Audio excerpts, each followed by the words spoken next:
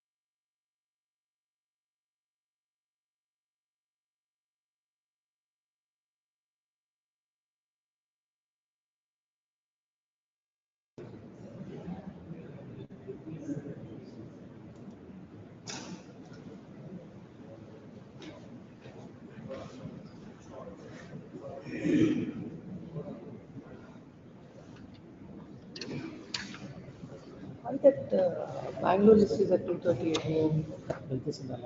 Huh? गलती से डाल दिया क्या है? 10:30 को तो क्यों आया था 2:34? तो एवरी टाइम तो बोलेंगे नहीं ना. Yes.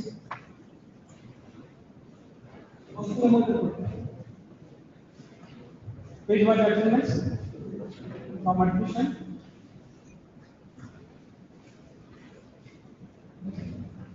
Page number 6, set number 25 to 30. Huh? 28. number 28 minutes of the respondent minutes. Huh. It's a weak examination minutes. Is it coming up for the first time? Please minutes. At the request of non-counsel, the respondent, this is matter on 19th of December. Yes. Please minutes. Yes. Page number 7, set number 31 to 36. 36. Accommodation. Consular referring side of the 36. Huh? On the last occasion, after reading some time, my last session today on disclosure. So I am ready. I am applying for prosecution. Short one. Tomorrow. Please. At the request of petitioner or respondent? Respondent. At the request of non-counsel, the respondent, this is matter tomorrow. Page number 8, set number 37 to 41. today number 38. I am for the petitioner. Matter is settled before the trial court. Report had by the 29 week. Next week any day. This is matter on 9th December. Serial number 41. It is submitted that the matter is settled before the court, and for filing filing the appropriate memo seeks a time. This is on that day. Yes. Serial number 41. Day before yesterday, the Lordships had directed me to clear the dumping which has been done by the petitioners in view of the violation of the interim order wherein civil custody act will be taken. So, my lord, since my lord, all the seniors are inside that, only the ladies are there, so day after tomorrow it can be taken off. Inform the other side. Yes, ma'am. At the request of non-counsel, the petitioner finally day after tomorrow. Please. No further time. No. Yes. Page number 9, set number 42 to 50. Serial number 43 minor. Okay. Short.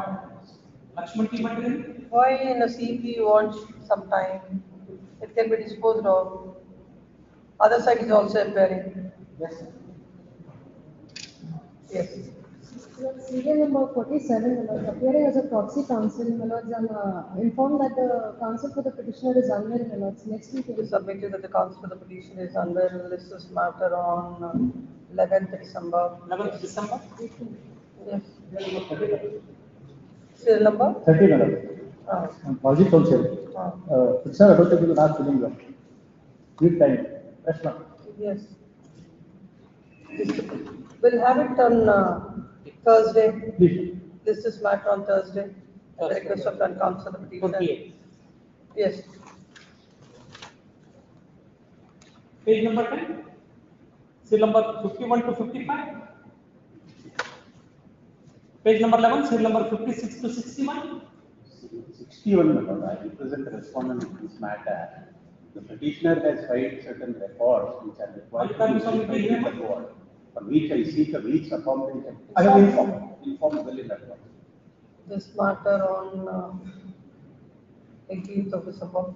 Please. At the request of non-counsel for the respondent. Please. Page number 12, serial number 62 to 65. Serial number 65 minutes. May I seek a week accommodation to produce the salary certificate minutes? That's upset. No further time will be granted on last occasion. I'm not aware of that minutes, but only What you are not aware of? minutes regarding that submission what he is making. That he is not making from something out of the blue. Yes. That is part of it. It must be an order. In the order sheet. It will be there on the order sheet. If you are not ready, we can't help it. Please. Why are you asking time? Milord sir, I am unable to contact you. Milord sir, How many times it can be No. adjourned? 2022 RPFC. Yes.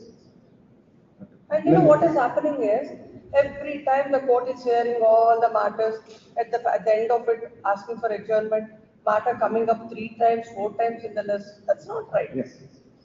But last time I had argued. Lordship made an order. Place this matter on Thursday, no further adjournment. 28. Please. Yes. Page number 13, seal number 66 to 68. Seal number 1, order seal number 1. SN Banka, Mem Dodbani. Matter between the petitioner and respondent is settled before the trial court, and petition filed for a degree of privacy is resolved by a degree of Memo is privacy. filed stating that already the main MC at MC number 409 of 2023 is allowed by granting a degree of divorce.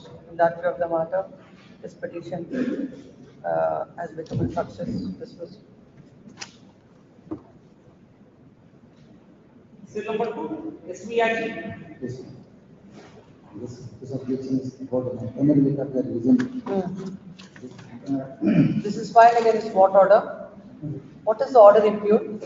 Order filed and applicate the claim was returned in view of the constitution of the new court, and that area was within the territorial jurisdiction of newly established court. So according to the claim was returned, I have to present as within the Problem. There was a delay in presenting the claim, representing the claim.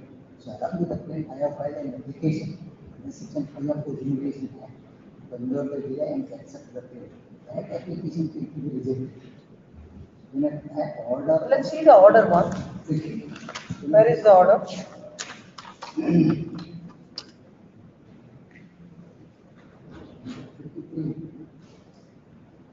Plaint is rejected. Yes. Dismissing the application. Dismissing the application filed under section 5 of the Litigation Act. No, ultimately what is the order? Plaint is rejected. Once plaint is rejected, how do you maintain a CRP? Sufficient stability. Consequently, the order passed under section 5 of the Litigation Act. The plaint is rejected. Look at the operative portion of the order, page number 20. Yes, acting under order rule 11D, that is wrong. My submission is that suit was heard, evidence was recorded. If that is the case, if you feel that this operative portion of the order, whatever it is wrong, you had your own remedy. That you have not availed. We have come tomorrow with final application to withdraw this. Yes, please file that. Yes, tomorrow with the request of counsel of the petitioner. Yes, next. Please, yes. Seal number 3. Submitted. Yes. There are two petitions No. arising out of the same order. Non-compliance of the office objections at serial number 1 and 2. We have given Non-filing of memo, phosphate receipt. they gave the NOC to be both legal petitions. There is another petition also. But the power has been filed in another petition. Obviously, power has been filed in another petition, but this petition. I didn't get you. What is that? No, there are two petitions Yes. arising out of the same order. We are given NOC in the both petitions. But in another petition, they have filed the power. File the wakalat. But in this petition, they are not filed. But you have to tell the court that you have done it. Connect both the petitions. What is the number? CRP number 158 of the So and so post along with so and so tomorrow. Not at all. Yes, next. Tomorrow. Seal number 4. Sadanandayam. Huh? No, this court on 14/12/2020 has permitted you to serve on the counsel appearing for the respondent. What happened to that? Did you say so? I filed a memo to that in that regard. Or just like that, how can you say that he is refusing? When there is an order, then you should file a memo saying that as per the order I've tried and he has refused. And this is a RPFC of 2023. You don't pay the process for issuance of notice, nor you take notice on the respondent. So why it is been pending like this? Huh? List is marked for complying with for doing the needful. List is marked. A week's time is granted, or else a petition shall stand dismissed without further reference to the court. Next. Seal number 5. Be a circle. Be a circle. Sequential, weeks accommodation. And acknowledgement. Non-filing of memo for retirement as per order dated 6/11. Weeks accommodation.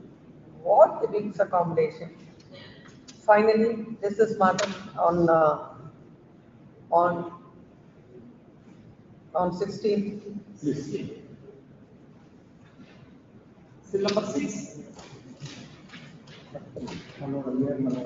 Airport adequate is the to that effect trial memo also. Before trial, Then you go pay the PF. I will take fresh notice now to new address now. That is now he is working case access now. I will take notice to depot. The petition shall pay the process within a week, or else the petition shall stand dismissed. During the course of the day I will pay Malo. And even Malo, I will be permitted to take Malo. Notice as ordered on 13/11/2024 Malo. Malo, the date is on 2nd month. Before the trial court. Right. A petition is permitted to take out notice on the hand summons of the counsel appearing to the respondent before the trial court. Let the court record what is happening. Yes. No, immediate next week from 2 weeks. Next week it's not possible. List is matter on 12th December. Meanwhile, we came on. Intermod all your granted is extended till then. Next. Seal number 7. Madan Mohan M. Kannur. Yes.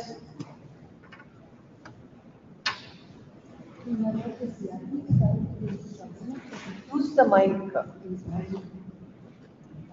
Yes. My lord, the present CRP is filed against the OS. There was a compromise petition. Please come to that impugned order. Let the court understand what it is.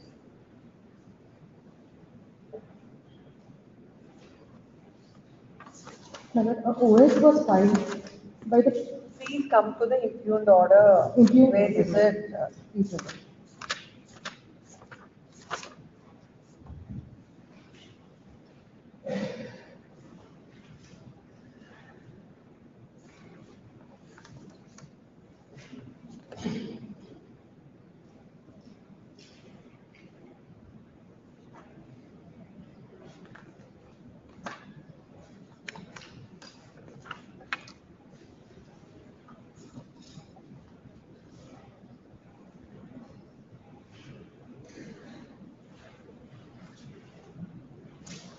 What is impugned order?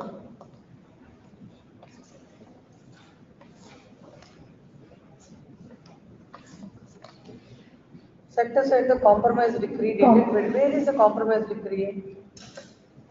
And you cannot file a revision for this. You have to go before the very same court. Yes, sir. The liberty may be given for this. Why did you Because come? it was, my contention is when the compromise petition was filed, my The lord. present petition is filed to set aside the compromise decree dated 22/11/2017 in OS number 207 of 2017, passed by the first additional senior civil judge, Gokak, accepting the compromise petition filed under order 2303, that is section 151 CPC. The registry has raised objection with regard to the maintainability of this petition before this court. The objection of the registry, the office is upheld, and the against an order for setting aside a compromise decree. A revision is not maintainable. The remedy available to the party is to approach the very same court. If the petitioner is at liberty to approach the competent court, if the same is in accordance with law. Yes. Next. Seal number 8. Sarvikan Purva. Office objection is that I have to produce none. I filed a memo of Aadhaar card showing that petition number 2 has attained majority. Therefore, my office objection. The file it before the registry. No, I filed it. I filed it on 30th September. Then why, when he has already filed, why is objection? Let's see.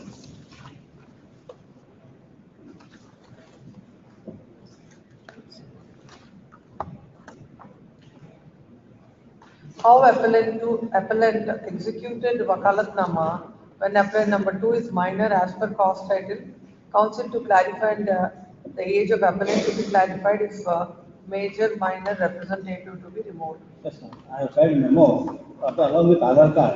No, it's not about you have to clarify to the registry. In that, in the cost list, I mean, in the cost title, the office objection shall be complied with within a week. Yes, yes, week's time, default order, yes. Next. Number 9, Yes, Dinesh.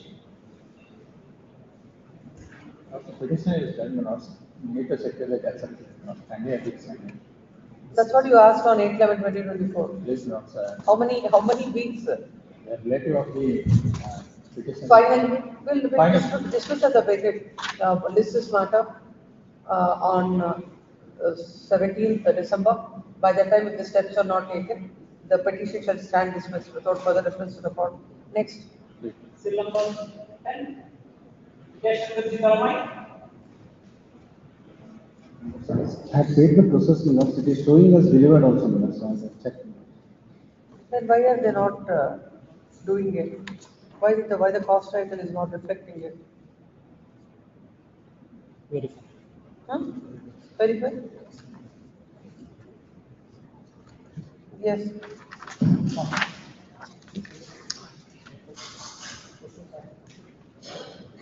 Hearing already, seal number 11. Lord, I filed an interim application to recall the order dated 19/9/2024, wherein it was dismissed for default. In the last occasion, your lordship has directed me to argue on the main matter. Lord, this is a HRC petition. Pertaining to HRC petition, respondent has filed a HRC petition for a respondent herein has filed a HRC petition for eviction of this petitioner on the ground of bona fide requirement of the premises. So, my lord, we have filed an objection. Apart from taking many factual aspects, we have also raised the ground of jurisdiction, my lords, wherein this particular petitioner is a girls' high school, Vide High School, and which comes under the non-residential activity. So, the HRC is not maintainable. That was our. And my lord, this trial court has dismissed that particular application, saying that that should be non-residential as well as commercial, but the section doesn't predict so. Then, my lords, as it has dismissed the application, my lord, we went into a rent revision. Rent revision has also come to be dismissed, against which this petition has been filed. Your lordship may kindly see. May I draw your lordship's kind attention to section 2(3)(g). Rent control act.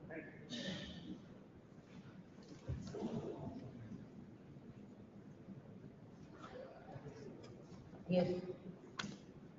Section 2, subclause 3 says for what all activities this act doesn't apply. Section 2, 3. Section 2, subclause 3, my lords.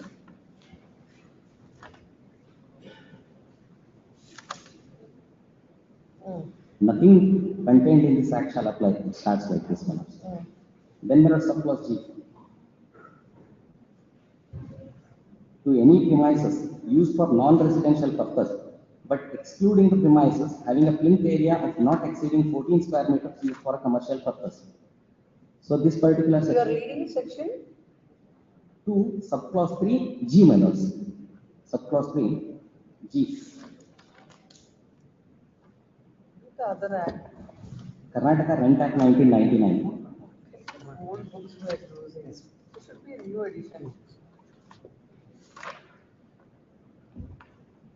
Section 2 is applicability of the act, my lords. Yes. And subclause 3 deals with the provision wherein the act doesn't apply to 1 minute.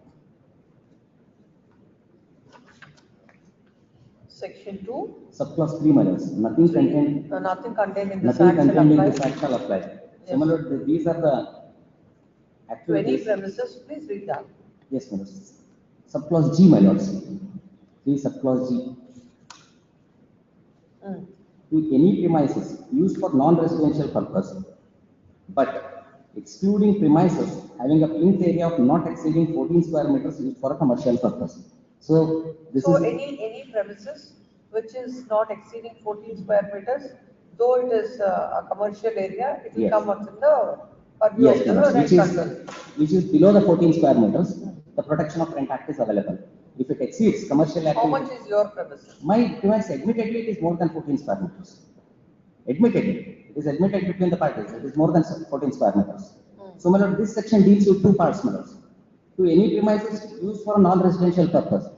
My lord, commercial activity is also including a non-residential purpose, but non-residential purpose may be excluding the commercial. So, if at all it is non-residential, then this act doesn't apply. But if it is a commercial and below 14 square meters, it applies. So, my lord, admittedly, it is a school. How both the courts have dealt with it? My lord, the trial court said that it should be non-residential as well as a commercial. Then only this act applies.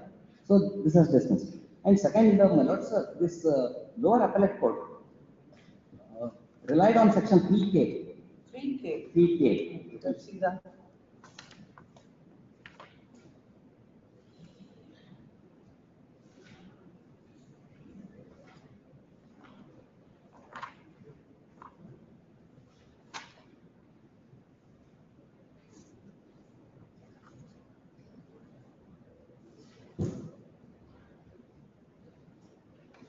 Residential purpose, Yes, ma'am. residential use. Purpose of reason include letting out for running a public institution. The public institution has been defined in section 3, subclause J, public institution. Includes any education institution maintained out of state funds or A, received out of state funds or free hostel attached to such education institution, library, government hospital, charitable dispensary, orphanage, disabled home or destitute home. Yours is it's a private institution. My lord, sir, It is aided institution, government aided institution. It has been included in the definition of public institution. Yes. my lord, as far as he said, absolutely whether it is aided institution or non-aided institution, absolutely there are no records. That's why, my lord, lower appellate court said. Was it decided by the court? No. No. That's why, my lord, that lower appellate court said that all these things can be dealt with at the final argument, my lords. So our contention is, my lord, as this is a jurisdictional issue, entitlement of a court to decide about its controversy.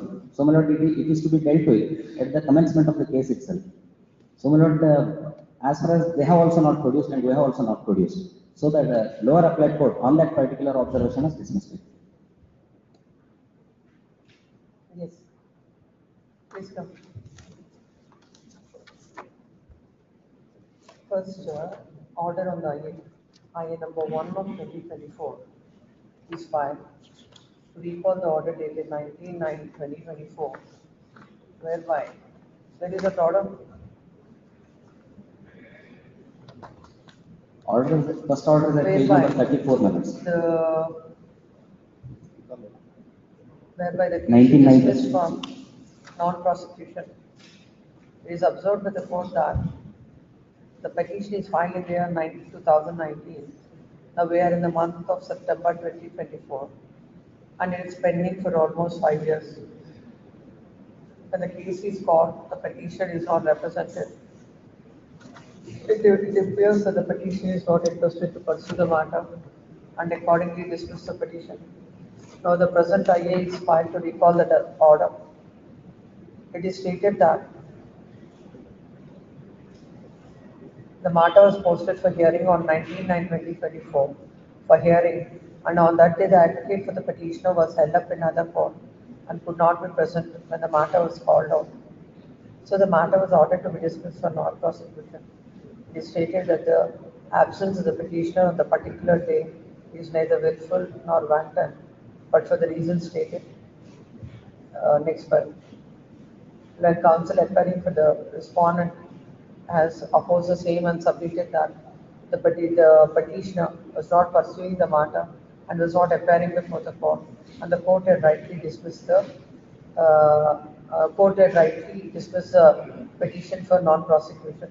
Next one. This court has produced the order passed by this court and also the idea that is filed in support of the petition for recalling the order. Considering the reasons stated, this court is of the view that it's a case where looking at the substantial interest of the parties, the order dated so and so needs to be recorded accordingly. IA number so and so I number 1 of 2024 is allowed, and the order dated so and so is allowed, and the petition is restored to file on the main order.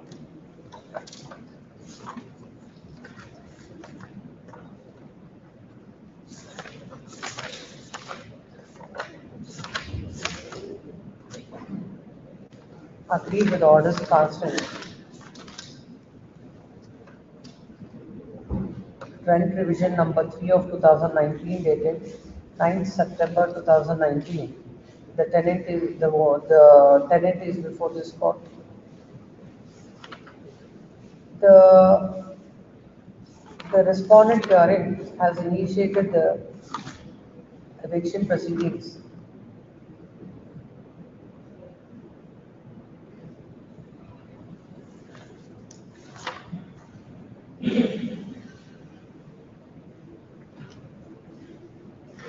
Seeking eviction of the tenant who is running a school.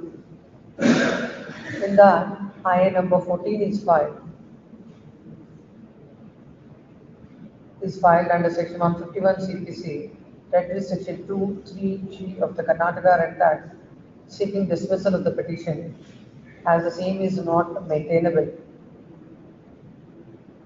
as the Act has no application to this particular case and the court has no jurisdiction to try the same. That came to be dismissed by order dated 5th July 2019, whereby the court has held that the present premises is described by the petitioners as old building bearing CTS number 117 measuring 324 square yards situated in Port Area, Dharwad city. The suit area, if converted into square meter, the same comes to 275.905 square meters, and the measurement exceeds 14 square meters.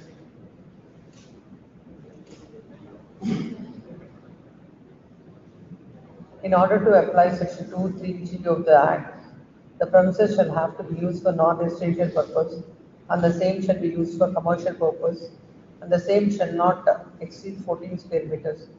In the present case, immediately the present premises is being used for non-residential purpose, that is for running a girls' high school. Further, immediately, the Plaint area of the petition premises is exceeding 14 square meters, but the petition premises is not used for commercial purpose. The respondent is running a school for the girls, and the same does not fall under commercial purpose. Hence, for all the reasons, the petition filed by the tenant is dismissed. Aggrieved thereby, the tenant had carried this matter in the rent revision, which is impugned rent revision, wherein the court, by order dated 9th September 2019,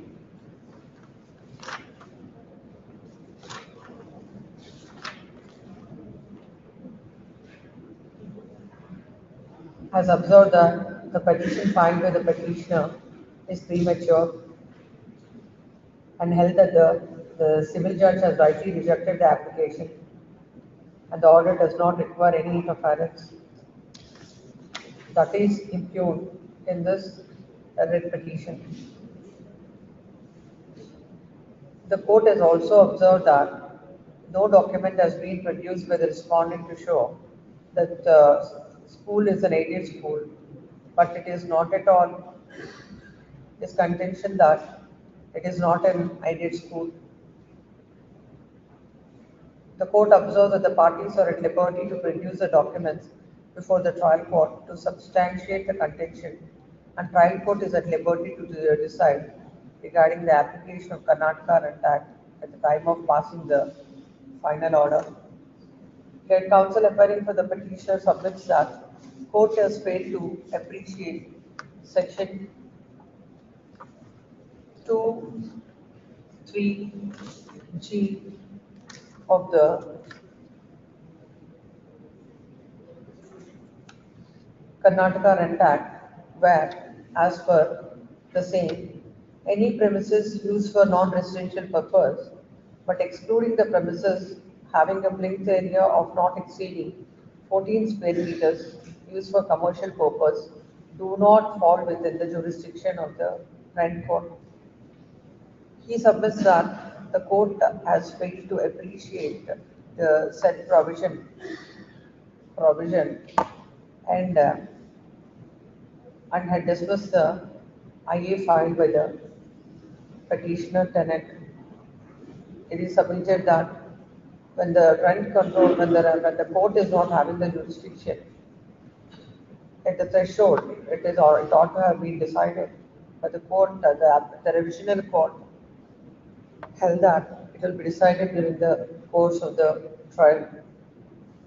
All these issues, the contentions of the tenant ought to have been considered by the court. Next part. The counsel appearing for the respondent landlord submits that as per section 3JK,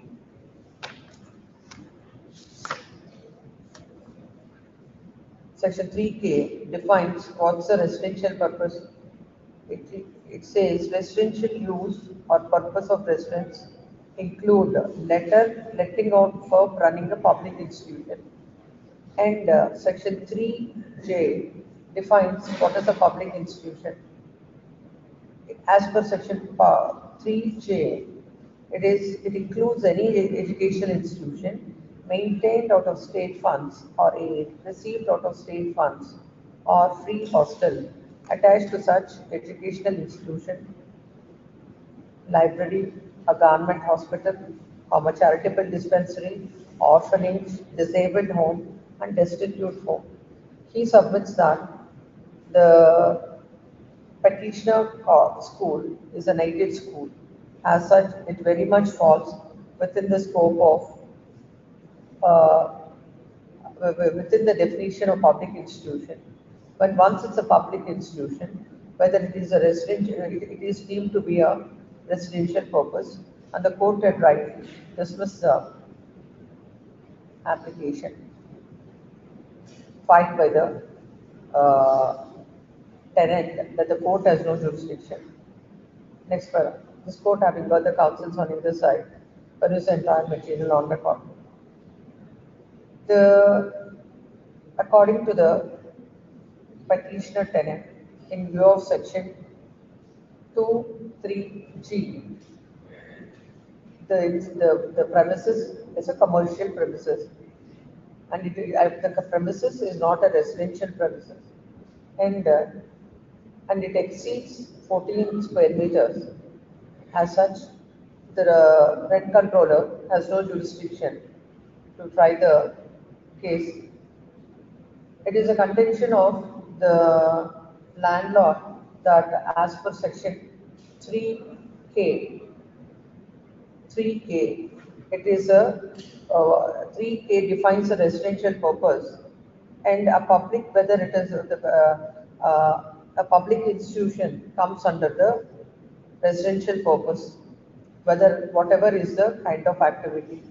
And a public institution is defined under 3J, which says about an aided school, and according to them, the school is an aided school. The revisional court observes that there is no material to show that whether it is a revisional, the aided school or not. When the tenant had moved this application on the ground of jurisdiction, and when he is before the court, you ought to have submitted before the court that whether it is an aided institution or not. The owner, according to the owner, it's an aided institution. That is not such a big aspect to be decided when it is for the tenant to submit before the court whether it is a aided institution or not. A bare perusal of the order passed by the revisional court shows that it is a contention of the tenant that the landlord has not produced any document to show that it is an aided school. It is not for the landlord to produce, but it is for the tenant to say whether it is an aided institution or not. Is it not? It is not such a complicated issue. What has happened is, at the time of rent revision, both the parties came to know that about 3K. Otherwise, both the parties fought on only 2-3K. No, once you have come to know about 3K, So, then that's not a complicated issue. You know that it's an aided The school. or final not. argument at rent revision, both So the it's an aided school as per the order. No, Manoj. You said, what you said was, no material is placed by them to show that it is not an aided No. school. What I said is both the parties have not produced any material regarding that. That's why such an observation came from a rent revision. Now, I have No. obtained the, You have. under the Right to Information Act, I have obtained. You should have filed before this court. Then that issue of jurisdiction would have not necessarily to be tried. Under Right to Information. No, then counsel for the respondent submits that. Respondent landlord submits that. He has obtained the information under the Right to Information Act, wherein it discloses that the school is a aided school. In the light, then come to the discussion. Where it is from. This court, considering the fact that they have obtained the information under the Right to Information Act. But we don't know whether it is true or not, Manoj. Because the client should say, because I Right don't know. to Information Act, that the institution is a aided institution. In the light of the above discussion, the contention of the counsel for the petitioner that they fall under the suit is not maintainable and the court is not having jurisdiction in the light of section 2(3)(g) has no legs to stand.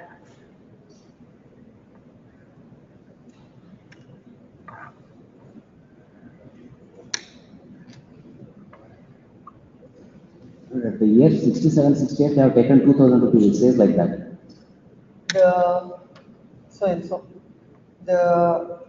With regard to whether it is a aided institution or not, Let the opportunity be the given. revisional court had rightly, why did you come to this court unnecessarily in 2019?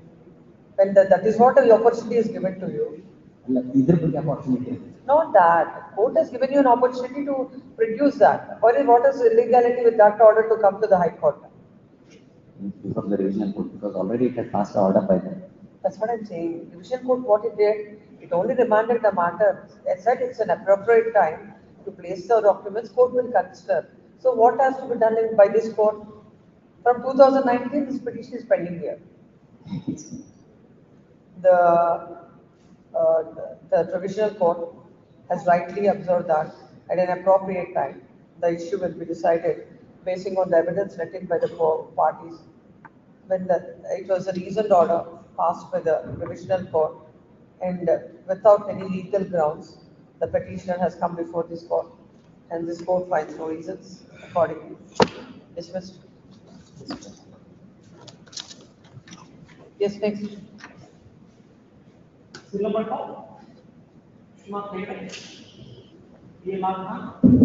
What about R1? Steps for R1? My lord, R2 to R6 are the legal Representative, that is already taken on Yes, the. ma'am. Yes. So there is delay of 119 days. We'll condone it. Filed objections to the said application. Lord, I have raised the contention first saying that the application is not bona fide application.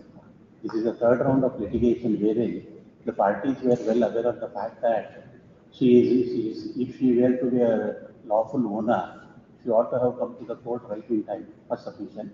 Second is that one of the reasons assigned in the affidavit is that she is poor. I have produced a record to show that in something between 2012, she has sold one of the properties and she is having more than 12 lakh rupees as a. She cannot be termed as a poor lady. Sympathy cannot be taken benefit before. No, we'll hear it on the merits of it. What will happen? It's just 119 days delay, not such an inordinate delay. No, my only the objections are. We'll record your content. Please, only to that. I number 1 of 2023 is filed to condone the delay of 119 days in filing this petition in support of the IA. He was directed to file a letter affidavit. They are also letter affidavit. It's okay, like unnecessarily, like, oh no, if this is this. No. No, what I'm saying is, if you pass this hurdle and you feel that you have a merit, case on merits, court will decide it.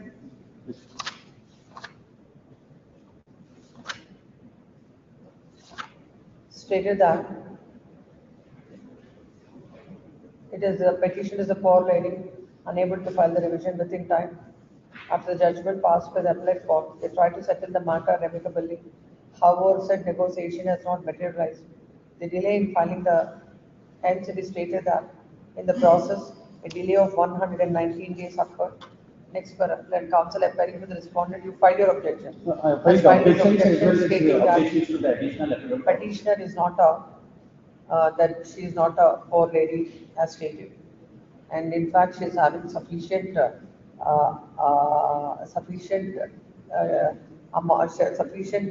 money to support herself.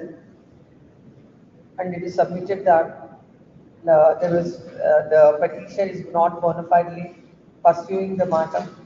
And even on the grounds that are raised also, no reasonable grounds are stated to condone the delay of 119 days. It is stated that this is the third round of litigation and only for the purpose of dragging on the proceedings, the petitioner is litigating the matter. Next para. Having heard the counsels on either side and having considered the objections filed with the respondents and the reasons that are stated in support of the accompanying affidavit, this court is in the substantial interest of both the parties. This court deems it appropriate to condone the delay of 119 days so that the main petition can be disposed of on the merits of it, so that the litigation will attain finality. Accordingly, IA number so and so is allowed by condoning the delay of so and so in filing the petition. Ready for argument? Yes. Ready? You're also ready? My lord, petitioner has filed the petition, my lord, under section 27 of the Procedural Act, my lord. Under the section 27 of the. You are the landlord? Yes, my lord. My lord, I purchased the property, my lord, by virtue of the registered sale deed, my lord, in the year 1988. My lord, the respondents, my lord, tenants claiming the tenant lease, my lord, by virtue of the agreement entered between my vendor, my lord, in the year 1984. My For lord, how many years? my lord, lease is, my lord, 11 months, my lord. My lord, 1984 agreement with my previous vendor, my lord, the Adjournment of Tenancy, my lord. By virtue of the sale deed, my lord, I purchased the property in the year 1988. My lord, at the time of purchase, my lord, it is agreed that till completion of 5 years, my lord, they are in possession of the property. After that, my lord, it has given to the petitioner, my lord. My lord, till today, my lord, the respondent are in arrears of rent, my lord. My lord, they are the chronic defaulters of payment of rent, my lord. I instituted a suit, my lord. On that ground? My lord, On default of. yes, payment. First, I instituted a petition, my lord, for eviction of tenant, my lord, under the Rent Control Act, my lord. For technical reasons, that came to be dismissed for default, my lord. I instituted, my lord, I went to High Court, my lord, in writ petition, my lord. Order is passed. When was it dismissed for default? Which year? My lord, When is the HRC? When was it dismissed for default?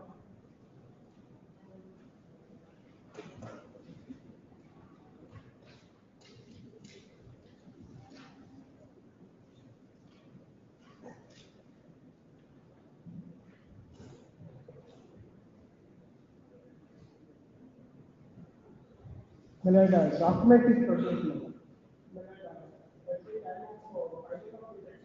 First section, my lord, is the section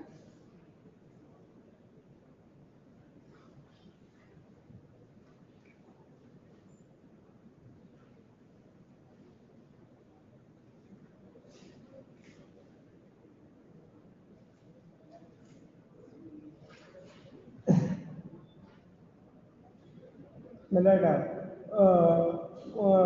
once she has instituted the HF section 9/1995, Malad. It was dismissed on 24/8/1999. Thereafter, she filed miscellaneous case number 1/2000, Malad, for restoration, Malad. That is also dismissed, Malad. When? Malad, date is not forthcoming yet. Next, Malad, she filed restriction number 5242 of 2007, Malad. What has happened from 99 to 2000 to 2007? Malad, in restriction, Malad, this honorable court, Malad, given the liberty to the petitioner to avail the remedy in accordance with law, Malad. Malad, again she filed the original suit, Malad. Malad, that suit, Malad, issue is raised, Malad, with regard to the existence of jural relationship between the landlord and tenant, Malad. That is marked at exhibit P. No, Please. seeking the very same relief. Please. You filed to initiate the proceeding. Yes.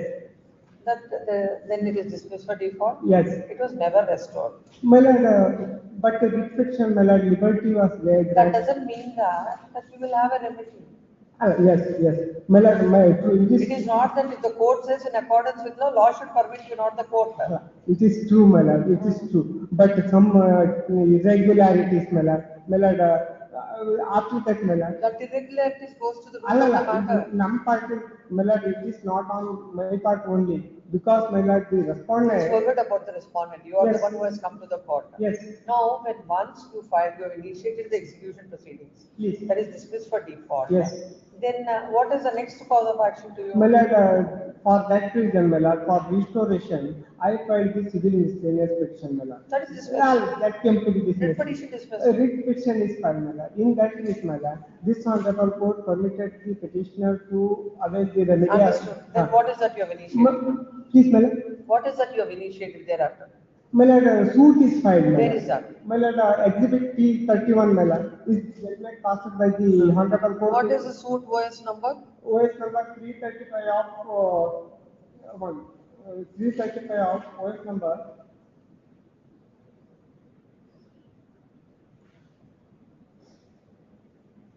Please prepare and get over all the dates and everything. Malad. Tomorrow. Tomorrow. Yes. At the request of counsel. May I request any day next week? Tomorrow for one reason. Day after tomorrow. Please. Yes. Number 30, shall be both. Who appears for the respondent or what is the reason for 352 days delay?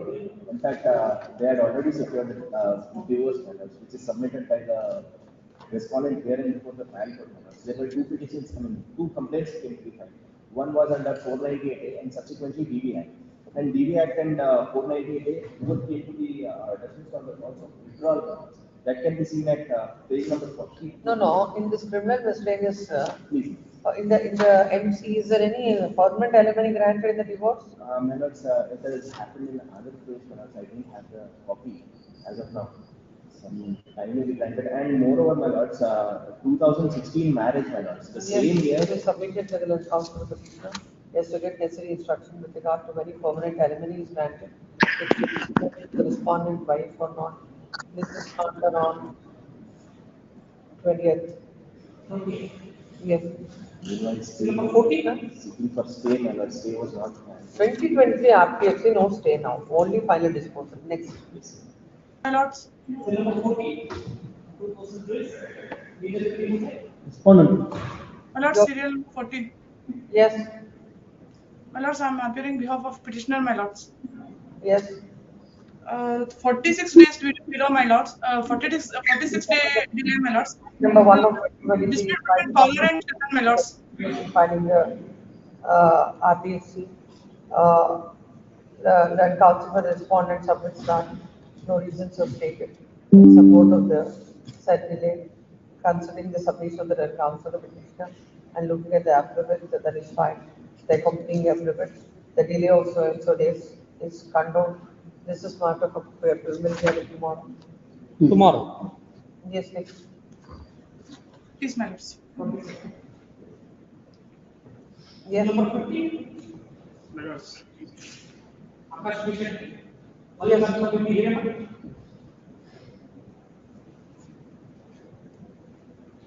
You're not audible, Mr. Counsel.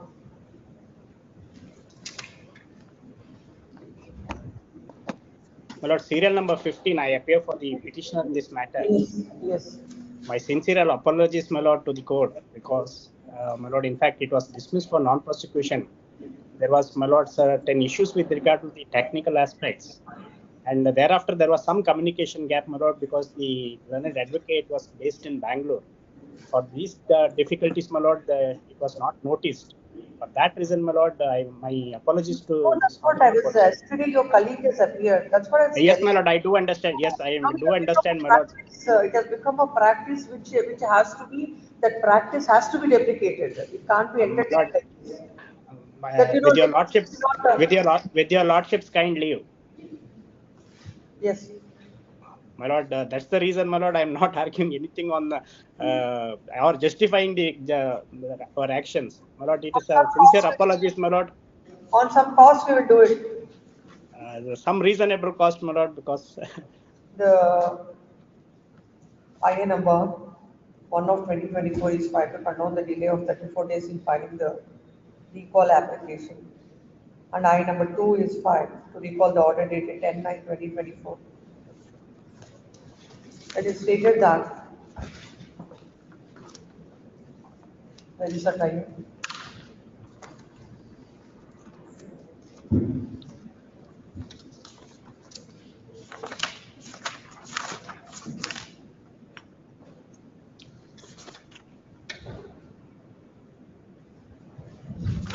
There is a condone delay petition. my lord, it's the second application, my lord. It's filed along with the recalling application. Delay of 34 days. It is stated that the advocate is suffering from health issues and she has engaged the colleague to appear and instructed to argue the matter before the court on the set date through video conference. Due to the technical issues, he could not be present before the court. And accordingly, the petitioner was dismissed for non-prosecution. It is stated that from 3rd week of October 2024 to November 1st week, has been in hometown to attend the family wellness rituals. Hence, he couldn't immediately file a petition seeking a recalling of the order dated 10/9/2024. It stated that the said delay is neither eventual nor wanted, but for the reasons stated. Next paragraph, then Gamapida appearing for the respondent and the counsel appearing for the private respondents submits that no reasonable cause is shown to condone the delay. Next paragraph. This court has considered the reasons that are stated in the IA in support of the petition to condone the delay, and considering the reasons stated and also looking at the substantial interest of the parties, a delay of 34 days is condoned on the condition that the petitioner shall pay an amount of ₹5,000 to the Advocates Association, the Dharwad Advocates Association, within a period of 2 weeks from the date of receipt of the copy of the order. Accordingly, IA number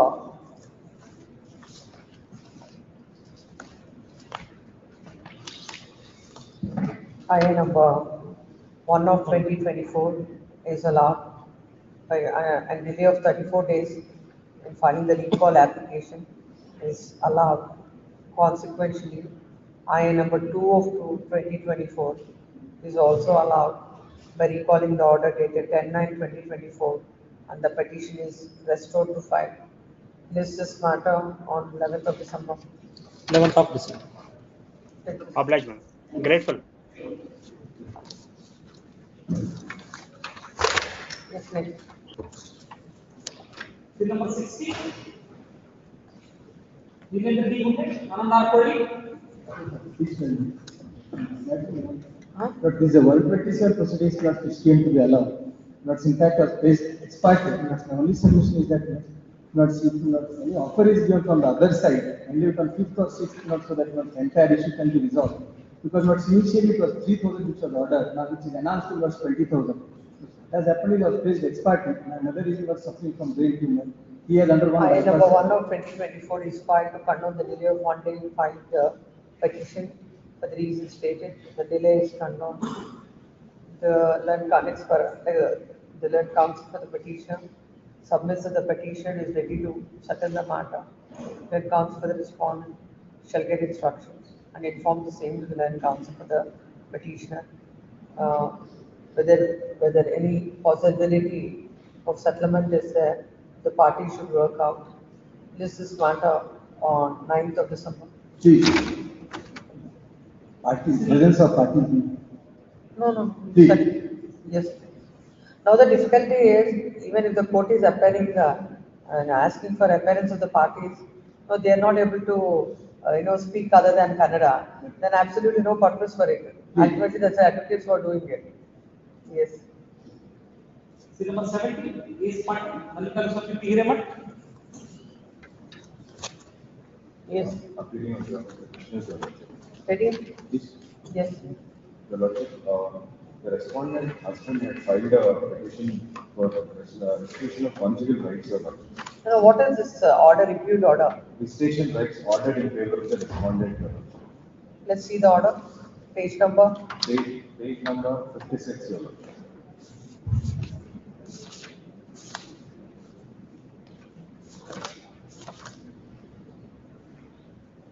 The petitioner and his parents are permitted to visit the minor child Suhan on every alternative Sunday between 10 a.m. to 12:30 p.m.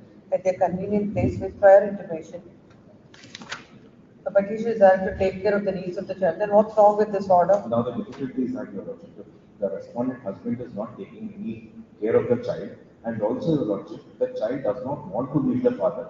That can What is the age of the child? That is 10 years old, Your Lordship. How can you say that he will not Your meet the Lordship, father? actually, Your Lordship, it was referred to the mediation, and with the permission of this honorable court, Your Lordship, we also got the child in the mediation so that he will meet the father.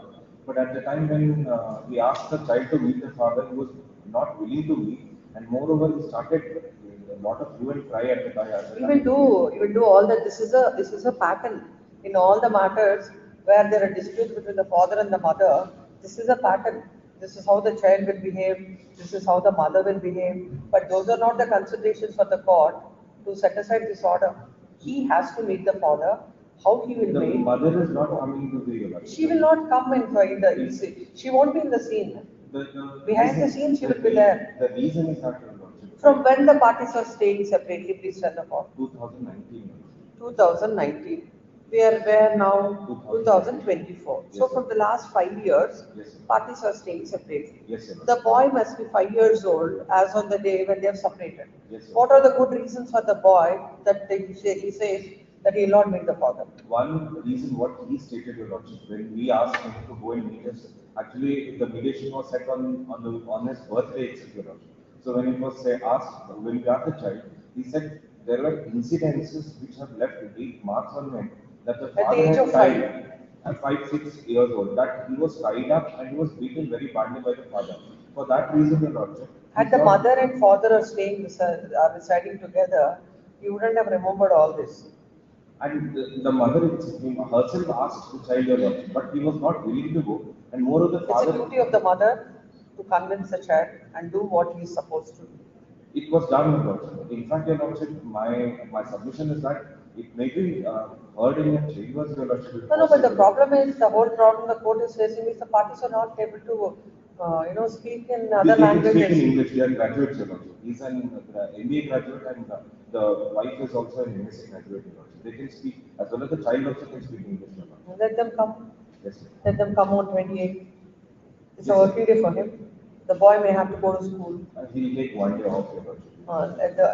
The parties shall appear before this court on 28th. Tell the mother and the child also, if he says that he doesn't want to meet the father, we will see that the custody is temporarily shifted to the father so that he'll get acclimatize himself with all this. Yes, Your Lordship. But it is, the court will make it sure that it is done. And also, Your Lordship, the other point is that there is no maintenance also paid on part. That's a different aspect. That we will ask him. Yes. That is like, these are Till two date, different aspects. till date, only 12,000 has been paid. That's what we'll ask him. We'll ask him about his responsibility. At the same time, the mother and the child also have some responsibility. Yes, sir. Indeed. Tell your client also Yes. about the maintenance to be paid. Please. Yes. There's an interim order already. Interim order, There is a stay on this interim order. I have granted. No, Your Lordship. Previously it was granted, Your Lordship. Yesterday it was not extended.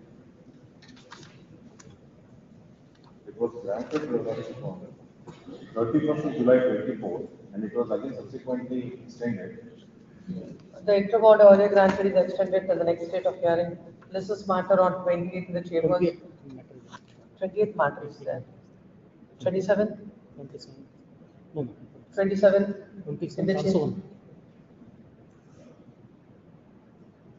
That it will be this also. On 27th, 28th. 29th is not possible. 28th. 20, yes. 20. At 2 o'clock. Much of Yes. Tell your client that he has to pay the maintenance. Yes, thank you. 16, whether extended. 16 what the granted is extended. Yes, thank you.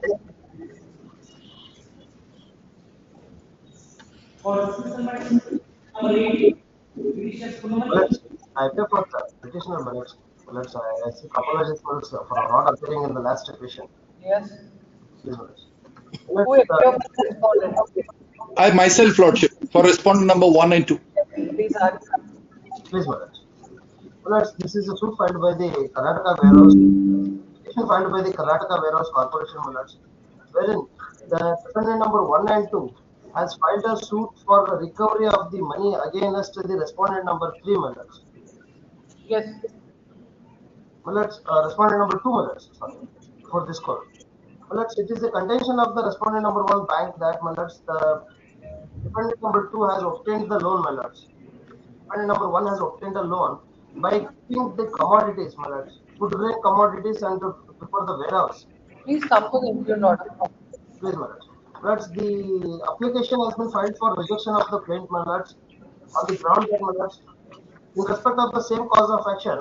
Where is the IA filed under order 7 to 11? Improved order is that, annexure, No, the application. Application, application is at page number 20, Page number 20. Yes, Let's see what are your objections or your IA. IA is filed under section 9, 11, 12, read with order 7 rule 11, the court may be pleased to dismiss the above case by rejecting the plaint without any further proceedings, And in the supporting affidavit, it has been clearly stated that the plaintiff bank has already initiated the recovery proceedings by filing an original application before DRT, and also obtained a decree to that effect.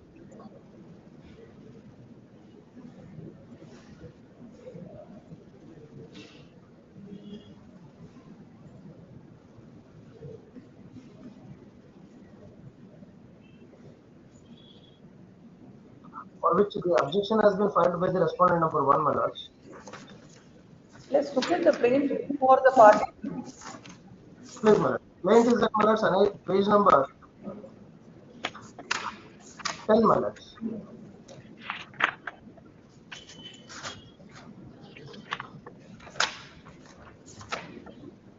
The cause title is not filed.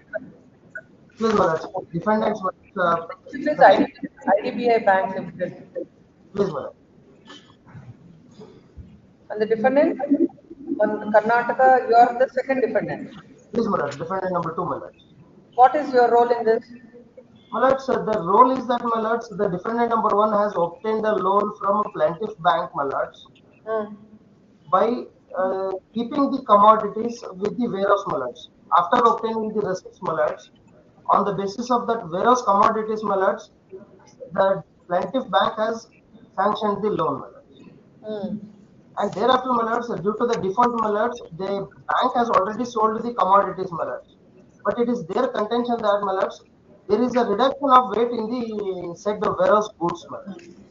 So for the difference amount, my lords, the bank has filed a suit, my lords. It's odd for her.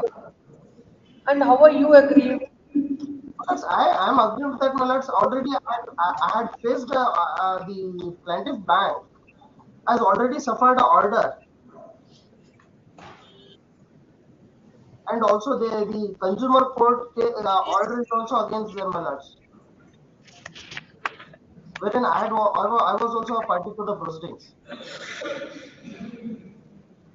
In that event, my lords, at least to that effect, my petitioner may be deleted from the said proceedings, my lords. Let them proceed against the borrower.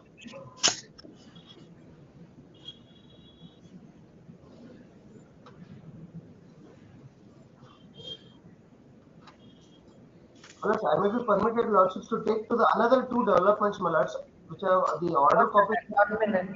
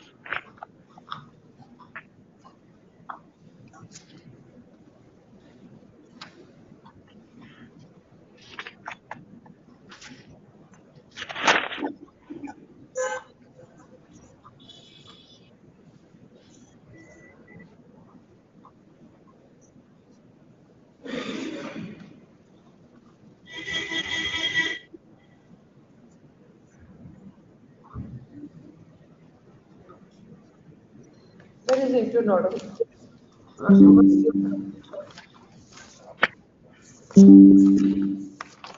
See, my lords, page number 25, my lords. Page number 25, my lords. 25.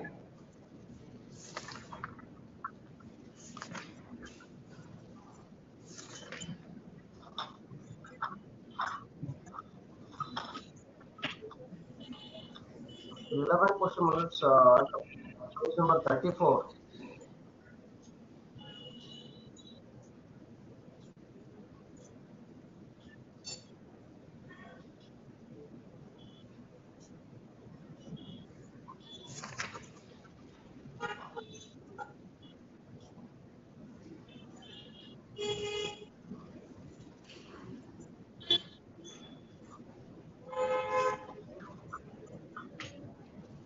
Now, in the plaint, they do not disclose anything with regard to any of the suit that is filed or any of the earlier proceedings.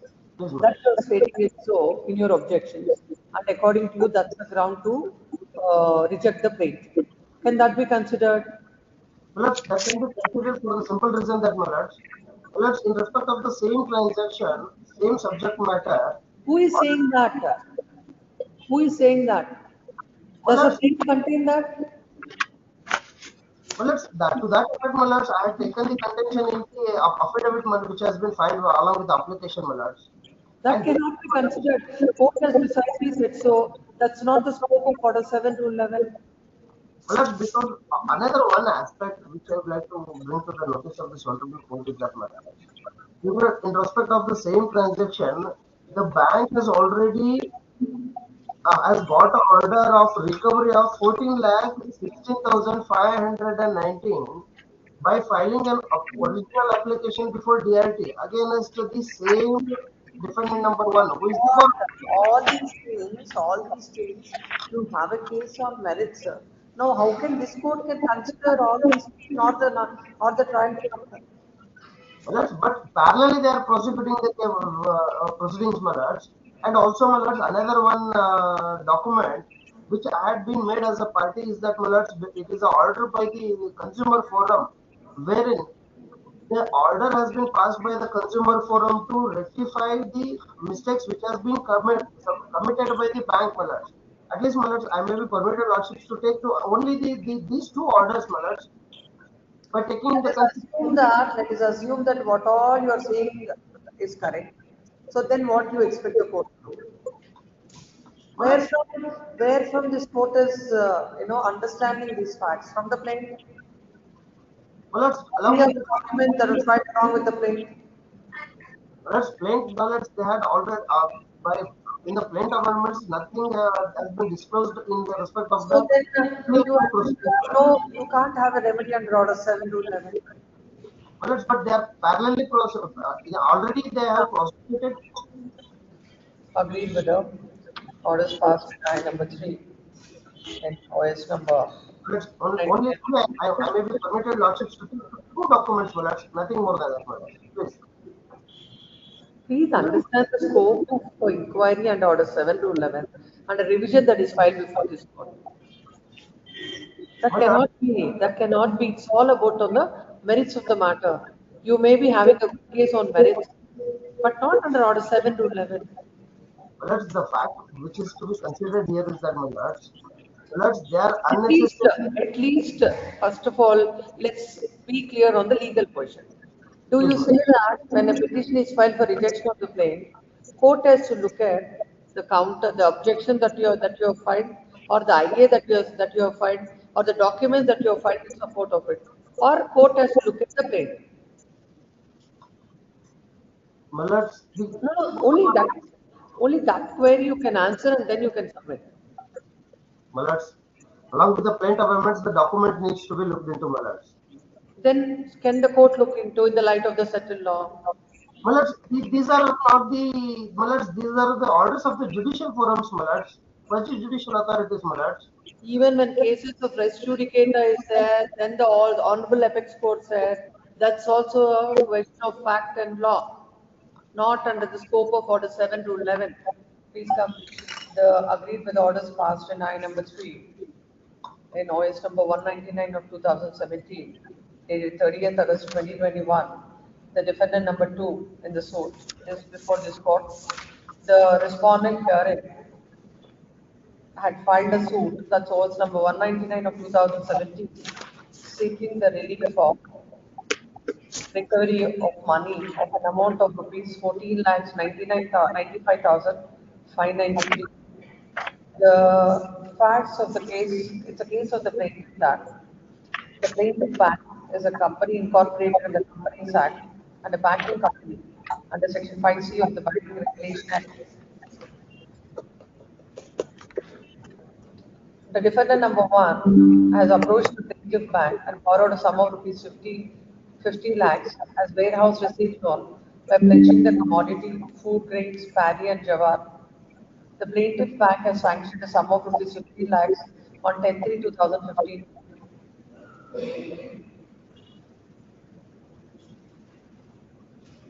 At the time of advancing the said loan, the defendant number 2, that's Karnataka State Housing Corporation,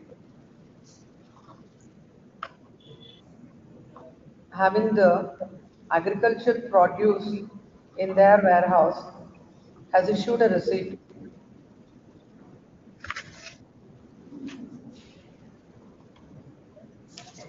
When the bank had sold the said agriculture produce, they've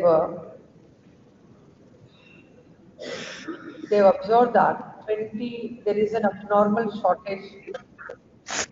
It has been brought to the notice of the defendant number 2.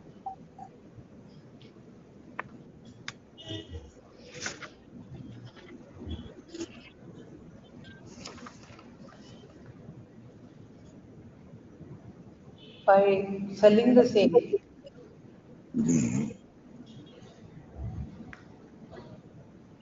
they realized certain amounts. It is the case of the bank that, in spite of notices to the defendant number 1 and 2, they have failed to pay the loans, pay the amount. As such, they are constrained to file this suit. Now the application is filed under Order 7 to 11. It is a case of defendant number 2 that the plaintiff bank already filed a case before the Debt Recovery Tribunal, bearing OA number 124 of 2008 on 18/7/2017. That material fact has been suppressed by the bank. And in fact, the recovery was ordered on 30/3/2019. And the suit is not maintainable. The trial court, by order in June, had dismissed the IA that's filed at Order 7 to 11, wherein the court has observed that the court considering various judgment of the apex court and this court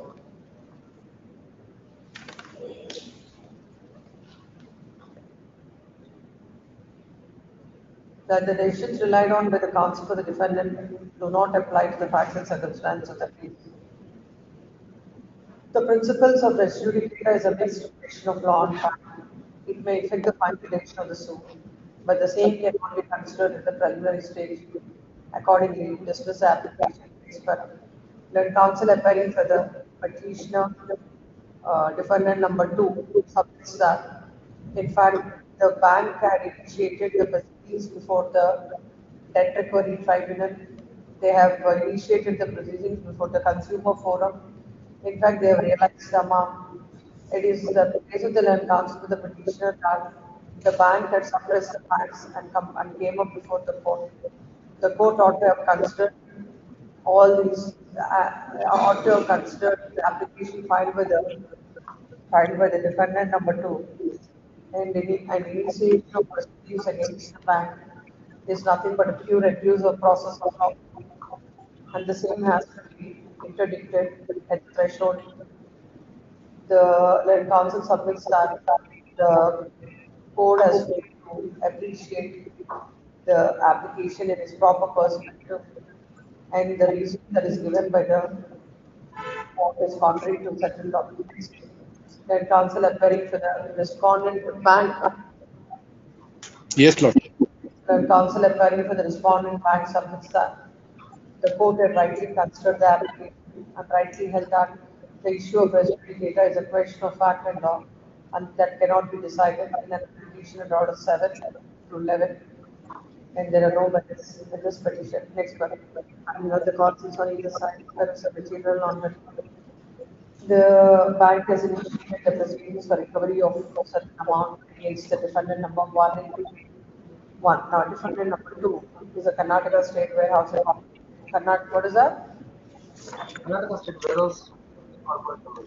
Defendant number 2 is the Karnataka State Warehouse Corporation. According to the bank has not stated about any of the proceedings that have taken place or any of the orders that are passed in their petition. Now, by filing the written statement, the defendants wants to bring all these things to the notice of the court. They request the court to consider it in an application filed under Order 7 to 11. The arguments of the learned counsel and application that is filed is beyond the scope of inquiry under Order 7 to 11. While it is settled law that the court has looked at the plaint arguments, and from that, the defendant has to demonstrate that that falls within the purview of Order 7 to 11. But in this case, the learned counsel for the petitioner was this court looked at the affidavit that is filed and the documents that are filed in support of the IA or some other documents which are subsequent developments that are filed before this court. In the considered opinion of this court, that is beyond the scope of inquiry, Order 7 to 11, and the court had rightly considered and the investigator is a question of fact and law and rightly dismissed the petition. This court finds no reasons to dismiss it. Next. Much of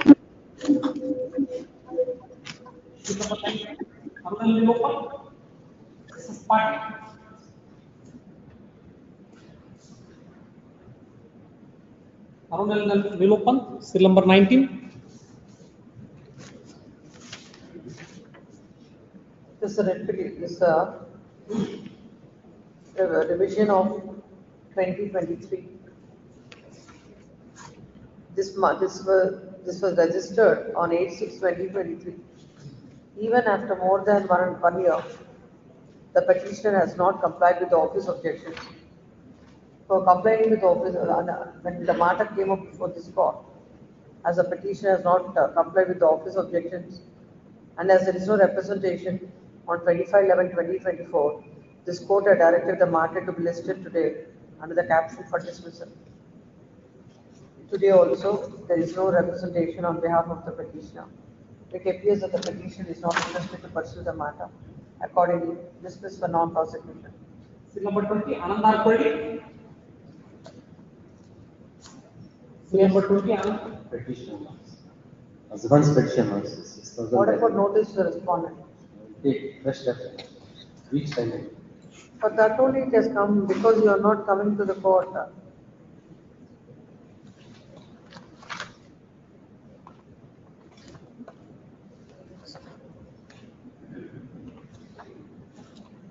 It says no such person in the said address. Then what do we do? In the main petition was showing the address of The petitioner shall comply with the, shall pay the process within a week, or else the petition shall stand dismissed without further reference to the court. Delete from the caption for dismissal. Yes, next. Please. Number 21, you got just heard. Rakesh. The counsel on the court, Industry Rao, she used to appear every time. Yes. Industry Rao, counsel on the court, she used to appear every time. Yes, Inspector Clerk had no instructions from the client. That's the order.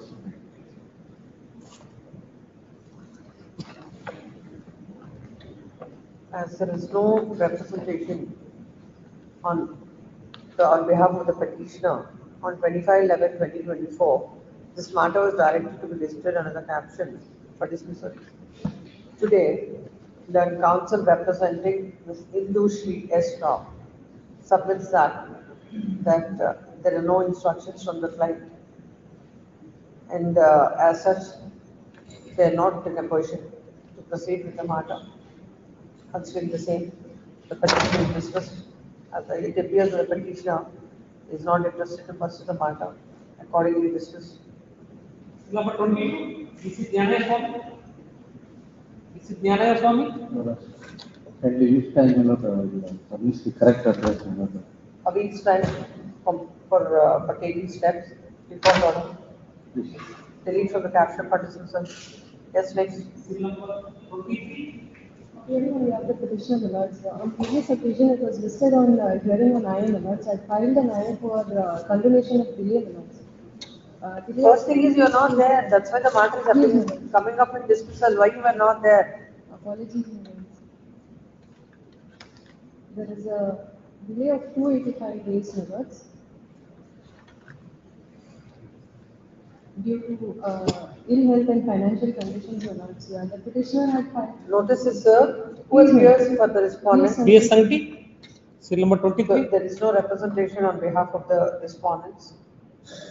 No objections are filed by the respondents to IA number 1 of 2024. Considering the reasons stated in support of IA 1 and in support of the IA, the delay of 285 days in filing the petition is condoned. How much is the maintenance granted?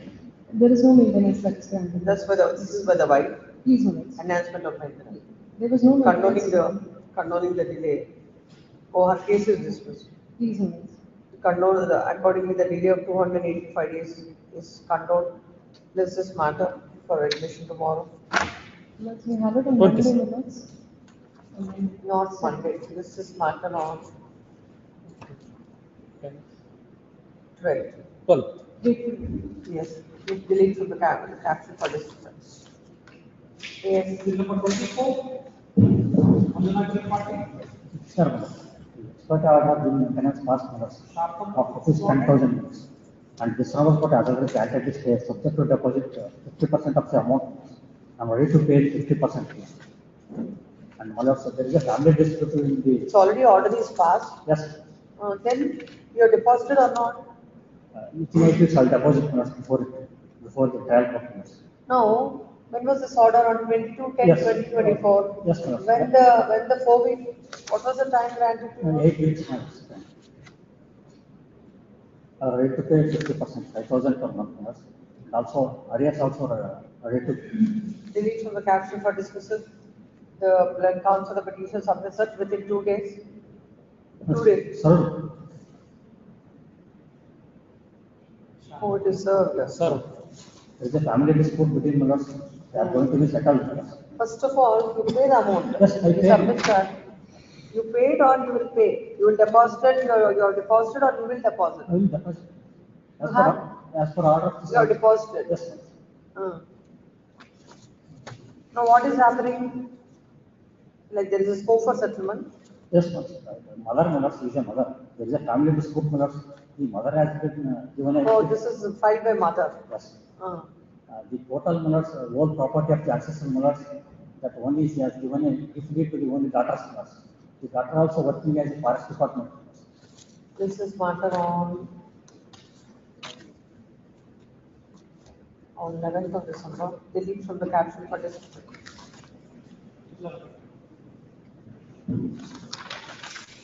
Admission matters, serial number 25. Motion side. But there are two petitions. One is filed by wife, seeking for enhancement because no amount was awarded. You're for the wife or husband? I am for the wife. The family court has not awarded amount in my favor. So you're only questioning that? Yes, ma'am. And another petition is filed by husband, wherein he is seeking to set aside the judgment. As far as the children also concerned. As children. What was the amount you claimed? 10,000 was claimed by the wife. And how much to the children? 15 was claimed, members, 8,000 each is awarded. 15,000 each was claimed. 8,000 is awarded. 8,000 each. 8,000 each. That is 16,000 is granted. Why it is rejected for the wife? She has not shown a sufficient reason for not joining the company of the husband. That's the reason. Any restitution case is filed? No. The fact is that the husband is retired from services. He was government employee. Now, the wife is residing in the house which is built by respondent husband, but he is not ready to come back and stay.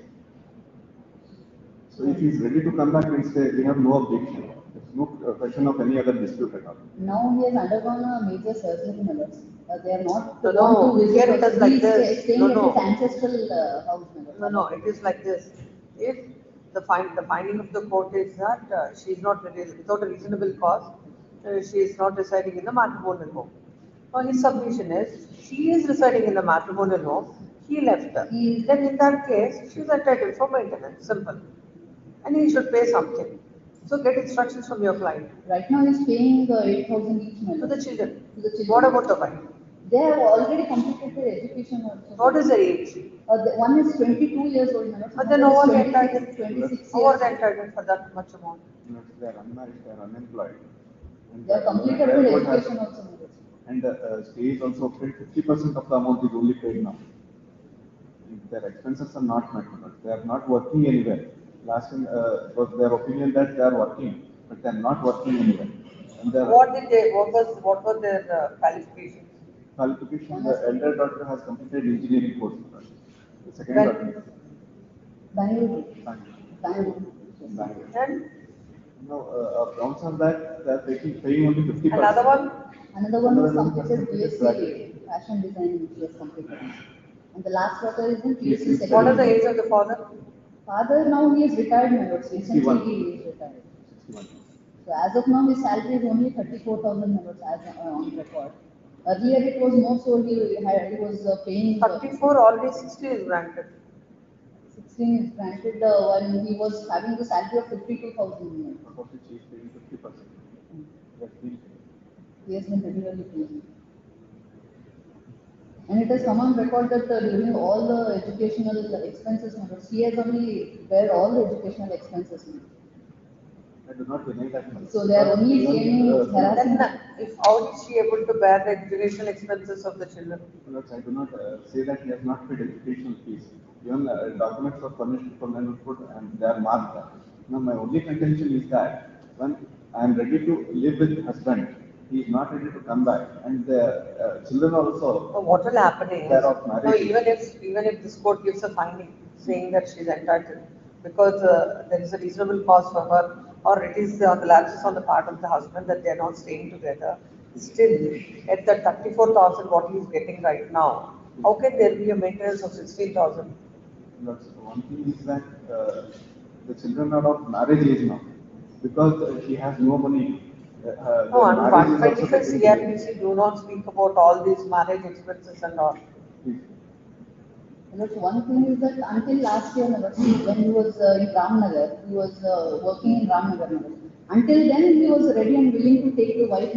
So only on the pretext saying that the educational expenses will be more if she moves to Ramnagar. But how could she afford to send her daughter to Bangalore to do engineering if she was not able to afford living in Ramnagar along with the husband? So that's the point. Only for harassing for the sake of harassing the husband, she has been filing. Tell your client that this maintenance, or even if she is entitled, the entire maintenance will come down. Whatever that less than that, we will grant for 3. Retired father, young children who are studied, who are qualified, and they want maintenance from the father. How is it? One more humble request is that they had filed their affidavits mentioning assets and liabilities. They may be directed to file fresh affidavit in view of this retirement. So that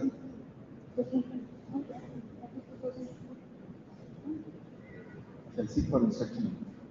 Then comes for the petitioner. Tell your client that's what is going to happen.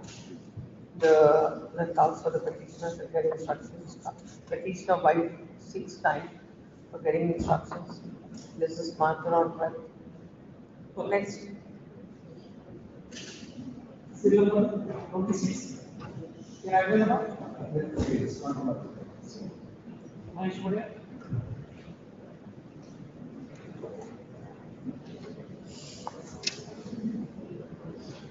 Yes. Connected petition. There's a connected petition. WP 106218 of 23 will be posted along. What is that petition? What is that petition? That petition is where the facts are that the father of petitioner, he had filed a suit for partition against his family members. That suit was came to be authorized in February 2020. Then, defendant number 1 in that suit, that is OS 11 of 2000, he filed a miscellaneous petition. That miscellaneous petition came to be dismissed, he had filed a miscellaneous first petition. That first petition they have withdrawn, and now they have filed this petition. Now, how it is connected is, because within the lifetime of Ravi Siddhappa, that is the husband and father of the husband of petitioner number 1 and father of petitioner number 2 and respondents 1 and 2. Plus, during his lifetime, plus in the month of February 2012, there was a registered partition amongst their participants. Number two, that partition, please, there is a specific recital to the effect that certain properties, that is the suit schedule properties in respect of which was respondent number 1 has filed a present suit, was for partition and separate possession. These properties are in dispute. Therefore, the parties will not, they just read that portion of them. No. This is arising out of which order? This arises out of the order passed to us on the criminal issue, where the learned judge says to us, only the reasoning given is at page 18, where he says, we cannot anticipate that the Honorable High Court of Karnataka will allow the miscellaneous appeal and compromise proceeding to set aside. Plaint cannot be effected only with an anticipation that compromise decree will be set aside in future. Here, filing of the appeal will not cause an obstruction to enforce the decree or to enforce right under the compromise decree. That being the case, mere tendency of secretary itself is not allowed to hold the suit of plaint. It is not mentioned. This is what the learned judge says. Plus, why it is not mentioned in the case? No, can't this be independently decided? Because this court is not having that roster. Is it a case that without that case this cannot be decided? Yes, it has a rating that miscellaneous perspective which the learned judge refers to. Plus, that is the appeal if they have withdrawn words as it was not maintainable and they have filed a requisition. Take this post along with there will be number so and so 1062 on 9th of December. This next.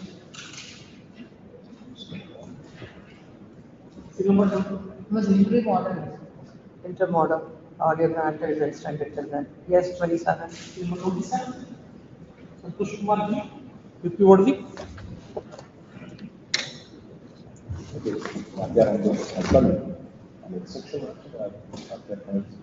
Compromise has been taking place between the husband and wife.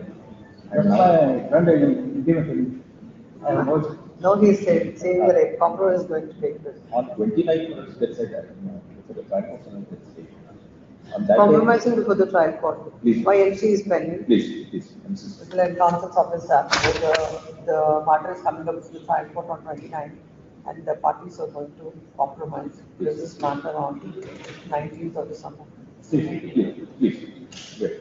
Number 28, number 29.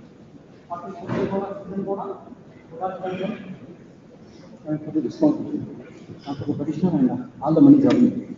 I have received in cash, remember 35,000 cash is given.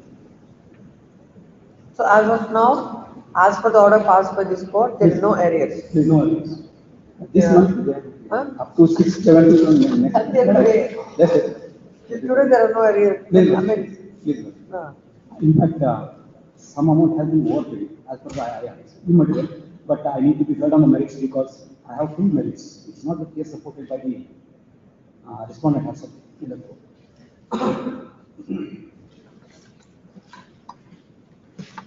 A memo is filed stating that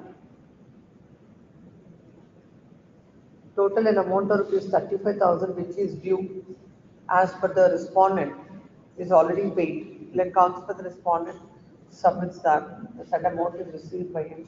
Accordingly, memo is taken on record. Yes, on the merits. Hello. This legal petition is against the criminal miscellaneous 74 of 2000. What is your for the husband? How much is the amount granted? 10,000 per month from the date of the petition. 10,000 per month. What is your income? Actually, no income as such, agriculturist. Some lands are there, but they are dry lands. Is it an ex parte order? No. It's a contested one. Contested case. You file your statement of results and liability. Indeed. As per that, what is your? You must be deriving something from the lands. Some amount does comes, but it is the case counterblast to the my nullity case in the Saurabhi court. It is only to harass. We cannot look at it as a counterblast because maintenance, it's a right to have it. accepted, my lord, yet it has to be proved by the evidence that she was not in the husband's home, she was not given food, whatever she has alleged, etc. But my bone of contention is that allegations in the petitions were not against the husband, but other in-laws, mother-in-law and the sister-in-law. So reason for leaving the matrimonial home? One, my specific contention, it is in Kannada. She has not supported our case, and it is the Order case. is in Kannada? No, order is not in Kannada. Extracts of evidence that I have put it in my page number 10, paragraph number 10. There are two aspects. One is you are questioning this order on the amount of, what is the quantum of maintenance is one aspect. Second is the wife is not entitled for maintenance. She is not entitled for maintenance. These are the two grounds. Please come to the order of the court.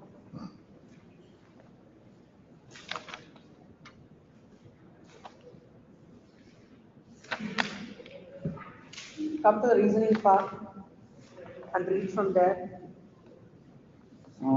3 points of reasons have been considered. Para number 8. In order to establish her case, the petitioner herself examined as PW1, PW in her examination, reports that her marriage was solemnized on Pacific in Adjournment Taluk Samundar, as per rights and customs prevailing in the Hindu community. Exhibit P1 is the marriage invitation card. Exhibit P2 is the photograph snaps during the marriage. After the marriage, she came to the house of the respondent to live married life. Though these are the part of the reasons taken, my contention is she has not supported the case, and her father played the spoilsport in this case, and that has been elicited from the mouth of the respondent in the trial court.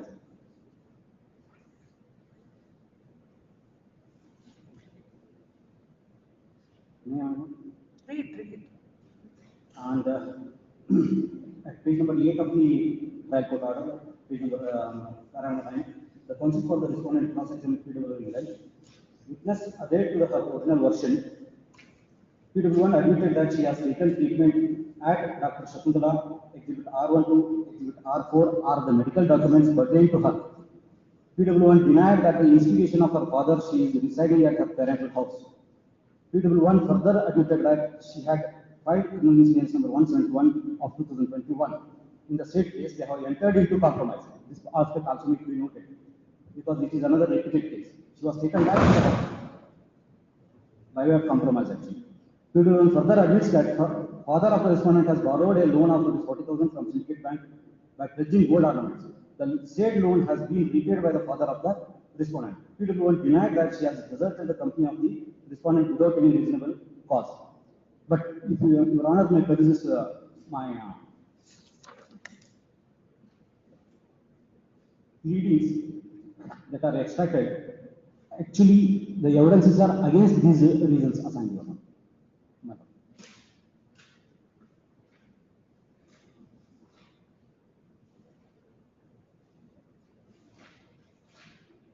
Further, my lord, the said loan has been repaid by the father of the respondent.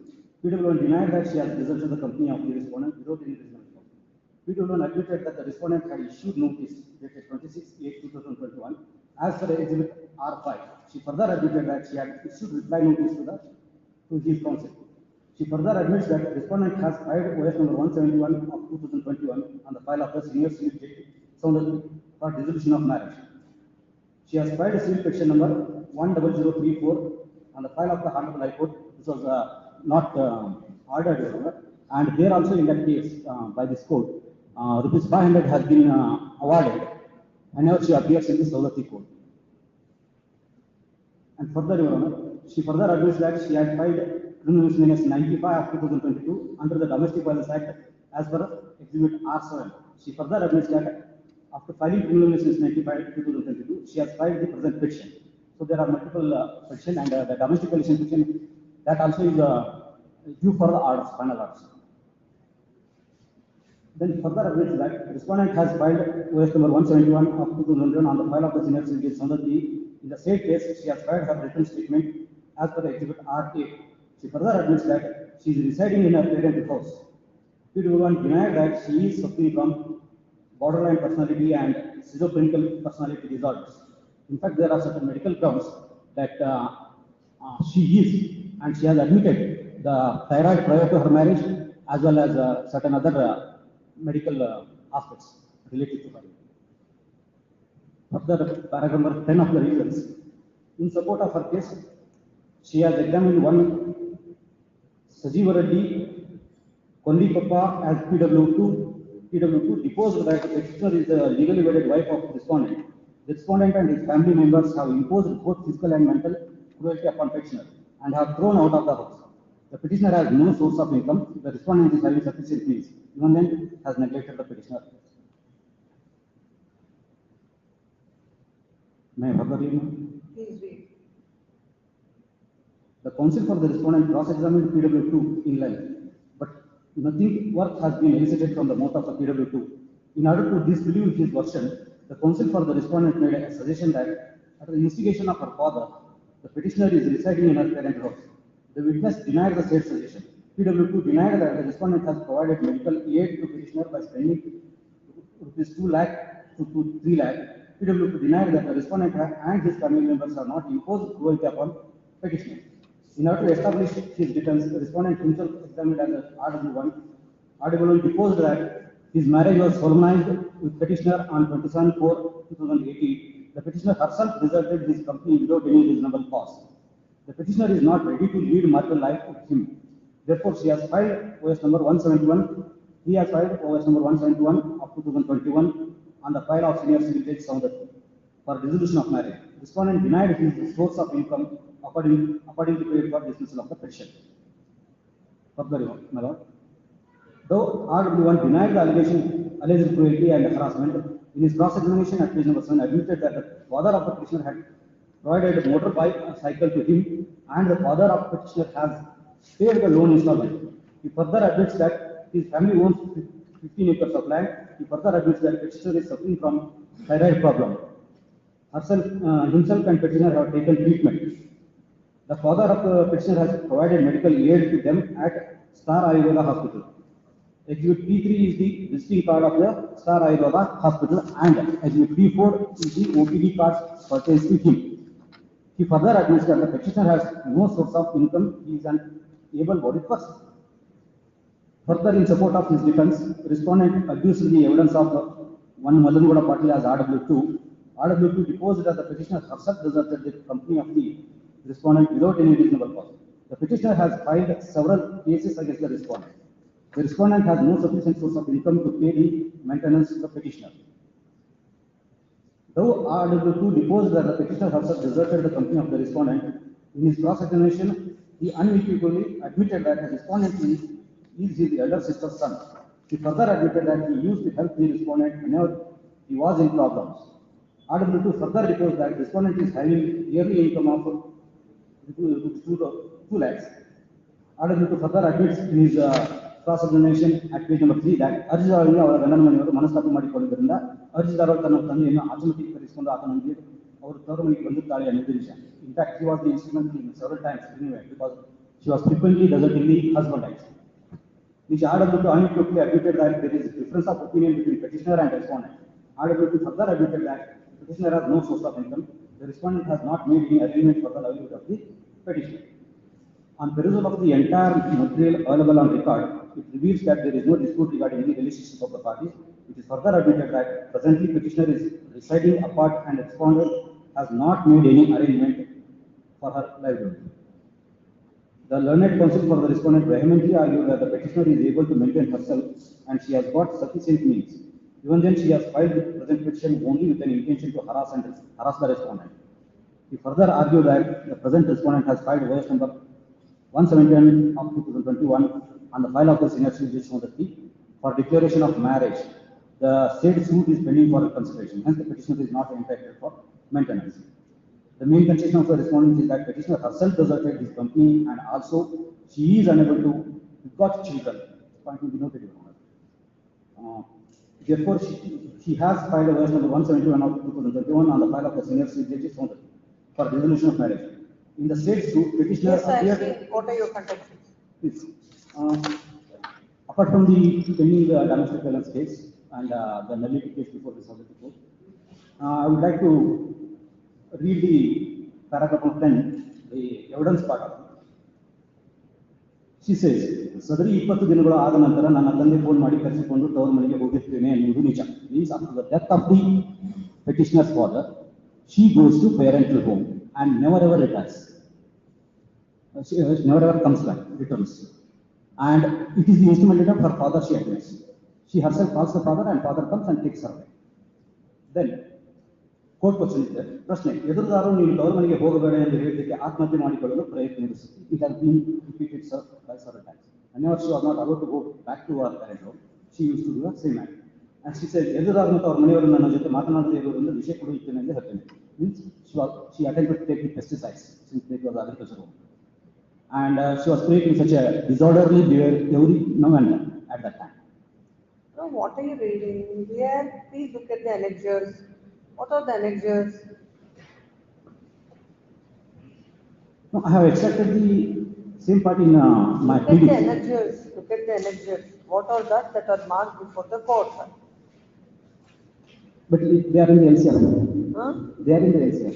Not in the LCR. What are the documents that are marked?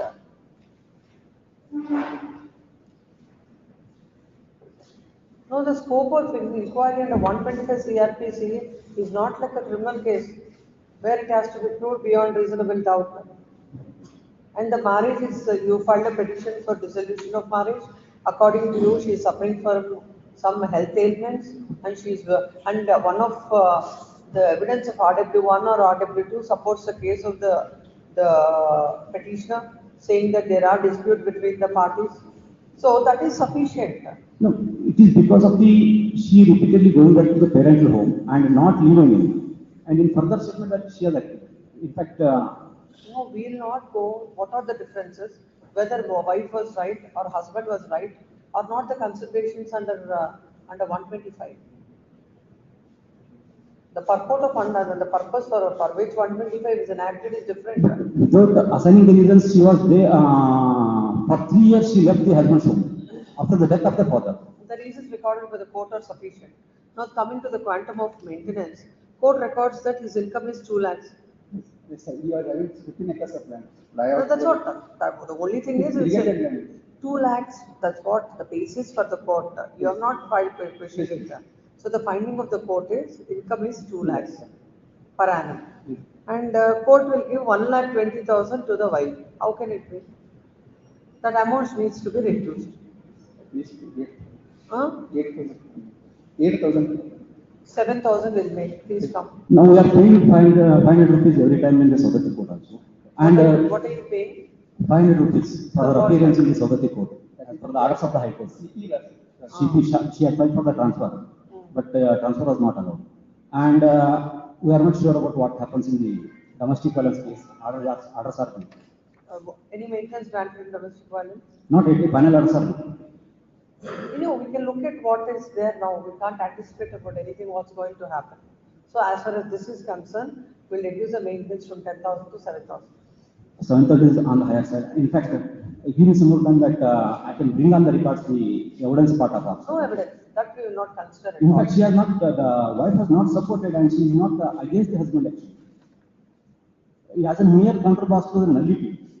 And we have all the merits in the nullity as well. Then get it nullified. That was the first case actually. And in fact, she doesn't know about the nullity, it has been elicited. And she is making a statement that... Please understand, those are not the considerations for the court while granting maintenance.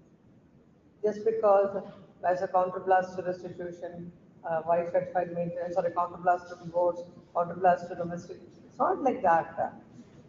We have to look at what are the parameters court has looked into. But the quantum of maintenance that is granted by the court is on the higher side. That only will reduce, nothing else. Not on the other first question of, not proving. This is not a roving inquiry under 125. My lord, one more thing. Considering the nullity case and the domestic violence case, at least some other reduction ought to be. What is the reduction? Some other reduction? Minimum 3,000 is what the living cost that can be paid. It is very difficult for the agriculture. 3,000 somebody will live. Living cost, minimum living. It is not because neither none of them are enjoying luxury. Get your marriage nullity, then you will not have, don't have to pay. Please come. Agreed with orders passed. Internal Ministerial number 74 of 2022 dated 5th May 2023. My lord, at least for this court. another 2,000 there, around 5,000 as per the orders of the. We'll make it 6,000. Agreed with orders passed. Internal Ministerial number 74. My lord, it is difficult for him. Then we'll make it 7,000. As per the 74 of 2022 dated 5th May 2022. The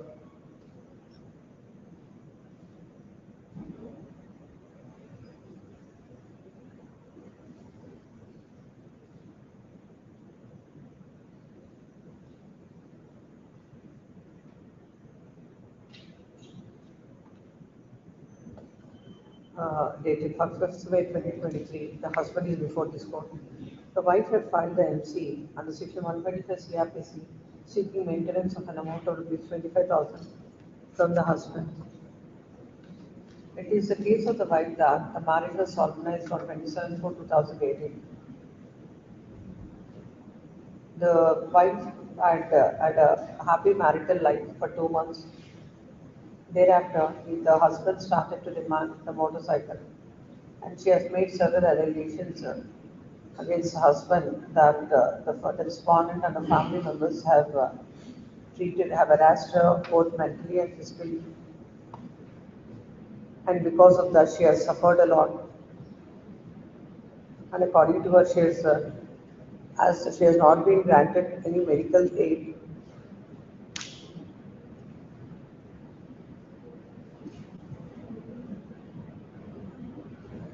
And she has been thrown out of the matrimonial house. And from last 10 months, she is residing in a parental home. The husband has suppressed the material facts and filed OS number 171 of 2021 on the file of the senior civil judge Adultery, seeking annulment of the marriage. It's a case of the wife that is getting inalienable income of 20 lakh rupees, and he is having a sufficient source of income and not maintaining her.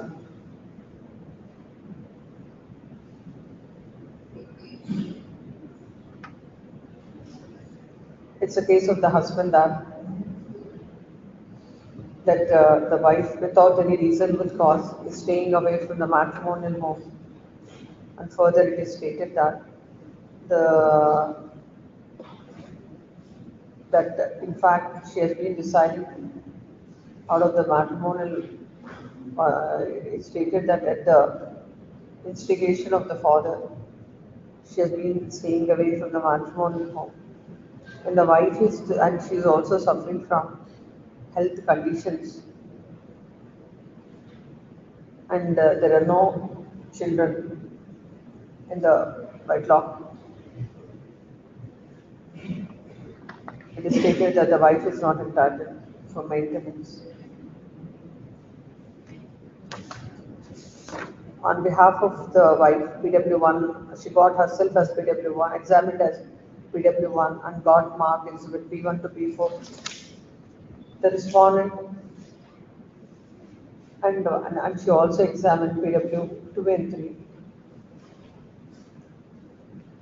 The respondent husband has examined himself as RW1 and marked exhibit R1 to R9. The court, considering the evidence let in by the parties, had come to the conclusion that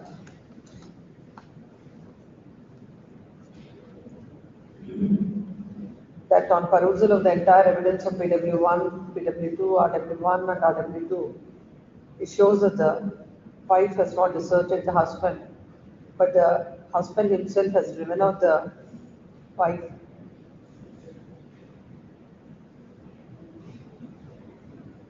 The court observes that it is the responsibility of the husband to protect wife from unpleasantness and harassment.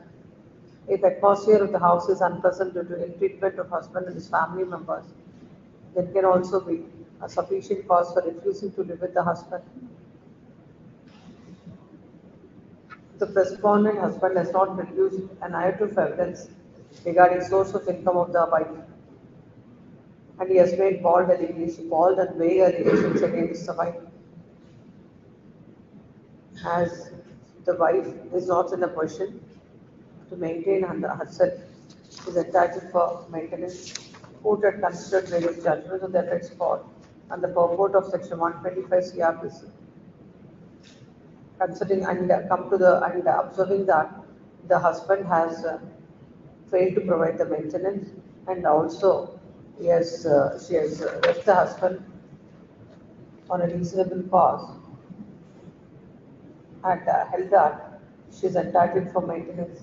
When it comes to the maintenance, court observes that the respondent himself has admitted that his income is 2 lakhs per annum, and the court had granted 10,000 per month.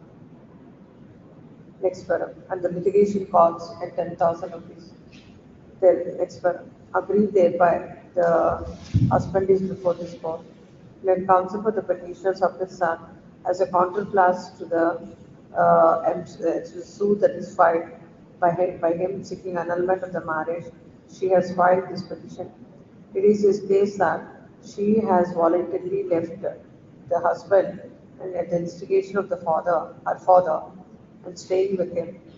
He submits that without a reasonable cause, if the staying is away from the matrimonial home, she is not entitled for any maintenance from the husband. This aspect was not considered by the court. He relied on her evidence in a petition filed in a suit under the suit filed for annulment of marriage,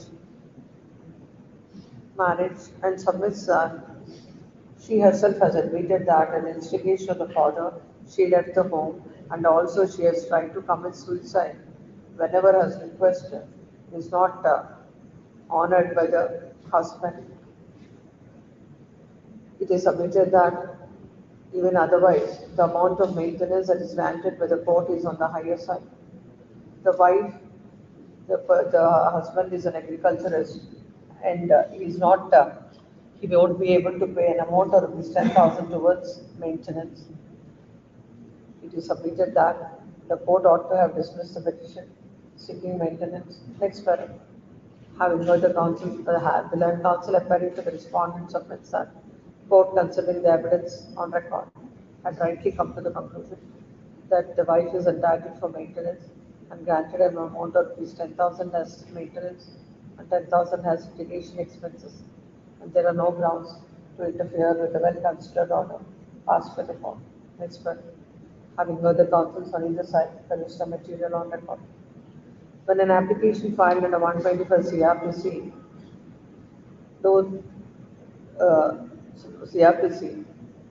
the court has to prima facie look at whether the wife, without a reasonable cause, is staying away from the husband. Both the wife and the husband has let in the evidence. Considering that, court has come to the conclusion that there is a reasonable cause for the wife to stay away from the matrimonial home.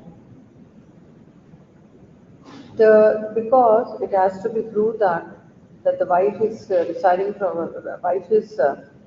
staying away from the matrimonial home on a reasonable cause or without a reasonable cause. In that regard, the courts cannot conduct a roving inquiry, and it cannot be adjudicated as a criminal case where the burden of proof is beyond reasonable doubt. These aspects have to be decided on the preponderance of probability. In this case, prima facie, the material that is placed before the court discloses that there are disputes between the parties which made the wife to stay away from the husband. The reasons that are stated by the husband and their allegation and the counter allegations cannot be considered in an application under 125 CRPC. Hence, in the considered opinion of this court, as far as the issue with regard to the wife staying away from the matrimonial home without with in view of a reasonable cause, the observation of the court is a well-founded one, and this court finds no reasons to interfere. Then coming to the quantum of maintenance that is granted by the court basing on the admission of the husband that is earning 2 lakh rupees, put it granted an amount of rupees 10,000 as maintenance. If the amount of 10,000 for the 12 months, it comes to 1,20,000. The court ought not to have granted more than half of his income as the maintenance of the wife.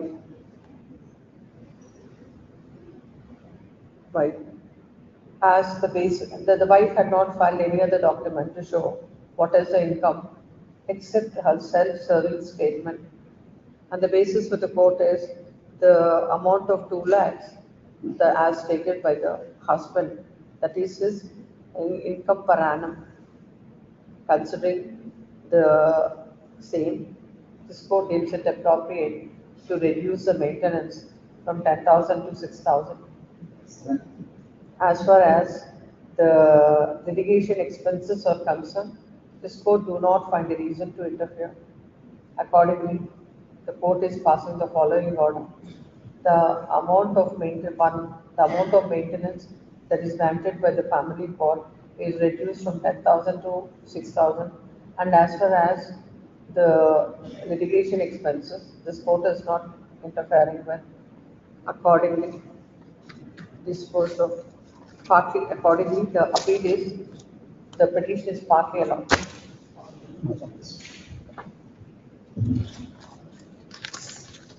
Next. Seal number 30, seal number 31. Here, given us the first subject. For the respondent, my lord, there is an appeal filed by the respondent within that is response that continue. Give that number. Please, sir. Post along with it tomorrow. It is submitted with the accounts for the respondent that so and so is connected to a petition filed by you appear for the husband. Appear filed by the husband. No representation for the counsel for the petitioner. Yes, next. Seal number 30, Rejection. Second thing. The last first is to directly furnish the English translation of the Deposition. Deposition of what? DW1 and evidence of For the petition is this matter, but the petition should find translated copies. That is the evidence of the plaintiff. as well as the defendant. DW1. So what is the CRP? CRP is small cost to. With regard to that. Rent is What is the rent? It's a yearly rent or a monthly rent? And in fact, the only context is. You appear for the tenant. I am appealing for the. What is the order of the court? Order, now passed an order for Eviction. suit decree. Small cost suit has been filed. Contention that only the rent has not been paid. And on that count, but in the cross-examination, they admitted that the rent has been paid. So on that when are you inducted as a tenant? The induction by the landlord was much earlier. Initially, the large portion of the land was given to him because It's an agricultural land. no. Then what is a large portion of It is land? about 4 guntas of land. Earlier it was granted. Subsequently, some portion has already been surrendered. Remaining portion only land has been leased. Open land. Wherein the tenant has put up the transaction. He is paying the rent. Rent Which year is this? Rent 1996. Suit is filed in the year 2007. 2017. 17 suit. Now the only issue in this is with regard to the rent. Rent. But The second is the suit has been filed by the alleged power of attorney foreign on behalf of the firm, the trustee. In fact, the trust named as Jagadguru Gangadhar Dharma Pracharak Mandali. Sole trustee is Purushadeshwara Swami. Power of attorney which has been produced by them is the power of attorney executed by the Swamiji in respect of more matter, not in respect of this trust. What is that? In respect of? The trust is which has instituted a suit by its the power of attorney holder. The said power of attorney has been executed by Swamiji in respect of more matter property, not in respect of this trust property. Some other property. Some other property. On the basis of that, what is the finding of the court on that? The finding, the exhibit 2 which the power of attorney is there, that's why they are in there. On that, no much discussion on that. So now the two issues. One is about whether the interest is an annual one or a monthly one. Monthly one. And number 2 is with regard to the GPA. GPA. Yes. Please come to the finding of the family, that court. Point number 3, Page number 4. Internal page number 13. Point number, issue number 1, 2, and 5. Issue number 1 is page number 27. Whether the plaintiff proves that defendants are the financial plaintiff for the monthly rental of rupees 137.50. Whether the plaintiff proves that the tenancy of the defendants is terminated as per law. Whether the plaintiff proves that the defendants are default of payment of rent of suit property to the tune of rupees 9,075 from 1/4/2012 to 39/2017. Whether the defendants prove that, then issue number 4. The defendant proves that plaintiff is the owner of the ground area and defendants are the owners of parcels. Reading where? Page number 27 issue. Page number 27. Internal page number 11. Appeal memo paper. What are the issues? The issues page number 27. First is issue number Yes. 1. Whether the plaintiff proves that defendants are the tenants under the plaintiff on monthly rental of rupees 137.50. Whether the plaintiff proves that the tenancy of the defendants is terminated as per law. Whether the plaintiff proves that the defendants are defaulting payment of rent of suit property to the tune of 9,075 from 1/4/2012 to 39/2017. And issue number 4, whether the defendant proves that the plaintiff is the owner of the ground area and defendants are the owner of the building. And issue number 5, whether the defendant proves that the tenancy of the defendant is yearly tenant as per the provisions of the Act, 2 months notice is required. Whether the defendant proves that the case of plaintiff is not maintainable as per the provisions of the Karnataka Rent Act 1999. Please come to the issues. Yes. 15. Please come issues paragraph 15. Issue number 1, 2, and 5. These 3 issues are taken for common discussion in order to avoid the repetition of facts. As per the pleadings of the plaintiff, the institution of the plaintiff is the owner of the source property. It's wholly and spiritual institution which runs various institutions and releases activities for the welfare of the society. As per the contention of the defendant, plaintiffs are not the owner of the source property, since the property extract released as Exhibit 2 shows that the holder of the property was Rayappa Bahubali Anantaraj, son of Zinadatta Ramalu, and the plaintiff is the lessee of the said property. But as per the pleadings of the defendants, their ancestors occupied the said property from the plaintiff. In para number 11 of the second statement, it is stated that defendants are in occupation of the ground area obtained in permanent lease and yearly rent of 1,650 per annum. The defendants have been regularly paying yearly rent. Plaintiffs are issuing with receipts to the effect for having received the rent. Further, in para number 20 of the legal statement, it is stated that during the pendency of the earlier case, SC number 3/2013, the defendants have moved an application for deposit of the rent. After issuance of the legal notice, the plaintiff in this case, in order to avoid legal complication and as a matter of caution, the defendant sent the alleged areas of rent as calculated notice to money order dated 21/10/2017. Further, at the time of cross-examination of PWR, the counsel for the defendant suggested that plaintiff is a lessee of the ground floor. No, last time also I'm not able to understand. What is this amount? This Rupees 137, 50 paise. What they are saying that 137.55, sir. But yearly rent is 1,650. They admit. But he himself admitted that rent is monthly.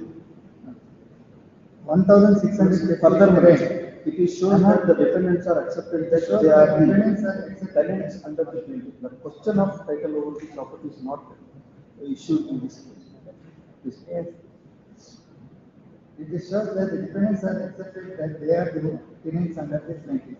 The question of title over property is not an issue in this case.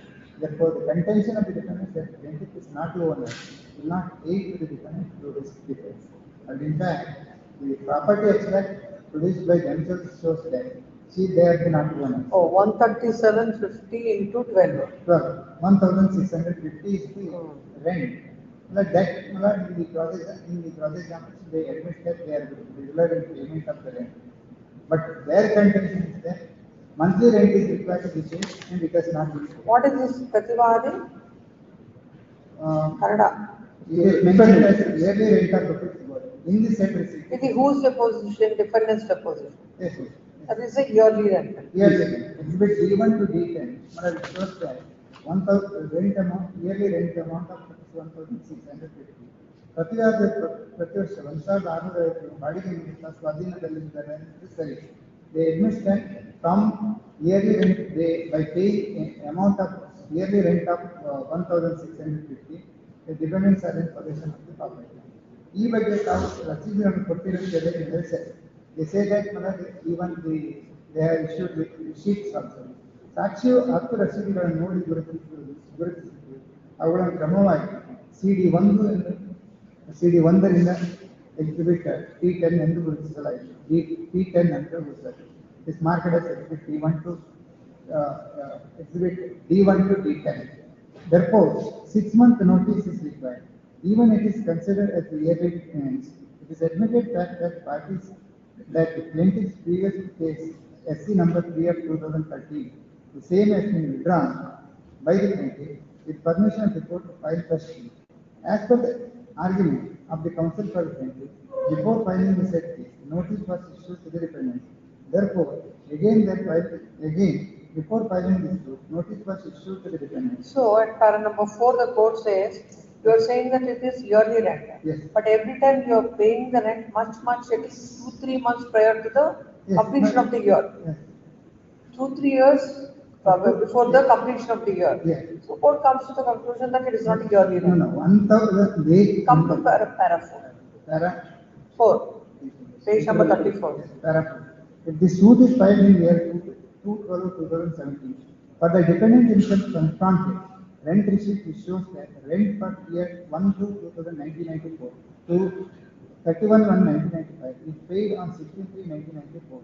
Rent for the year 1/6/2000. No, it is you are paying the advance rent. It is their advanced they are paying the rent. No, how can it be 1/2/1994 to 31/1/1995?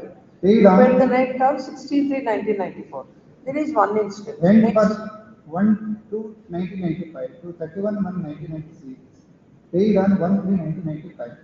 Rent for the year 1/2/1997 to 31/1/1998 is paid on 15/10/97. If it is yearly payments, then why the defendants are paid rent before completion of the succeeding year?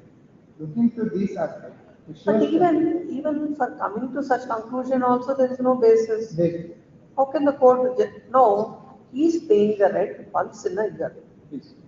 Whether it is before the terminal, before the 1 year or after, whatever it is only once in a year.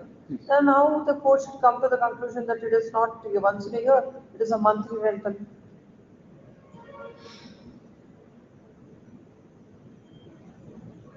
Even as per this, it's only is paying once in a year. What is this finding of the court saying that it is not once in a year? Whatever are the dates, he's paying only once in a year. You can, basing on that, you can say that it is not regular in paying the amounts. But as far as the rental is concerned, it is a yearly tenancy by virtue of this finding of the court. Even otherwise also, even for this aspect, even otherwise also, he is a chronic defaulter. No. There are two aspects. Please. Defaulter is a secondary aspect. It is a monthly rental or a yearly rental? In case of a monthly rental, what is the notice? But if it is a yearly, 6 months. that's the main aspect. Yes. Once, if it is 6 months, it's a defective notice, the suit has to go on the ground. First, you have no cause of action to first, agitate on the other aspect of being a chronic defaulter. But my that's what happened in this case. Tenancy is one tenancy, but the condition was that he has to pay entire rent in advance for the 1 year in advance. Okay, okay, then how Because it will be called the rent amount is very bigger amount, 137.50 per month. That's No, why you will determine the tenancy basing on the rent how you are receiving. that's liquidated month. Huh? What did the court do thereafter? Fact, about the other contention. No, then the question of remanding will not arise. It has to be said, then the court has to say that your suit is not maintainable.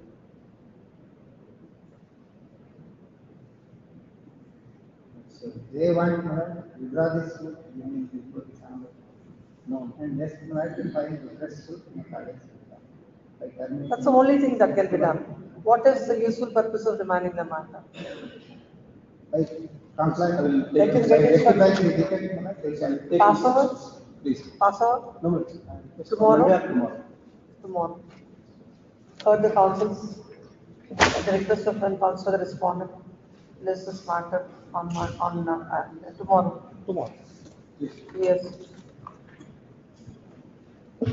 Number 30. Husband's petition, wherein salary slip is 32,000 and all, and 18,000 has been granted. 32,000? 32,000 Is the salary. salary. 18,000 is granted as maintenance. Yes, ma'am. Along with the 18,000, educational expenses of the children. Children leave Why along. is it adjourned yesterday? Yes, ma'am. Why is it adjourned? Your lordship asked me a calculation. What is the fees paid and what is the, because father is a cancer patient. So I took that information. So, my lord, Where is it? I have produced the documents wherein, my lord, that has been cumulatively your lordship asked me to say. What are the educational expenses is paid? Educational expenses, my lord, the elder one is a daughter who is studying in 10th, my lord. Her fees is 16,000 Per annum. per annum. And, my lord, apart from that, my lord, there is a school bus, uniform and everything, it comes around 30,000 For her. for her, for entire year. Then the other one? Other one is, my lord, the fees is 9,000. And, my lord, along with this bus and uniform, it comes around 15,000. 15 to 20,000. So, it would be 45,000. 45,000. Almost And, it would be 3,500 per month. Per month. At the same time, my lords, my father is a cancer patient. I have produced that document. And in the year 2000, he got operated, and even now he is on a medication. And mother is also. How much you are spending for that? My lord, along father and mother together, it comes around 12 to 13,000. And 18,000 is almost 60% of my salary. Yes. If at all this education expenses and all these things, my lord, even I am a police, central police, and rest of the things go in my transportation, going to job and coming back. And so you are spending 15,000 on this. Court has granted how much? 18,000 along with the educational expenses of children. No, I am calculating the education expenses and your parents' expenses would come to 15,000 per month. Yes, then it comes to around 33,000. Your salary? 32,000. Last salary is 44,000. And after deductions, how much is this? 32,807. That is It what is all October 2022, man. Now we are in 2024. 2022. Please. You mean to say that there is hike in the salary? Please. What is your present salary? Money? Present salary? Not probably only 500,000 because last time when I asked it, he said that it is the present salary. He is not a daily wage laborer where there will be 500 increase in the salary. No, last time when I asked it, while filing he said that his present salary is also 32,000 odd only. As he said it, my lords, I said if at all it is para number 16, my lord. Internal page number 12 of No, if his salary is 32,000, the maintenance cannot be 18,000, 15,000. 18,000. It was in October 2022, madam. Now it is definitely high. No, but Now seventh pay commission is. please understand. Now he's taking care of the educational expenses. And That I have to certain, madam. that's what it is enjoyed on the last Proxy occasion. council, madam. No, the problem, what is happening is every time I'm hearing every matter at least 10 times. Sorry, madam. Yes, sir. We will pass orders tomorrow, whatever you want to get the instruction. At the request of non-counsel respondent, Mrs. Mata, tomorrow finally the orders will be passed. Yes. Number 24.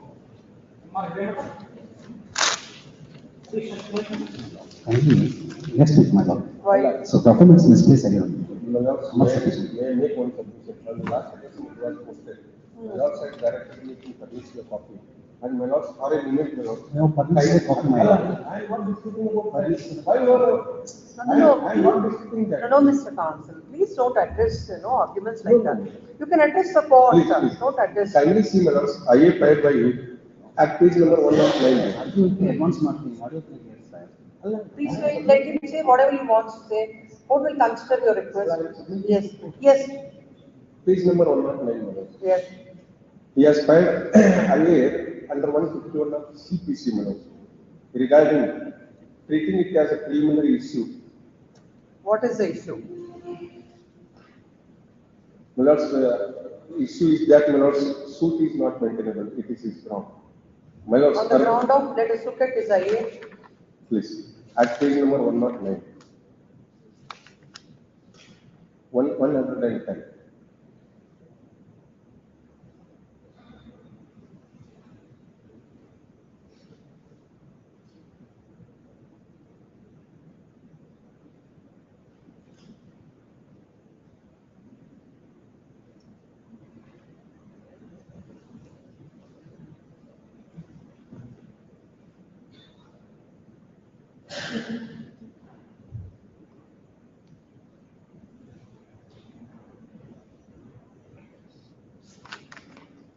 Again, see the memo at page 112.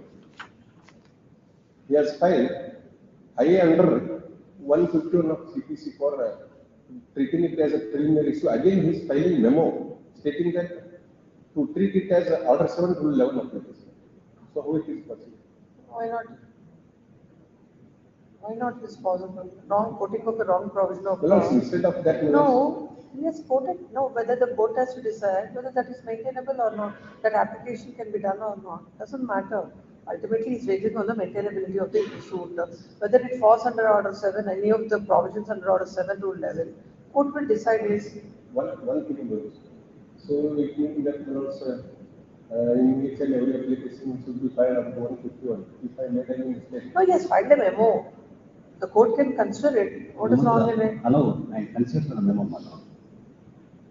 You can consider Given the findings. quoting the wrong provision of law is not wrong.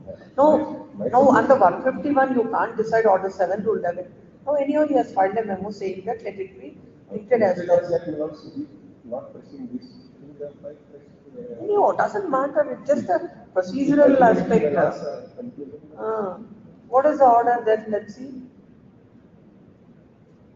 Where is the order issued? Counsel for the petitioner. My lord. M, my lord. Page number. Page number 116, my lord.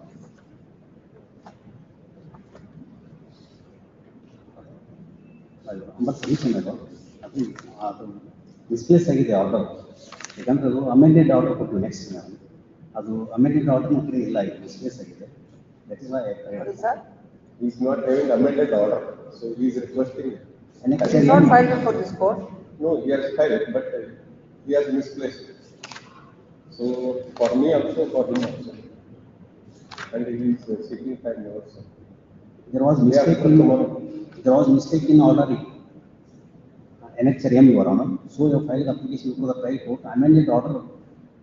Next you have filed before this honorable court, but it is not available with us. No, now the court has decided on the merits of it. An application considered as an application under order 7 rule 11. Yes, sir. Now we have to see on the merits of it whether whether the order of the court is right or wrong. What is this misplacing? You don't have the file. File misplaced. 2024. Then what will be the case of old files? Entire file. This is matter on Thursday. Next week. Why? Take the file and we'll decide it on Thursday. This is matter on Thursday. The requisition constitution. Next.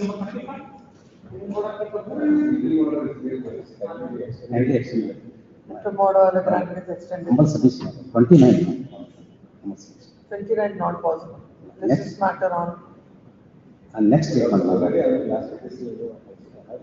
Next week, my lord. Humble submission, my lord. Humble submission, my lord. Thursday. Can you keep it tomorrow, my lord?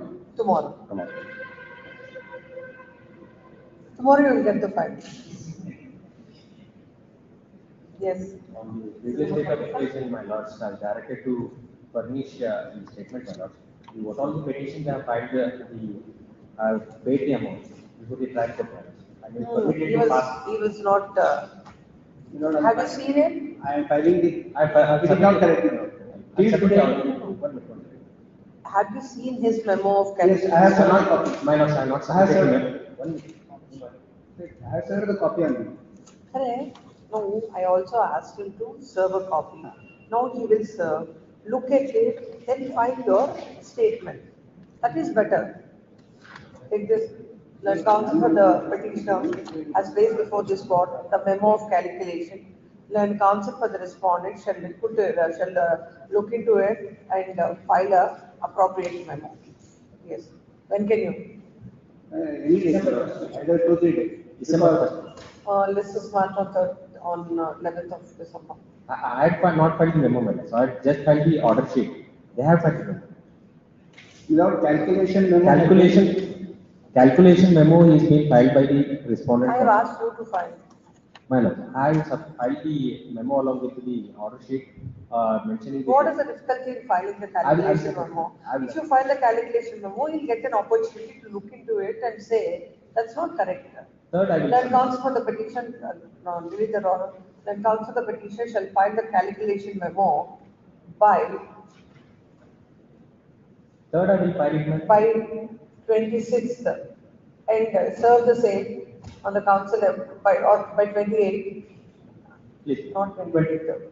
So by 3rd of December and serve the same on the council for the respondent, and the council for the respondent shall file his calculation memo looking at what has been filed by the petitioner.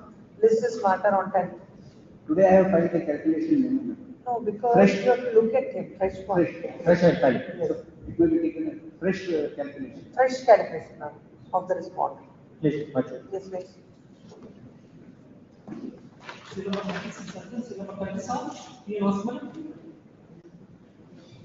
Right seeking transfer, petition filed at Bangalore, in Pagalkot. Wherein the wife has initiated a divorce petition and husband has filed a restriction of conjugal rights action. What's the distance between both the places? 500 kilometers. And now restitution is pending at your place. Bangalore. It is Bangalore. I am staying at Pagalkot. At your place, what is pending? Divorce petition. I filed divorce petition. This is filed by whom? Wife. Wife filed divorce and husband filed restitution. Yes. Please come. The present petition is for seeking transfer of MC number 894 of 2024, pending on the file of the principal judge, Family Court Bangalore, to the principal judge, Pagalkot. The facts of the case are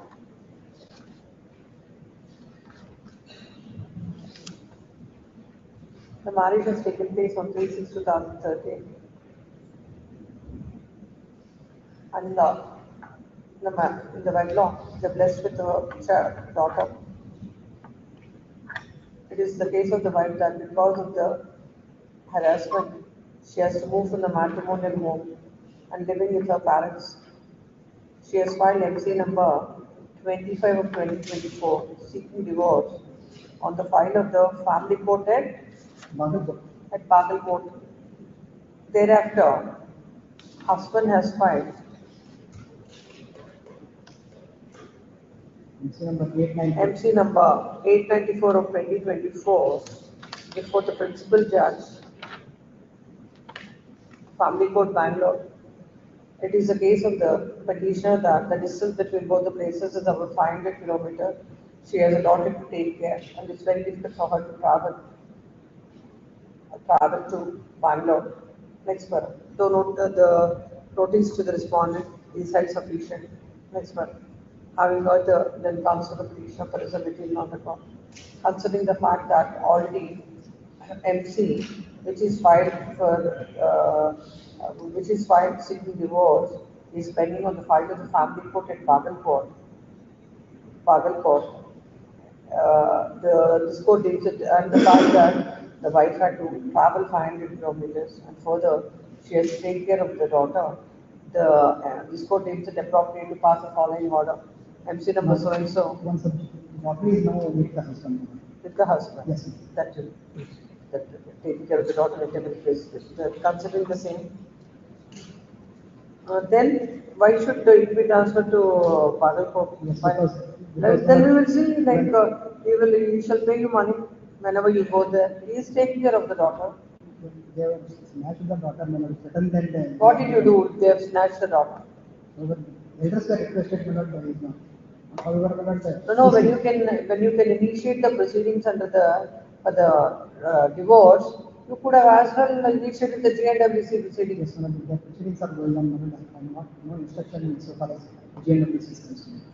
However, after initiation of these proceedings, cannot be initiated proceedings. No, he asked for a restitution. Yes, in order to avoid anyone, that's why he is. No, is it not inconvenience to the husband? Because he has to take care of the daughter.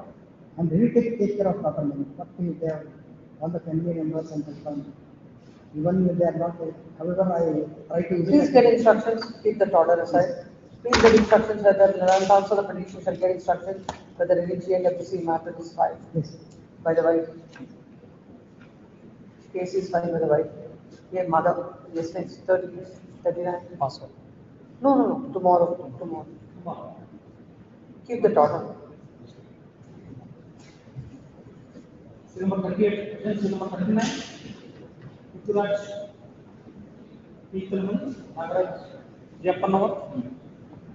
Yes.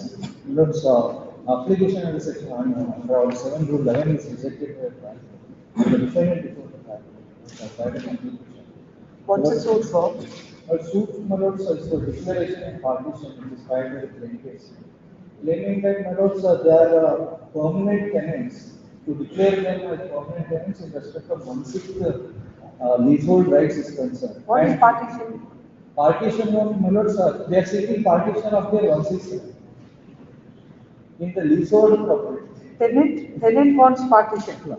There are 6 tenant clauses in this case, common tenant clause. In that also seeking 1/6. May I just pass on this just Relief itself is very strange. My lords, the earlier 3 my lords, which are Venkatesh, Chidambar and Datta, these are the original landowners. But from there, my lords, the 2 people, my lords, there was a lease deed for 50 years was created. By the original landowner. That is Gopal Javadi. Please. My lords, that was created on 13/9/1930 for a period of 50 years. For a period of 50 years, 5 years. My lords, Bhimappa and Lakshman, my lords, are the 2 in favor of whom the lease is created, that is registered for 50 years.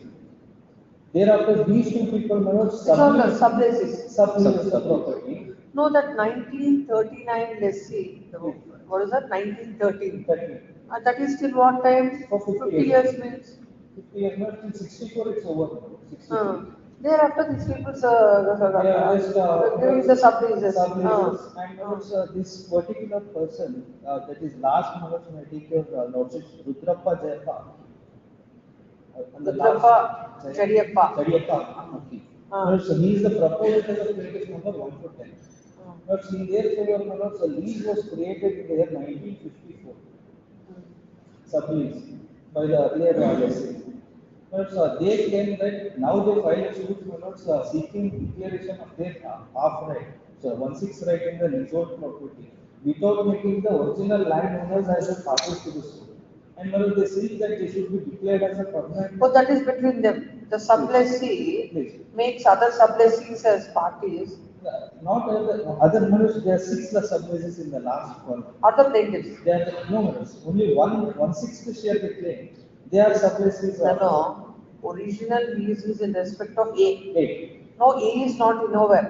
Nowhere. So A has given to B, C, D, E. Now some E files a suit against other EFGH, I take care. Let's see the plaint. Plaint is in Kannada.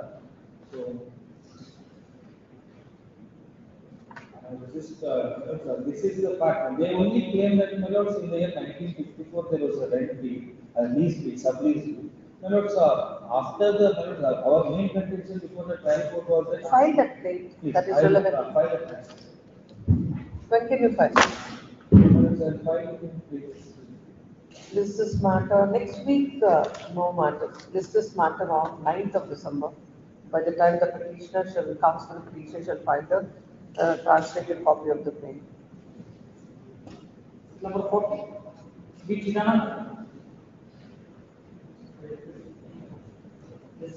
Non-filing of documents by advocates for petitioner as per order dated 8/11.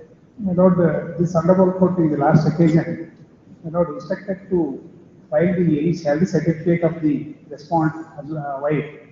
My lord, I tried to get the information, but my lord, I have not get the salary So certificate. then we will proceed on basing on the material. Please. My lord, the marriage took place. What is the maintenance that is granted?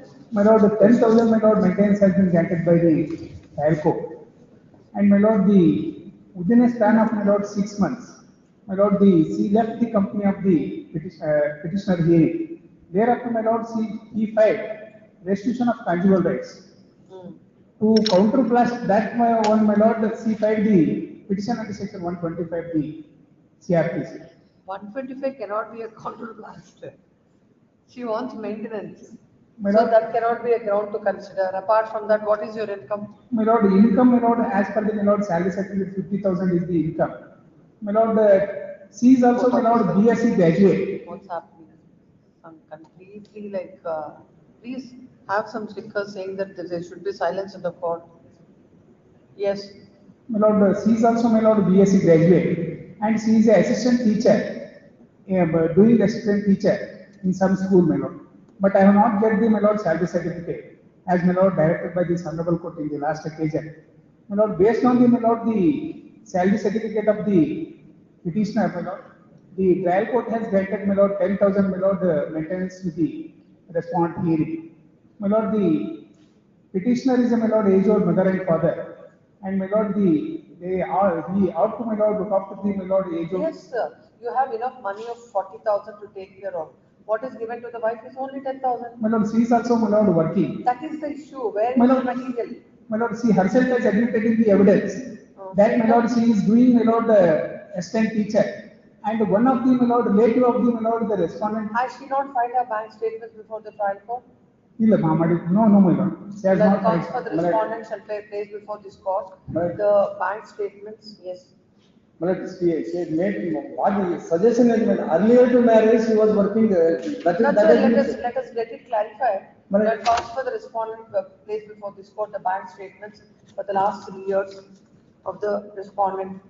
List this matter on 12th December. Yes, next. What statement? Bank statement. Bank statement of the respondent. Number 42. Ganpati Ampat. Adjournment, please. Worthy. Husband, trial court awarded 4,000 rupees per month.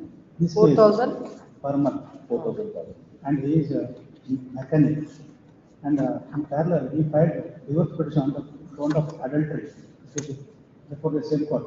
That one is dismissed. Subsequently, MFA is pending before the High Court. And before family court, she filed a maintenance petition along with her children. The court below dismissed that contempt petition insofar as children, because they are staying with father only, and he is giving the education also. And in divorce case, in counterclaim, she sought restitution of conjugal right. That seemed to be dismissed along with divorce petition. Now, this petition. No, restitution is dismissed, divorce is dismissed. Yes, both petitions dismissed. And then what they are supposed to do in the opinion of the court? Now, if that is dismissed, this should be allowed. But in against that dismissal of divorce on the ground of adultery, that now pending before the division bench of. You didn't prefer any appeal? No. Against dismissal of restitution? No, not right. And the petition allowed by granting 4,000 rupees per month from the date of petition.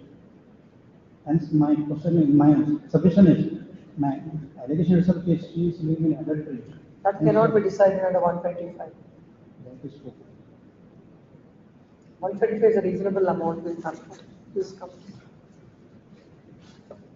Agreed with the orders passed in criminal miscellaneous number 338 of 2022, dated 29th April 2024.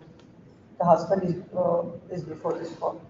The wife had filed the criminal miscellaneous under section 125 CRPC, seeking maintenance of an amount of 15,000 to her and 5,000 each to the children. The court, by order in June, had dismissed the claim as far as the children are concerned, as they are staying with the father and the father is taking care of them.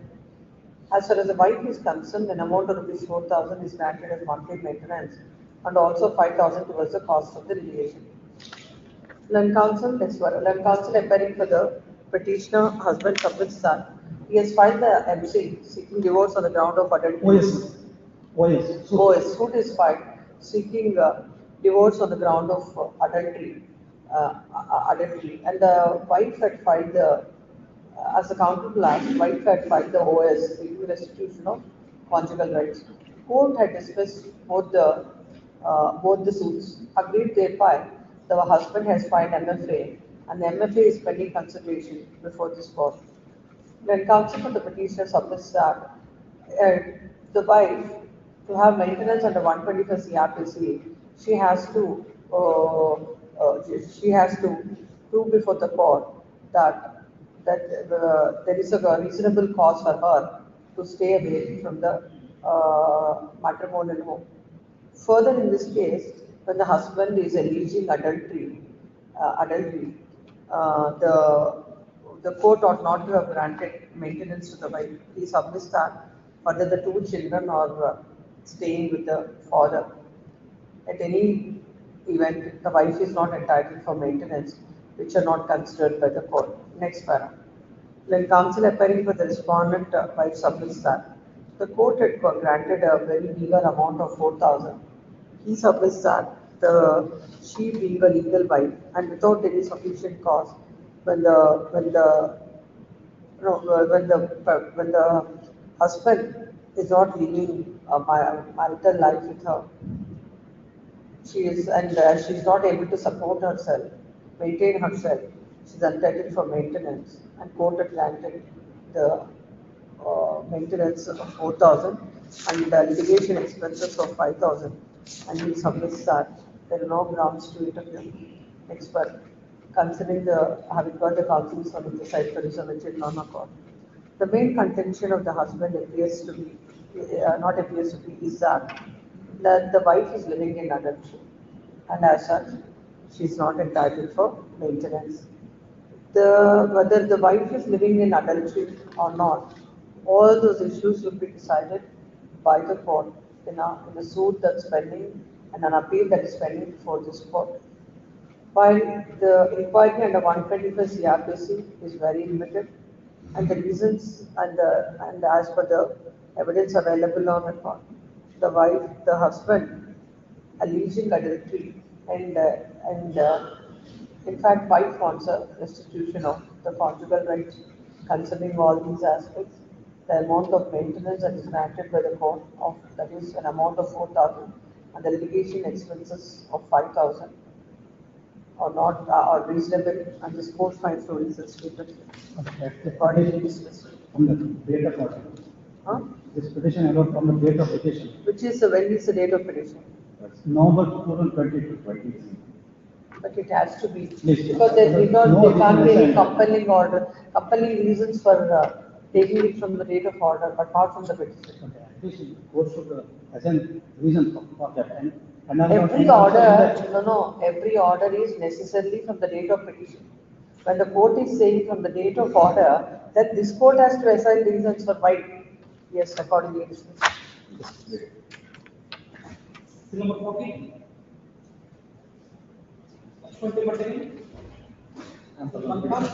The petitioner seeking order to transfer of the petition case from Hubli to Bangalore. Here the petitioner married to the respondent in the year 2008, and husband was working at the UK here. So yes, she has joined the husband in the year 2008 itself. And in 2011 the son was born. Subsequent to there was a relation has been strained due to harassment of the husband. Thereafter, she married on account of non-tolerating of the harassment, she came back to India. He filed a case for divorce before the USA court, where it was decree of divorce by default it has been granted. That was challenged by the petitioner here in the Hubli court. In the Hubli court, they filed an application seeking it should be a preliminary issue in respect of the territorial jurisdiction is concerned. That aspect, the family court held that it has got a territorial jurisdiction. That was challenged before the Honorable High Court, Bangalore. It was disposed of in the year 2022. Now, the son is studying in the 7th standard, and she is also working at Bangalore. Therefore, she wants to transfer the case to Bangalore.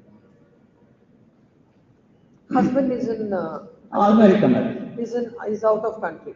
Please, ma'am. How does it matter to him whether it is here or there? Like you can, Bangalore is more happy for him. Please, ma'am. At the outset, the present petition itself is not maintainable because original suit is of the year 2010. 1 decade has been spent. So all along attended. What is the suit for?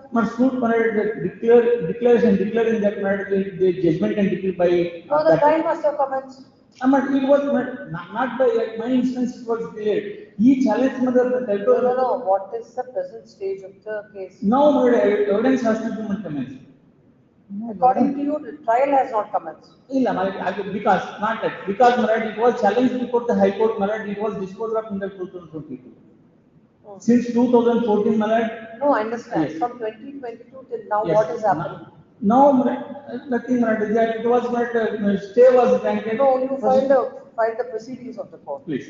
The counsel for the petition prepared before this court. Because once the trial commences, we will not do it. Not yet commenced. Trial is already commenced. Issues have been framed. Later in the year 2017, my lord. The counsel of the petition prepared before this court the proceedings of the order sheet of the trial court. If it is, will not. Please. I also produced order sheet, my lord. The evidence of petition. Where is that? Have you produced? Yes, ma'am. I have produced paper copy. It was for compromise, all the way, since 2 years, it was right. All the dates have been taken, 2 years dates have been taken for compromise. No, where is that? She is not coming for compromise. Where is that? Where is that your file? Yes, ma'am. That order sheet I have produced, my lord. It is at page number 160, my lord. Page number 160. 160, my lord. 160. Plaintiff is present and file her affidavit in lieu of the chief and examined as PW1. Call on for further chief of PW1 and settlement by 6/1. On 20/2023 itself, her evidence has been recorded. But only affidavit has been filed. Will give a direction to the family court or the court where it is pending to dispose of the matter as expeditiously as possible, not later than 6 months. And so far as not even only affidavit, chief affidavit has been filed. OS of 2010. Moreover, he is married at Bangalore. He is at USA. Now, madam, It is not about the convenience of the parties, it is also convenience of the court. now, madam, her son is madam. So all the while, madam, he is studying in 7th standard. It is very difficult for her. 6 months, how many times? Every time you don't have to come. Only on the evidence time, once you come, the advocates will take care of it. Madam, Let's say 6 months it will be disposed of. Direction maybe. Yes. The present petition is filed.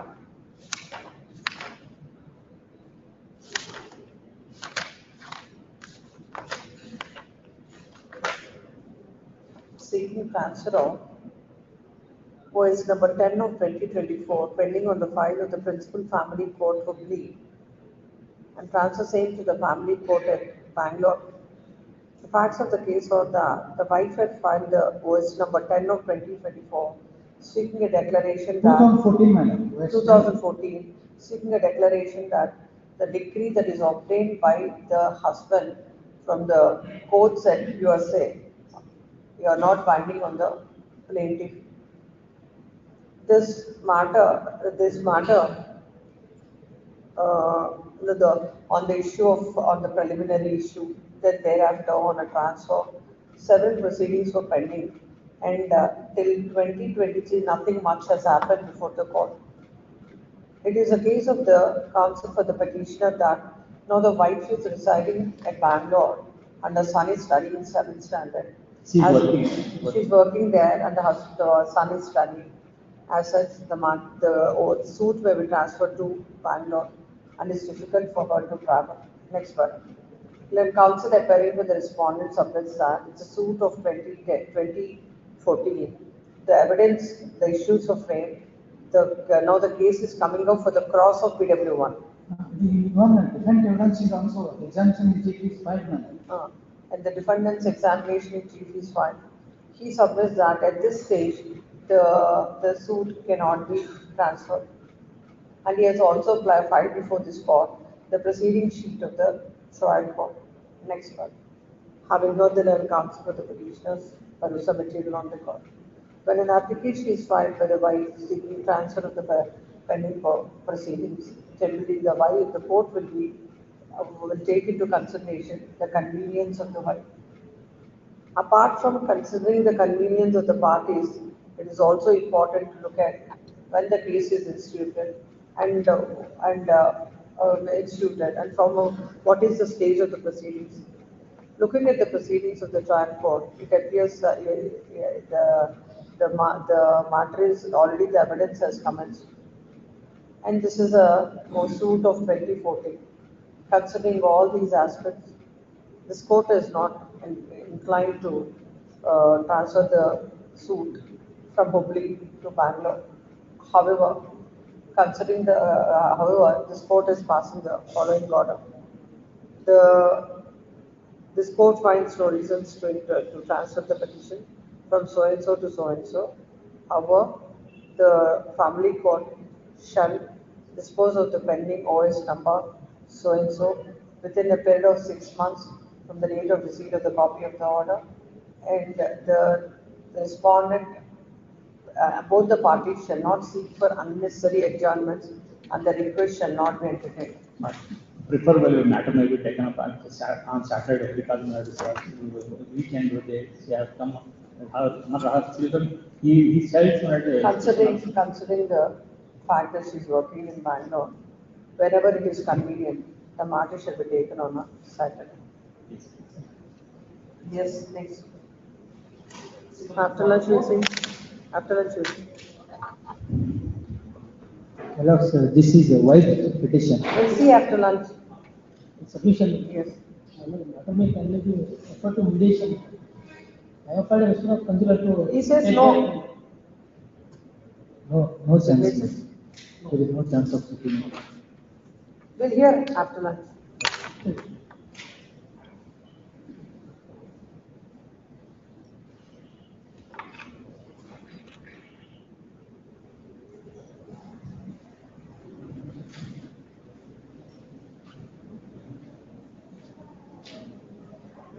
Madam, permit ಮಾಡಿ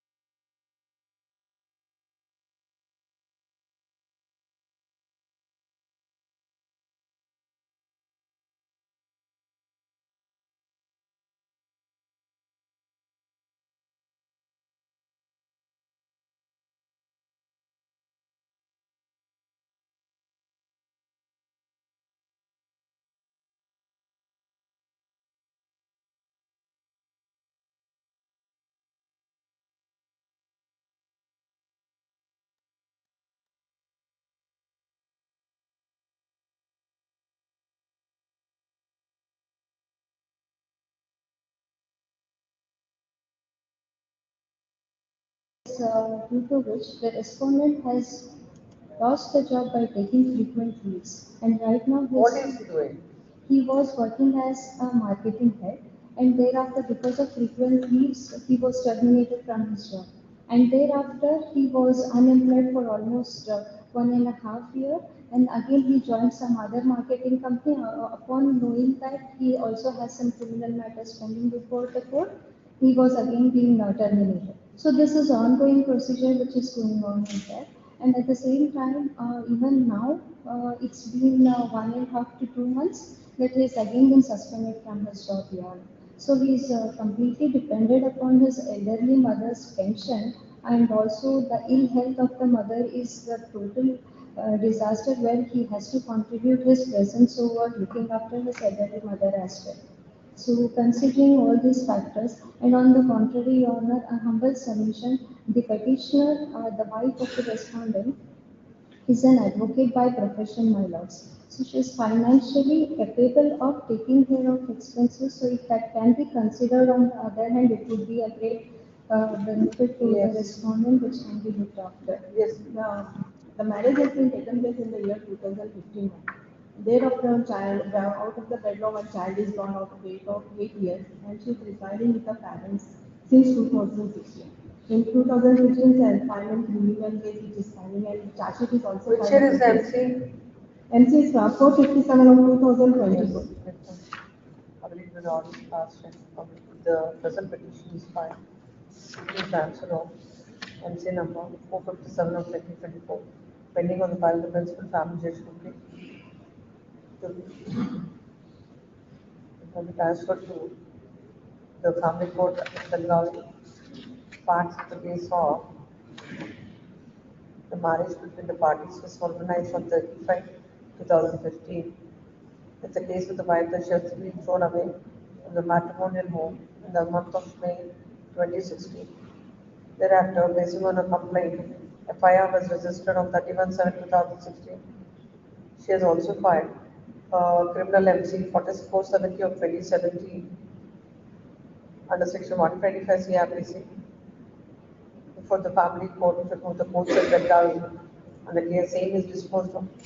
Thereafter, the husband has filed a petition, that's MC number 457 of 2024, seeking divorce, and on the file of the family court at complete. It's a case of the wife that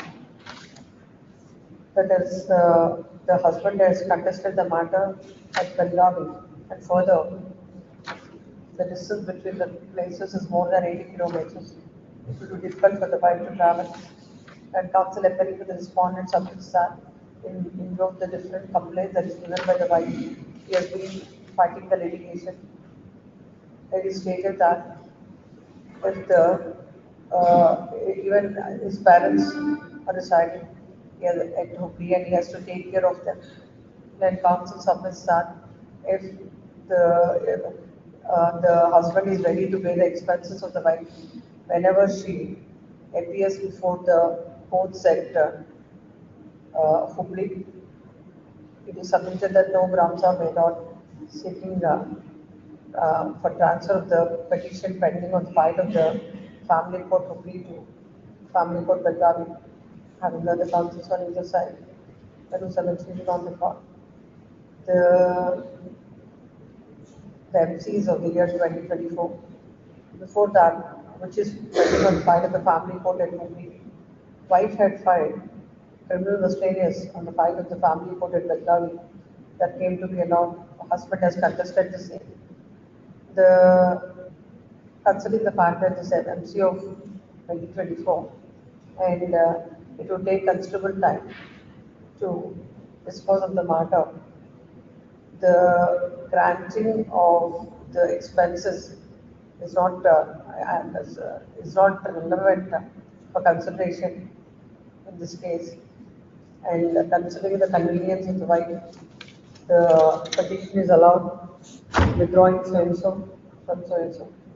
Okay.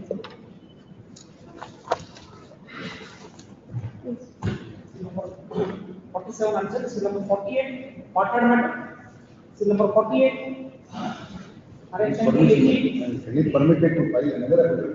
The non-prosecution by mistake was the brother of the present petitioner. Since both are the owners of joint owners of the property, wrongly it was filed. Today I am filing the affidavit of the petitioner who has filed the present petition.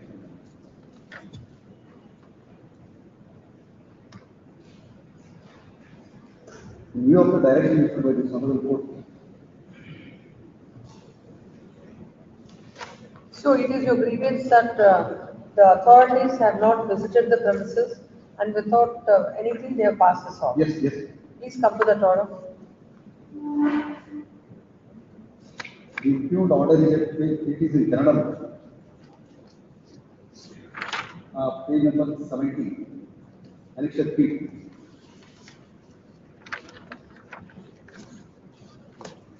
It states that, my lordship, since the appeal is dismissed by the regional commissioner, for the same reason, my lordship,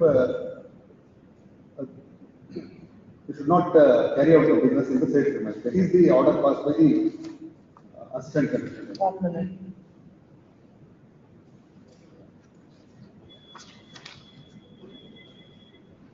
Then counsel for the petitioner submits that as required, they left all the setbacks, and in spite of the same, respondents have refused to issue form number D. Shall come up with an affidavit before this court that he has made the construction as per the norms as contemplated under Rule 27G. Where is it into an order? Impugned order is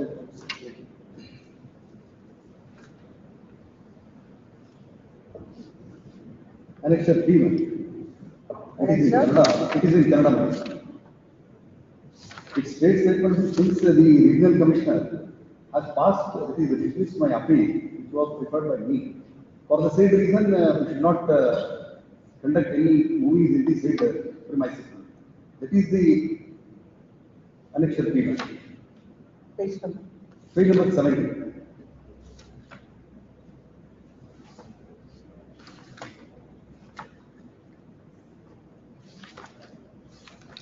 And even the regional commissioner order Annexure M is also in Kannada and English.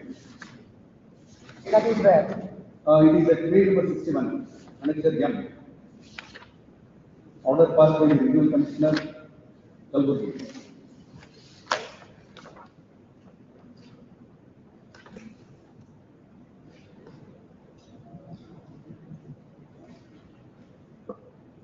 And as per this order passed by the regional commissioner, he states that since we have not left the setback as required under the provisions of Adultery Act, so we are not permitted to carry out our business. Annexure M, at page number 61. Relevant portion. Relevant portion. Relevant portion, so it is in Kannada.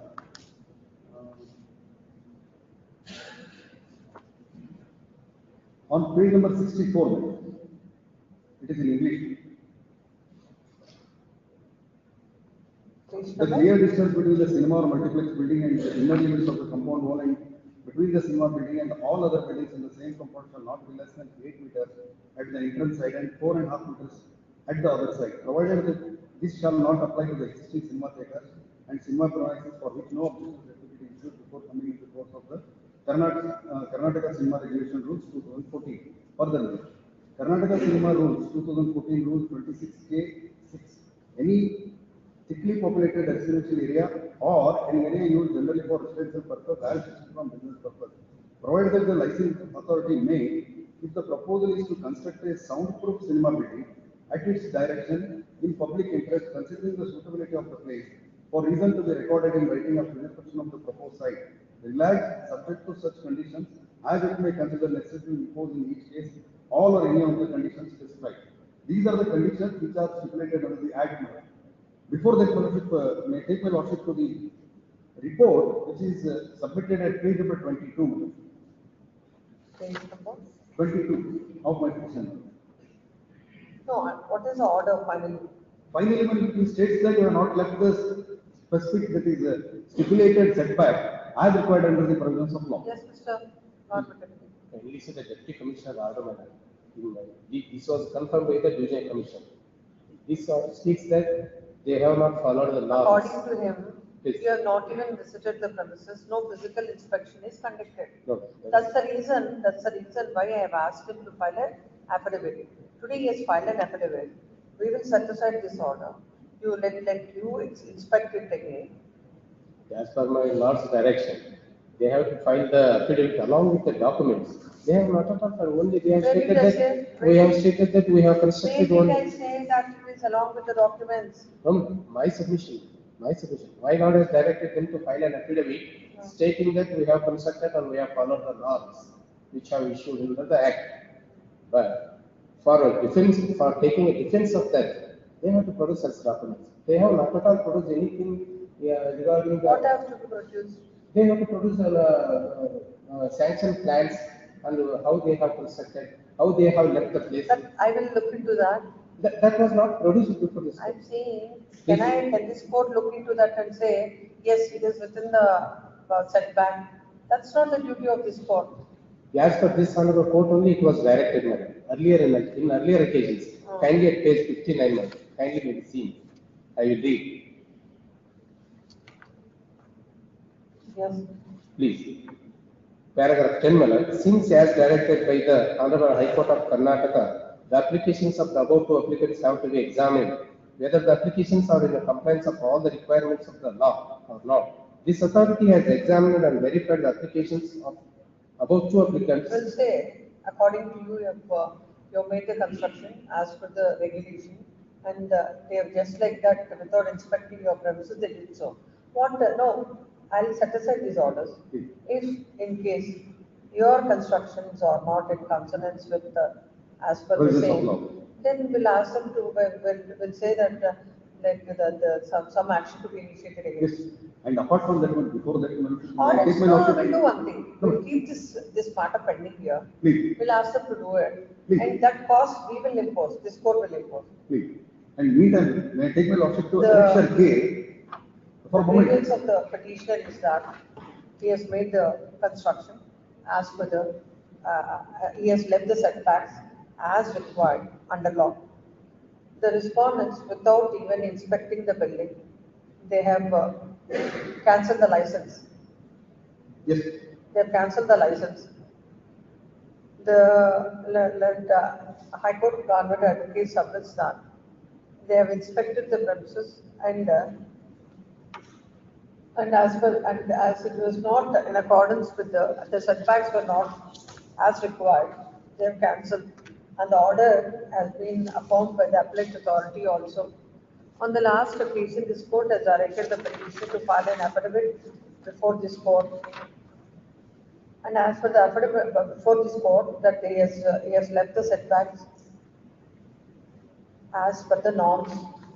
The affidavit is filed before this court. The same is taken on record. Considering all this court deems it appropriate to direct the which respondent.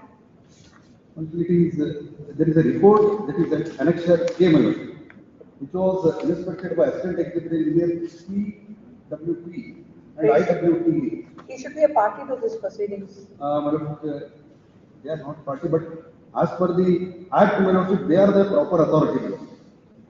No. Annexure K. No. He is the Deputy Commissioner Ballari, then the Assistant Commissioner Ballari. Yes. Who is that authority? No, they are not the party. No, understand. Who are them? Well, they are the persons under the provisions of the Act who are supposed to. I understand. We'll see. Assistant Executive Engineer. R&B. That is PWP and IWTD Subdivision Ballari. Kindly turn to Annexure K, madam. No, they will be under the Deputy Commissioner. No, they have separate being, madam. But they are supervised by the Deputy Commissioner. Yes. What is that authority? Page number? Annexure K, madam, page number 52.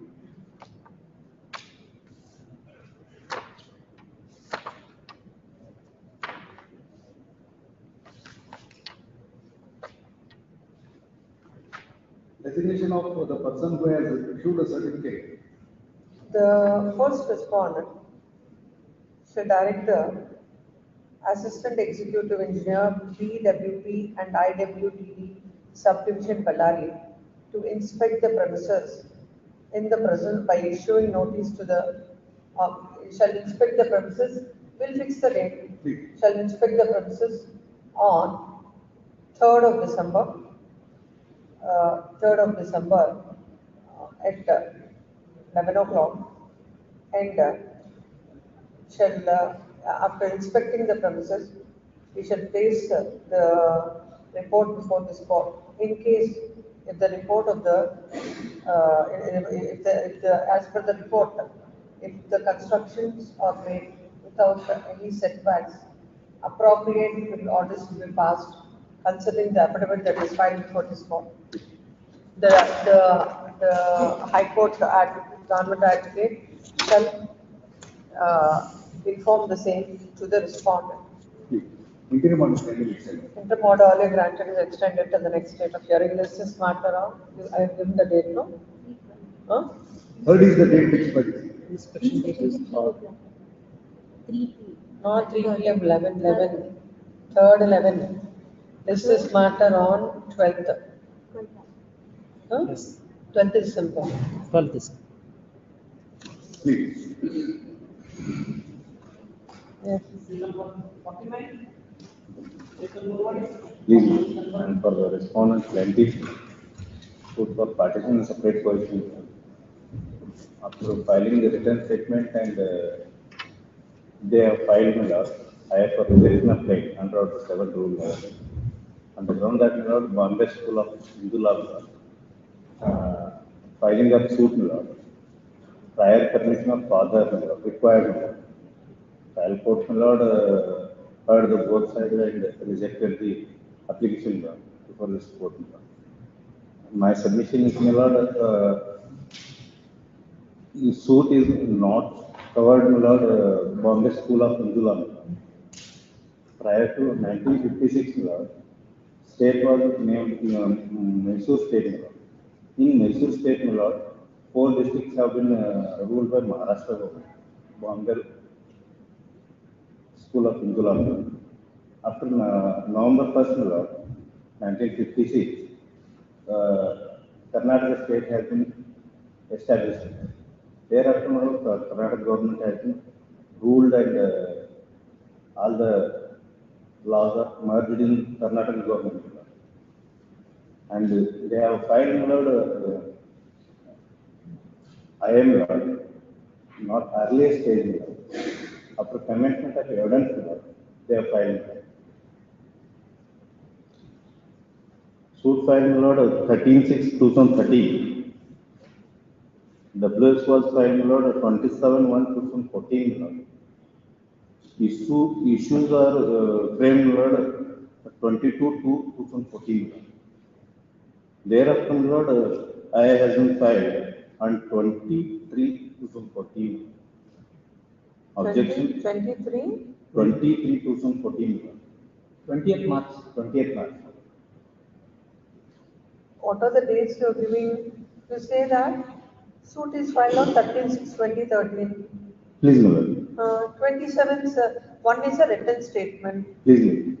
Then you're saying about 22 issues are framed. Frame, When is this filed? This application is in 2014.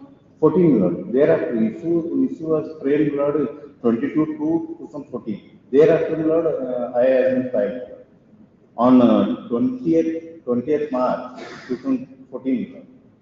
After commencement of evidence, the latest stage, Lord. And last Issues are framed when? 22 February. Lord. Of which year? 2014. What are the issues framed? Issues are Lord in page Lord 41. Whether the plaintiff proves that suit properties are ancestral and joint family properties of themselves and defendants. Whether the defendants prove that father of defendant number 1, Gangappa, shattered the suit properties amongst defendant number 1 to 1, 3 to 5 million during his lifetime. In page 41. In page 41 million. Along with the petition only. Third issue, my lord, whether in the alternate defendant prove that as there is a already partition, plaintiff have to seek their share in the share of defendant number 4, my lord. You have not filed your written statement. I filed. No. They have not pleaded, my lord, they have not pleaded, my lord. What? Nothing with regard to whatever this objection which you're stating was Please. never taken in the written statement. No, my lord. No single word has been stated, my lord. No. Then, basing on your pleadings, no. Basing on the pleadings of the parties, the issues are framed. Issues have been It was never your case. Yeah, it is a question of law, man. It is not all facts. It's It's purely not about a question of fact or question of law. The parties are governed by their pleadings. Yes, ma'am. Basing on your pleadings, already issues are framed Yes. by the court. Yes. Now, after issues are framed, do you come up with an application under Order 7 to 11? No, sir. It is only on. So it is not that question of law or whatever it is, that pleading, according to you, no pleading is required. Yes. Parties are governed by their pleadings. Without that, I do there is a understand. question. There is a question of law. I think we Yes. will assume then that is never your case. If it is not your case, court will not consider that. No, it is under 7 rule 11. When can you file that application? Only after, immediately after issue, framing of issues. Immediately after. No. Then immediately after they file the plaint. Yes. No, only to see that as a threshold when Order 7 to 11 all that A to D are satisfied, then you can come up with an application. You file your written statement. Yes. Then basing on your pleadings, court has already framed an issue. Please. It was nobody's case at any point of time. Yes. But perhaps it has to be treated independently. Who has filed? It can Order 7 to 11 will not be something out of the blue. It has to be basing on your pleadings. Well, that we have not only plain I can understand you asking the court that, this is an issue or it has to be dealt with as a preliminary issue. You have never taken a plea of that nature. In such event, my lords, I was supposed to take it as, my lords, in the defense. If I wanted to urge the court that. Please show me one judgment and law that says it is never a plea, issues will be framed. Suddenly you realize that there is a question of law which is not part of your pleadings, and you will file a petition under Order 7. My written statement is, my lords, it should not be taken into consideration. Yes, it cannot be. Yes, my lord. It cannot be taken into consideration. Then what? No, it is never your plea. Nobody's plea is that. Whether I take it in, my lords, in the written statement, my written. No, for example, now the trial commences. Where is this question of Order 7 Rule 11 now? My lords, it can be filed at any stage, my lords. 7 Rule. Without no pleading, nothing. Nobody's case. Suddenly you will realize suddenly somewhere that like the suit is not maintainable. That's a basic thing, is it not? When they file the suit, that is a basic issue. Well, it is altogether, my lords, independent. My lords, whether I have taken it in a defense or in the written statement or not. No. Can the application under Order 7 Rule 11 will be beyond what the issues that are framed? Yes,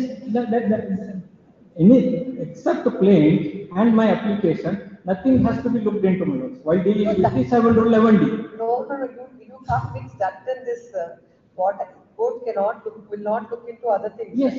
And my question is, you will, whenever you realize, no, the trial is going on, no issues, nothing. Suddenly you realize that the suit is not maintainable. Then you will file a petition under Order 7 Rule 11 and the court will entertain it. But if it is not maintainable, then certainly court has, my lords, No, it is required. please place a judgment for that. Yes. Saying that at any point of time after the issues are framed, Please. you will file without any pleading, for the first time you will take the clear. Please. When? Next week, my lord. Don't ask for adjournment again. Please. That's for him to tell. Please. Yes. This day after tomorrow, the request is not constitutional.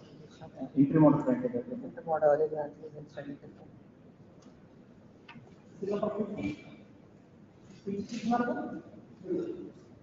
Yes, Java. You will respond? Yes. Husband present question. Suddenly our partner is family for Dharwad. How much is granted? Not the 9,000 has been enhanced. Otherwise, was not the 5,000 was ordered. Subsequent C filed the application and 127 CRPC seeking enhancement of maintenance penalty.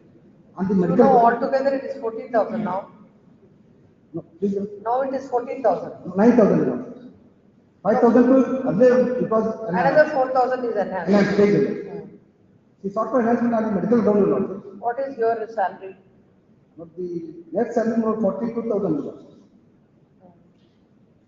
Then what is the difficulty to pay 9,000? That's not seen, is only not depending on the salary. There are no other incomes. They have to look after his age, mother, and not the. In fact, not she sought for enhancement on the medical ground. But in fact, the medical record produced for her, it is not. Which year 5,000 is granted?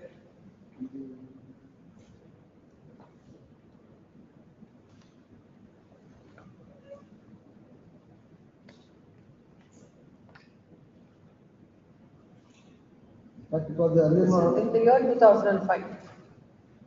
2005, she comes up with an application 90, seeking enhancement, court enhances 4,000. 5 to 19, so many years.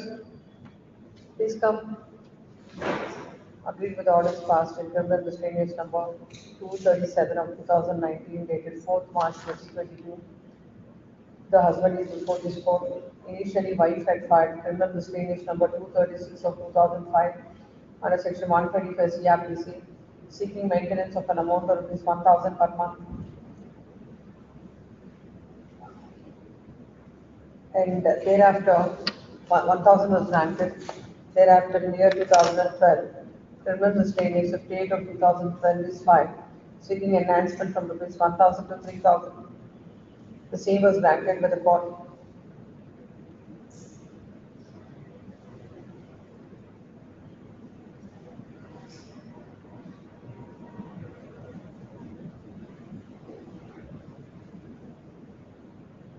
And the wife had questioned it by filing a petition before this court, and it is enhanced from 3,000 to 5,000. And dismissal petition filed by the husband. The husband works in a Urdu school as a teacher and gets a salary of more than 30,000.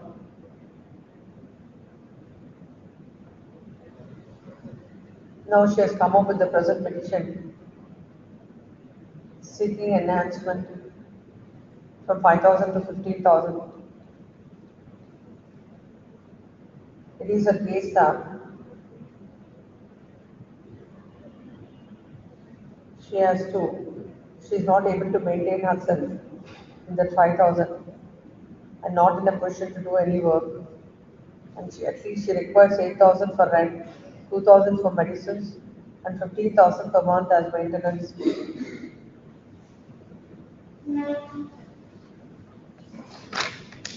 The family court, by order reviewed, had enhanced the maintenance from 5,000 to 9,000.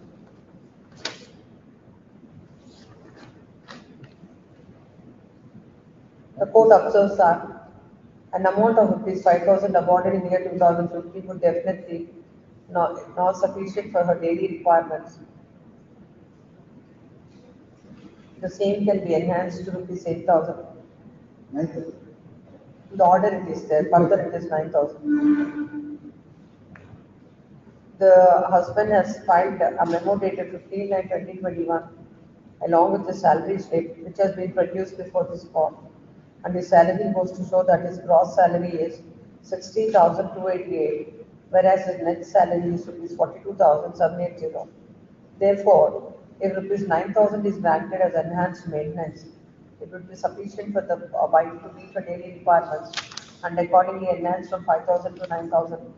Next parallel, counsel appealing for the petitioner submits that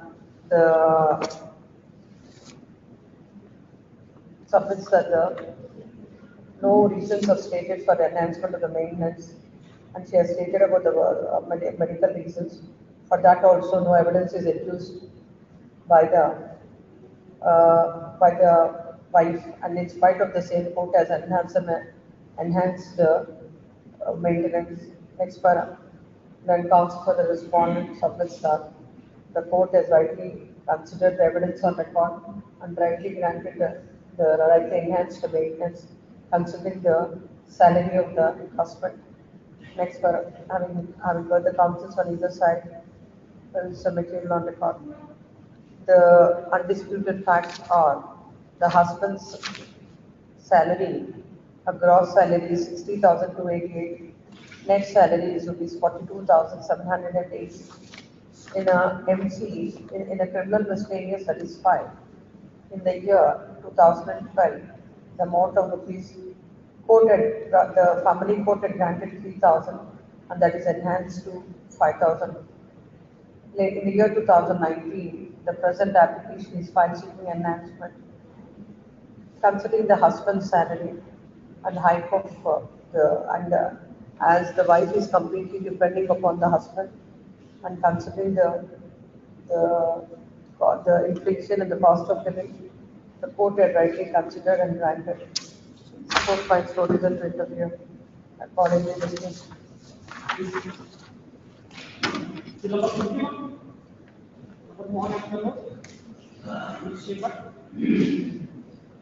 My lord, senior is in DC. Girish Vipat. Right, that's the last thing the my lord had, according to my lord's substitution happened. There was a chance for the compromise. They were waiting for reply of the respondents. They are ready to take in the respondent. No, that is you're saying something about some place that he has to take house in that place. No, please, my lord, he is ready to take in the respondent, and he is ready to make separate house with the respondent in Baimangal. And No, that's the whole issue that day, if I remember. She was not acceptable for that Baimangal. She said something else. What is that place? Baimangal and Mangal. Baimangal is a place where we want to live. What's the distance between both the places? My lord, approximately 40 kilometers to 50 kilometers. Where is your senior? Senior is in East Bengal. Yes, Mr. Counsel. Girish, submission.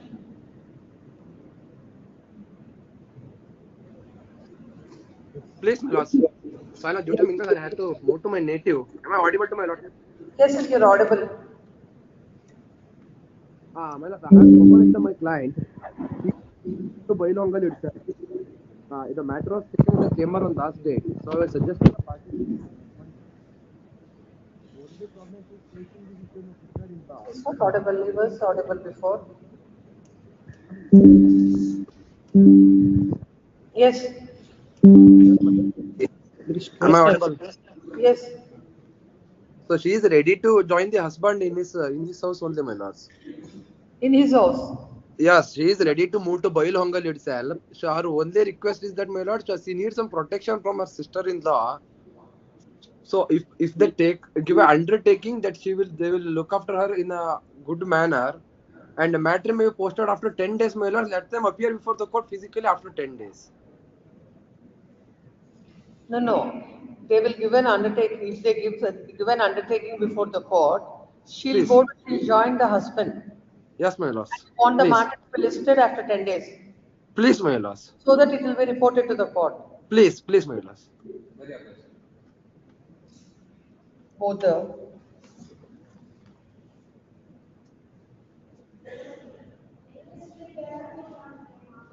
Mic पे बात करो, सुनाई नहीं दे रहा है।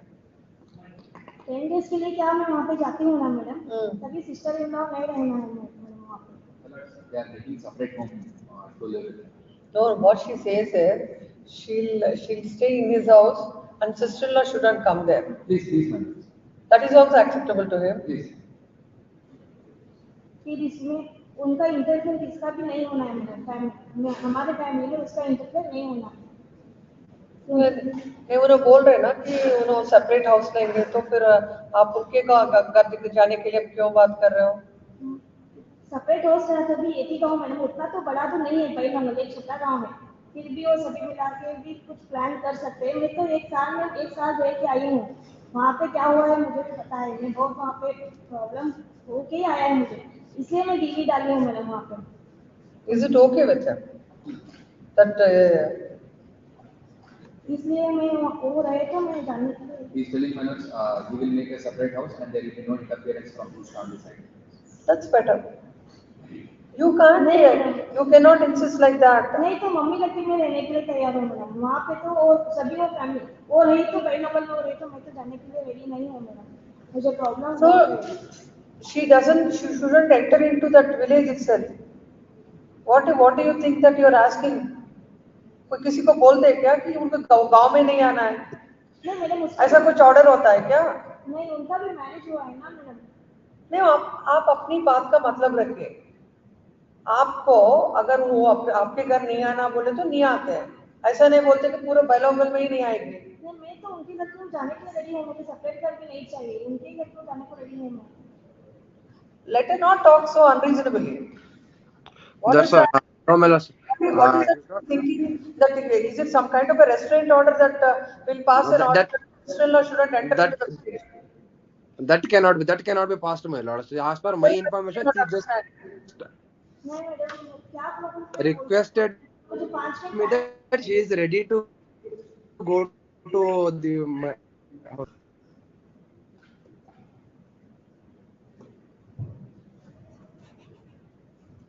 Girish submission ಮಾಡಿ. My information, as per my information, Melas, it was informed to me that she is ready to join him in the bilingual itself. She just needed a protection from the sister-in-law. What order the court can pass is this, that he will take a separate house in bilingual and both of them will stay. In that lady, that sister-in-law shall not interfere. He undertakes that there will not be any interference from the sister-in-law. That is the only that will suffice, my lord. Not like that will suffice, my lord. Please come. I agree with my lordships. This court.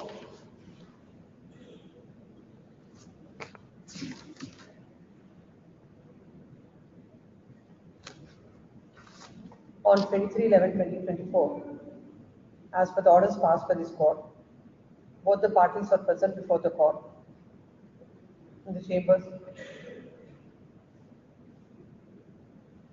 That day, the court has observed that both of them have their own reservation about where they have to reside together.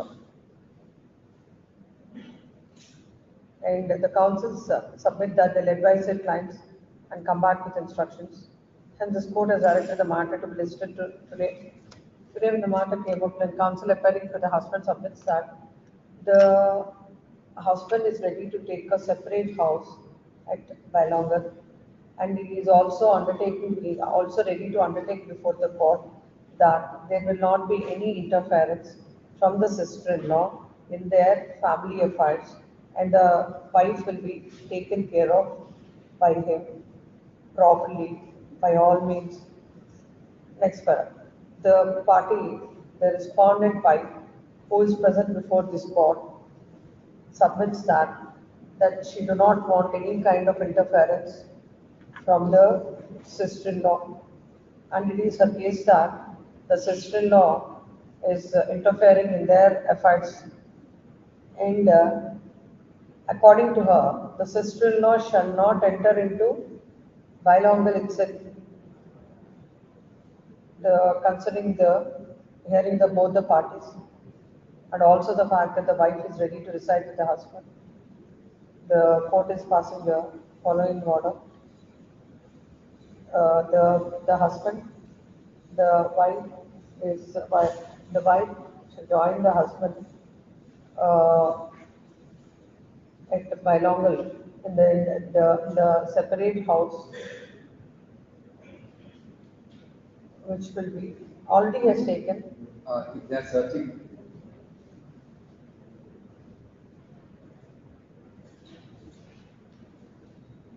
They are looking into house matters, and only after this confirmation they will set up. The petitioner, the wife shall join the husband by 1st December 2024, and the husband should take care of the wife on all by all means, including her safety issues, and as undertaken, there shall not be any interference by the sister-in-law. This matter on 16th December. On that day, both the parties shall appear before the court. There are criminal miscellaneous cases tomorrow in a trial court. as criminal miscellaneous and For recovery of, That the, they shall be till the next date of hearing. There shall not be any coercive steps. The respondent shall not, the wife shall not transfer any of the execution proceedings that are pending. The chambers. Huh? Chambers. The chambers. The chamber and the chambers court. Yes, next. and I seek a apology for the request which the client has made, my lords. Yes.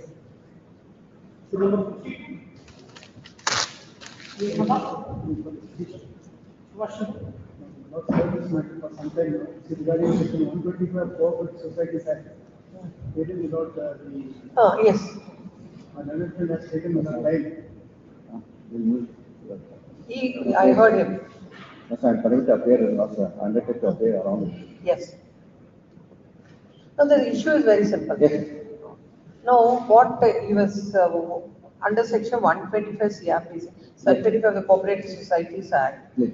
with regard to the any business or otherwise of that, the notice of 2 months is compulsory. Absolutely. So now both of you have participated in a tender process. Yes. In that tender, that is the business of the cooperative society, and in that they have something they have based on that you have filed a defamation case. According to them, it falls within the ambit of 125 Yes. Cooperative Societies I'll Act. explain. Thus, the cause of my kindly see the cause of action, page number 9 in page number 34. My cause of action is not issuing certificate by the society. It is a defamatory statement made in the paper By whom? by the Society. By the society. Absolutely not an object. What is that? What is the statement? Defamatory statement Page is made. number? Page Page number? number 9. Cause of action I mentioned.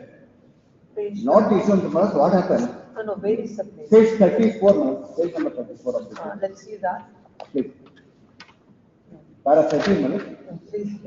The cause of action arose to file this suit arose when the defendant started submitting false and defamatory statements before the procurement authority, and also on 27/2/2020 when the defendant number 1 published defamatory and false statement against it. So this Prajavani Delhi, with regard to this, what have you mentioned in this plaint? Let us see that.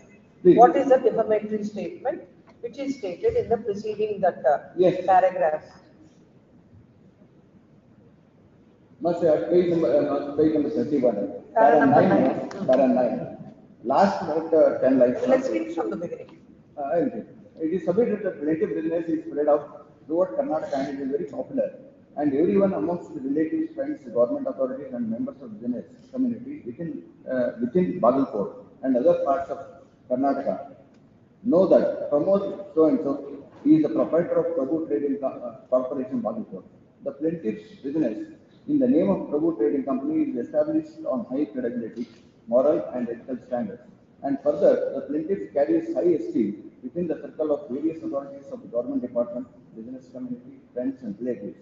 That due to false defamatory statements published by the defendant 1 on 27/2/2020 in Prajavani Kannada daily newspaper, which was widely circulated in Bagalkot district and other parts of the Karnataka, has destroyed the credibility of the plaintiff's business among the members of civil society, friends, relatives, various authorities of government departments and members of the business community.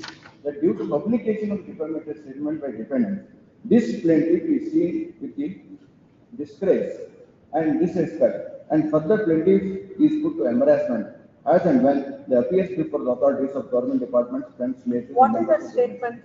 That is part of the lawsuit which are produced before the trial court. What is it? Now, You have a copy of it. Probably in Kannada. You can tell the court what it is.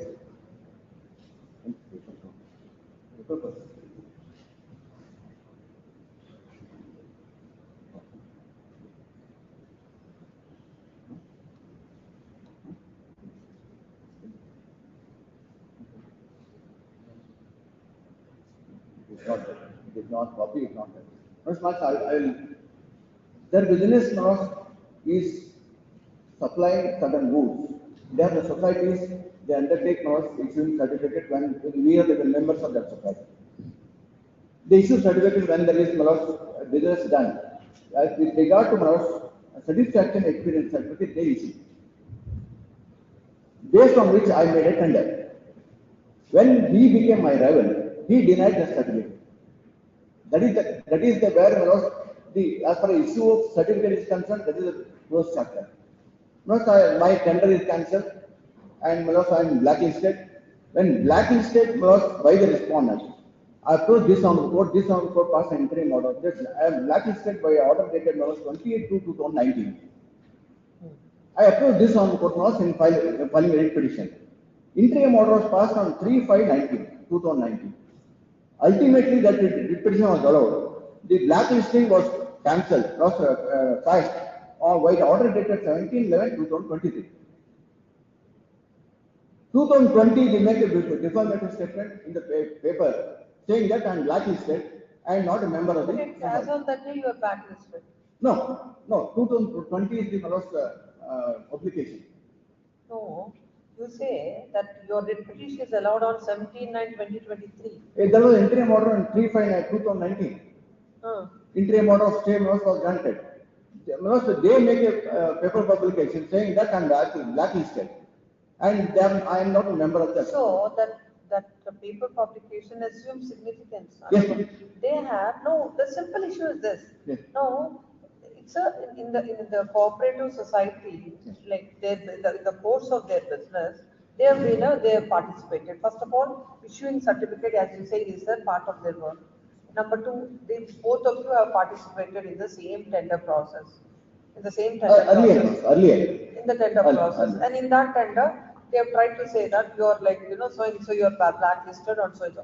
All these things are emanating from their official work, nothing in person. Defamatory statement is not their business. What is what? According to them, the statement what is made is it's a part of record saying that you are blacklisted or whatever it is. So how come that becomes why is it not part of their official duty? It's not making a defamatory statement. Basing on the material they have, they are saying something. No, for example, in the pending writ petition, when in spite of an order, wherein that order interim order is granted, if something they have done, it would have been a contempt. This is pursuant to interim order. That's what I'm saying. It would have been a contempt. Here, no, whether it is a defamation or not is not. This court is not deciding. This court it might be a defamation. Ultimately, trial court has to decide. It might be a defamation. Yes. Here, the court is deciding only whether that mandatory notice under 125, whether it is followed or not. Because you have not given the notice under 125, yes. You cannot say that it is not. My submission is it does not pertain to looking at the plaint amendments, everything you refer to the transaction between the parties. Absolutely. It comes within 125 of the corporate society. But I'm not depending upon the certificate which they have issued. Don't depend. What else they have done, whatever they have done, in the course of their business, whatever is required to be done, they have done. You are hurt by such a action of the issuing certificate is in their business. I'm not denying that. But making a defamatory statement is because you are a opponent or you are a prospective. You are also a tenderer. They are unhappy with it because they are saying that the person who is blacklisted or who has given a false certificate is contesting. That's what it's not a part of the business. Being a rival claimant for the same this thing they have done. So you cannot say that is not part of their business. They have no business to defame you. It's a separate aspect. No, that is the crux of matter. If they don't have a business, issue a notice to them as per the act, then do it. Nobody stops you from doing it. But there is a provision which has to be followed. No, sir, and we made a complaint to the authorities, very cooperative society. They said no, it's opposed to civil court. This is the endorsement they issued. No, because neither of the parties can confer jurisdiction on the court. Yes, that is that. But here, they can go to the civil court. For going to the civil court, there is a procedure. But my submission is Making a defamatory statement is not a loss within the. No, that's for why, your- that's why in the for last your- petition when yes, it appeared, I have read the entire thing. No, so no, I recently I passed some order in Another model is lawsuit principal passed. bench. There, it was a dispute with regard to the property. And So, injunction was if you're, passed. if you're interfering with the neighbor's property, no, you can't tell that it is during the course of my business. So it won't come within that. My only statement, madam, my only submission is making a defamatory statement is not Not a touching the person. business. That I'll record. That I'll record. If one of you will also give the opinion, must that I will issue notice and file a suit. Liberty may be resolved, madam. That is against the full bench judgment of this honorable. Once the court comes to the conclusion that the notice which is required to be issued is not issued, the only order to is to reject the plaint, and there is no liberty. That is the full bench decision. May I refer?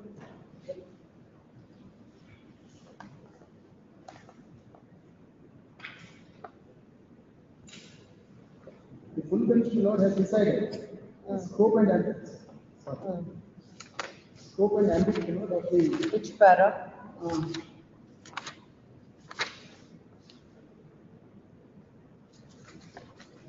My lord, page number 3590, my lord. There is a judgment, my lord, has been referred. There is something like 3590? All it is all page numbers are in 1600. First judgment. There are two judgments. ILR 1992 KR. Yeah, I'm looking at that one. Please. Page number below on the. Oh, left. there are two judgments Two here. judgments. Yes.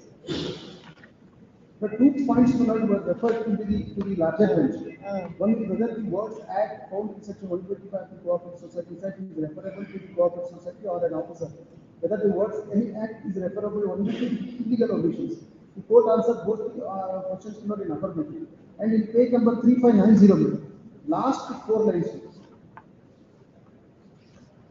I will read from the last tab. Yes. Proceeding further, his lordship referred to the decision of the Supreme Court in Amarnath Dogra versus Union of India, considering in the context the scope of section 125 Swami held that whenever a statute prescribes the issuance of a notice before the institution of a suit brought without issuing such notice is bad in law, and the court will not have jurisdiction to entertain such suit. It was, however, held that the non-issuance of suit under section 125, if it was a must, would only result in judgment and decree being set aside and thereafter returned instead of dismissing the suit. But this aspect of the matter came to be decided upon by the later bench in Syed Abdul Jabbar versus Board of Works. In that case, their lordships pointed out that if there is a want of proper statutory notice, the only course open to the court is to reject the plaint, and the plaint could not be ordered to be returned for presentation to the proper court. Based on the foregoing view of the legal bench, decision in Mahadeva's case was referred to stood partially eclipsed, but otherwise remains intact. Only it has to be rejected. Once it is rejected, there is no question of granting them liberty to further move on the very same process. There was no judgment and decree. No. Not cross question. Both said cross In that also, judgment and decree is on the basis of the rejection of plaint. That is also a decree. And only for once. But somehow there should be like, there is something, it's not an incurable one. Notice, non-issuance of notice, if it is within limitation, then it would be. No, there is no limitation for what is that? If it is within limitation, no, whatever the pending proceedings, that section so and so limitation act will come into play.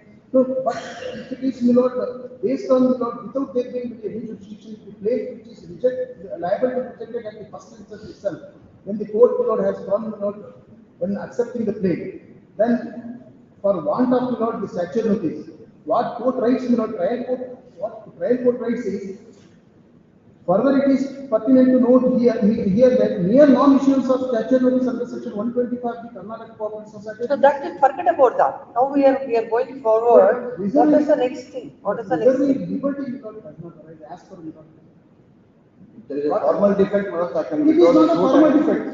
It is not a formal defect. It goes to the root of the matter. It is not a formal defect. Tomorrow.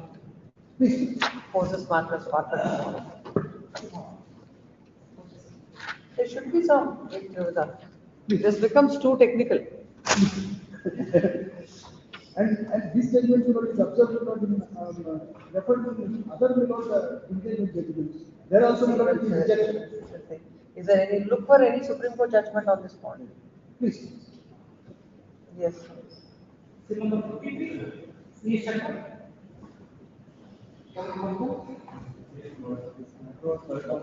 Last time I given a judgment of the division bench of this court regarding 31(1)(a) of the SFC Act. So file application for rejection of the claim.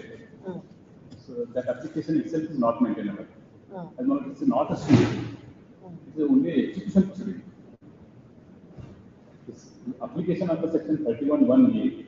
Let's see the impugn order so that I'll remember what it is. The matter, my lords, where respondent number 1, my lords, is the principal borrower. Respondent number 1 before the trial court. Respondent number 1 hearing, my lords, is the case FC, my lords, case FC, who had lent money to the respondent number 1. Other respondents, my lords, including my father, who was arraigned as respondent number 2 before the trial court. My lords, they were the sureties, guarantees, directors to the side court. What had happened, my lords, there was liquidation case.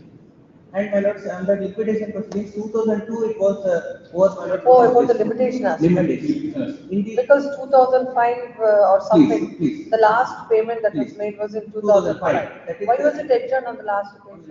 I had a settlement clause, and thereafter, last date I had given the judgment clause. No, let's see. Now that it's on the facts, let's have the clarity first. Please come to the impugn order.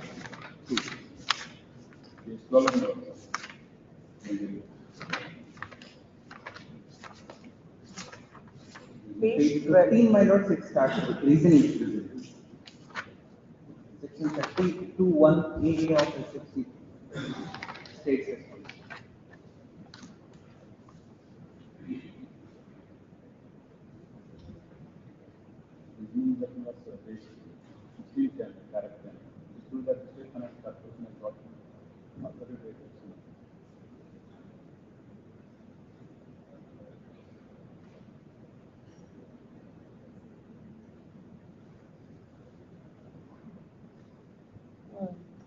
Where are those grounds of limitation and all? Please. Article 55 is applicable. No. I'm asking from the impugn order. Please. It is at page number 36, mechanism. In the impugn order, it is not clear. The application, along with the application, I have filed affidavit. In the affidavit, page 36, You say after the liquidation, that 2005 was the last amount. Last. 38,30,310 on 8/8/2005. 5 was, as could be seen from there only. No, the proceedings are initiated when? 2010, my lord. That is after lapse of 3 years. Trial court considers, my lord, 6 years is the limitation. So whether 6 years is limitation or 3 years is limitation is the moot question to be answered. What is the judgment you are relying on? This judgment clause says that the application file itself is not maintainable. The reason is that it is a rejection of a claim. It is not applicable for the execution law. No, just forget about the rejection of claim. No, you filed an EP. You filed an EP, right? It is only EP, no, not a claim. When the EP is filed, whether the EP is maintainable or not could be the first issue to be decided. When they have taken objections, forget about which provision, which thing. When you file an EP, the respondents, they can come up with an application that such an EP is not maintainable for so and so reasons. Then the executive court first has to decide it. Notice is issued to you. Notice is issued to them. They have come up before the court stating that it is beyond that you cannot recover the money. No, application is filed towards 2021. Notice was issued towards the LRs were got on record. Thereafter they filed this application. Let me look at your application. Where is that? Application is at page number 34 and Annex D. Should have been order 7 to 11, it is wrongly typed as 16. For reasons shown to the appendix of the respondent number 28 BC paid for rejection of the main petition dated 21/8/2010, filed under section 31(1)(a) and 32 of the Karnataka State Finance Corporation Act 1951.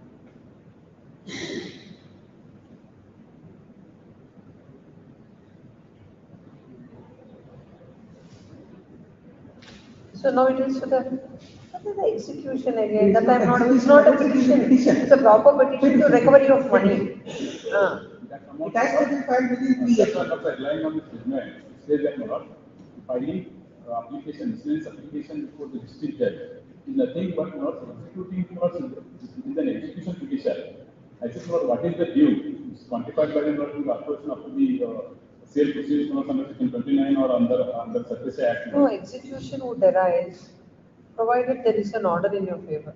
No order is required. That is Let's see that. Section 31(1)(a). Give that act. Act says that whenever you wake up from the sleep. Against guarantor laws, this is continuing guarantee. Correct. Continuing guarantee, when there is continuing guarantee, note under if application is filed under section 31(1)(a). This honorable court has taken a view that. We'll see the project first. 31 special provision for enforcement of claims by financial corporation. 31. Not the Limitation Act. That which act? Financial. State financial. That one. Yes, sir. Financial Corporation Act.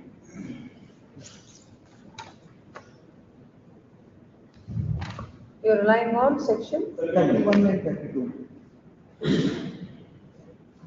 Special provisions for enforcement of claim by financial corporation.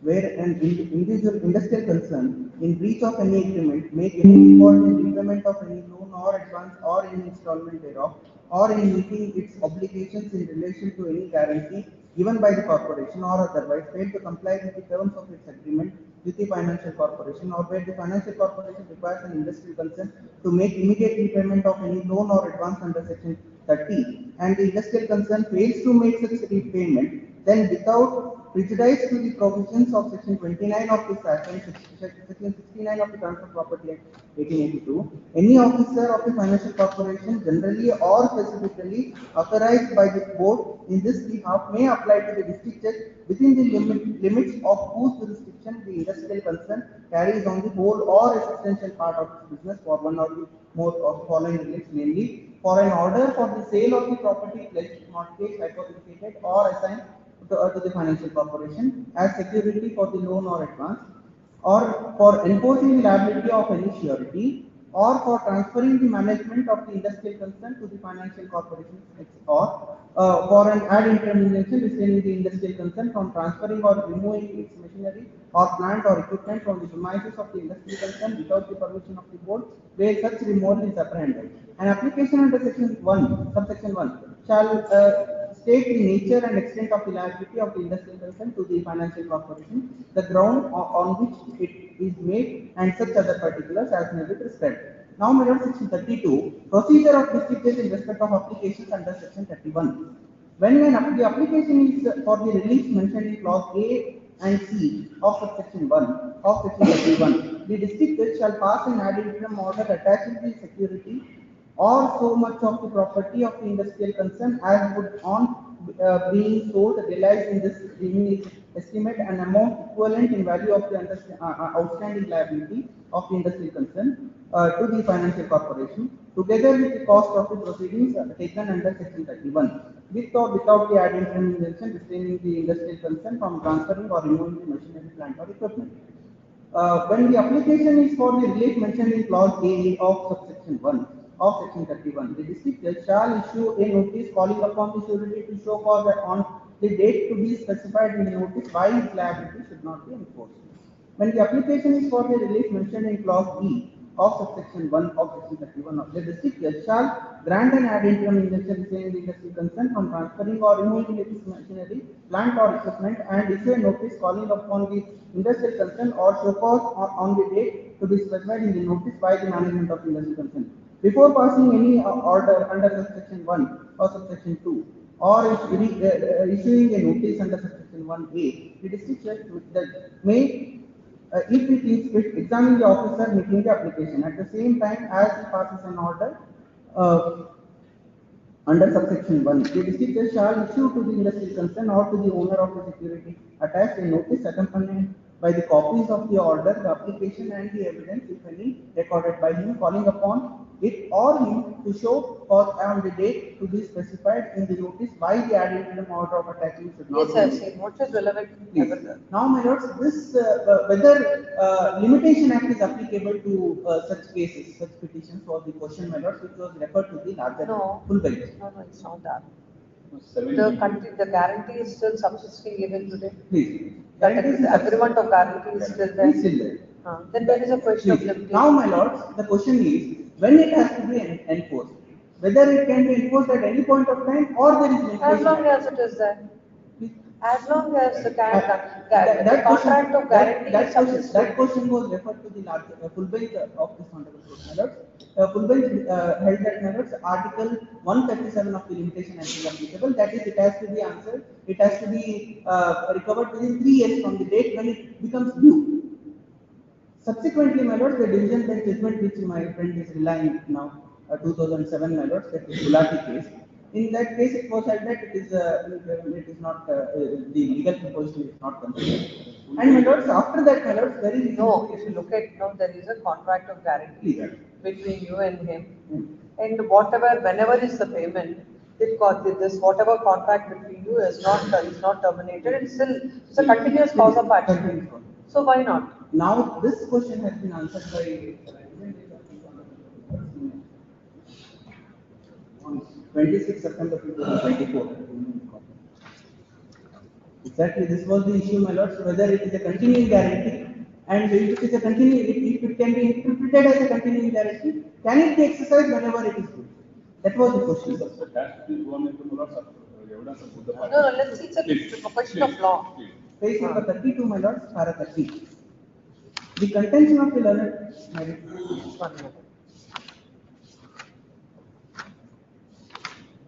30? 30. Page number 32, my lords, para 30. Yes. Para 30. The contention of the learned counsel for the appellant that appellant number 2 and 3 had executed a continuing guarantee and therefore were liable until due was recovered is to our mind an incorrect proposition of law. A continuing guarantee as defined under section 129 of the Indian Contract Act is different from an ordinary guarantee. A guarantee which extends to the series of transactions is called as continuing guarantee. Such guarantee makes the guarantor liable for all transactions subsequent to the initial transaction brought about by the principal borrower. In the case on hand, though the guarantee is continuing one, there are no transactions apart from the loan that was sanctioned to the principal borrower on 12/1/1996, which was released in 5 installments on 15/6/1996 for so and so and so. There are no transactions apart from this loan transaction, which was evidenced by an agreement dated 31/5/1996. Therefore, even if the guarantors had offered to be continuously liable, that cannot be construed as extending the date when the respondent could have applied for recovery against the guarantor, hence the second question. Here also, my lords, in the case on hand, 2002, my lords, recovery proceedings which were initiated before this honorable court in OSA were terminated. And my lords, 2005 is the date on which the amount was due. If at all, my lords, there was any due, it ought to have been filed within 3 years from the said date. Now, my lords, it is filed after 5 years.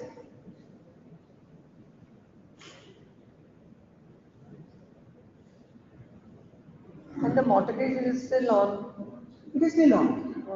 It is still on. Even in the case of Adjournment, in the citation, it was also still on. So, in fact, my lords, there it was a continuing guarantee. In the case of Adjournment, it is not the continuing, only guarantor. Even in that case, my lords, question is whether that can be recovered at any point of time. That is after whether limitation act is applicable. Distinguish a guarantee and a continuous guarantee. My lords, that is a continuing guarantee, my lords. In the guarantee itself, as per section 129 of the Contract Act, there is a specification that it is a continuing guarantee, as irrespective of date and when it becomes due. Continuously, they will be liable. Normal guarantee, my lords, there is a distinction that when the principal borrower, when liquidation proceedings were initiated against the principal borrower in the case on hand, and amount was recovered from the company, that is respondent number 1. And my lords, they have their security, they have the property. That was sold. Is with them. That was sold. my lords, in the liquidation proceedings that were sold. So now there is nothing. Now they want to personally make liable the guarantee. No, here, now that the property which is mortgaged is no more. No more. It is sold and the liquidation proceedings are done. That's why I said, not the evidence is required.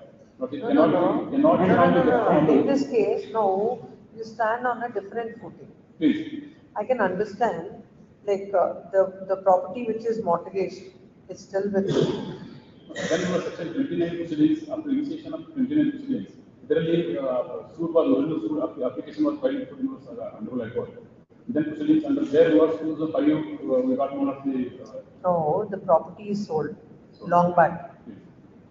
No, what is that you will live over? How you will Personal execute? personal guarantors, they will execute a guarantee, deed of guarantee not in respect of their personal guarantee. So in respect of the personal That's what I'm guarantor's saying. property. What are those properties? Their personal property will not seek attachment in this case. Their personal property, any personal property pertains to that person who has given guarantee. In this case, not guarantor has died. So the last was brought on record. Anything left by him, we are entitled for. If he has not left anything, we are not entitled for anything. They have to show But in the light of the decision bench, you are not entitled. No, that's why not the proceedings initiated. That's why I said what for continuation of guarantee and whether any property is left or not with the hands of the monarch is last has to be monarch after the evidence. We have to. The court says, first of all, about the limitation aspect. Please. Have you looked at this division bench judgment? Please, monarch. Look at it. Please. In that case, monarch, from 1996 there was no transactions. 1996 was the deed of guarantee. But this is after evidence. Para number 29. Please. In the case on hand, the mortgage assets were taken over by the respondent under section 29 of the Act on 8/2/2000 and thereafter sold on 10/7/2002. The same proceeds for the adjusted against the outstanding. Therefore, due payable by the borrower, appellant number 1 was specialized on 10/7/2002. The respondent had a continued right to recover the balance from the borrower guarantor, which must have been. So, even if it is a continuous one, how the court as a division bench has interpreted it 3 years from the date of outstanding. That's not my contention is that not the application itself is not maintainable. It is the execution proceedings. What application is not maintainable in The that? What application filed for rejection of a main petition. Why it is not maintainable? Because it is only execution petition. Rejection of plaint. It is not plaint. That's what he is saying. It's not about rejection of plaint. Plaint. No, he can file an application for rejection of the TP proceedings which are initiated. No, that's all. My suggestion is that what the question of not continuing guarantee and whether the guarantor. Court says even if it is a continuing guarantee also, still the limitation is 3 years from the date which the cause of action accrues. After the once you have once that outstanding amount, whatever the amount that is cleared, then you have a cause of action for the outstanding amount, and your limitation starts from that day and it is 3 years. That's a division bench judgment. The notice was issued with them in 2010. No. Liquidation proceedings, how much is the amount that you have recovered?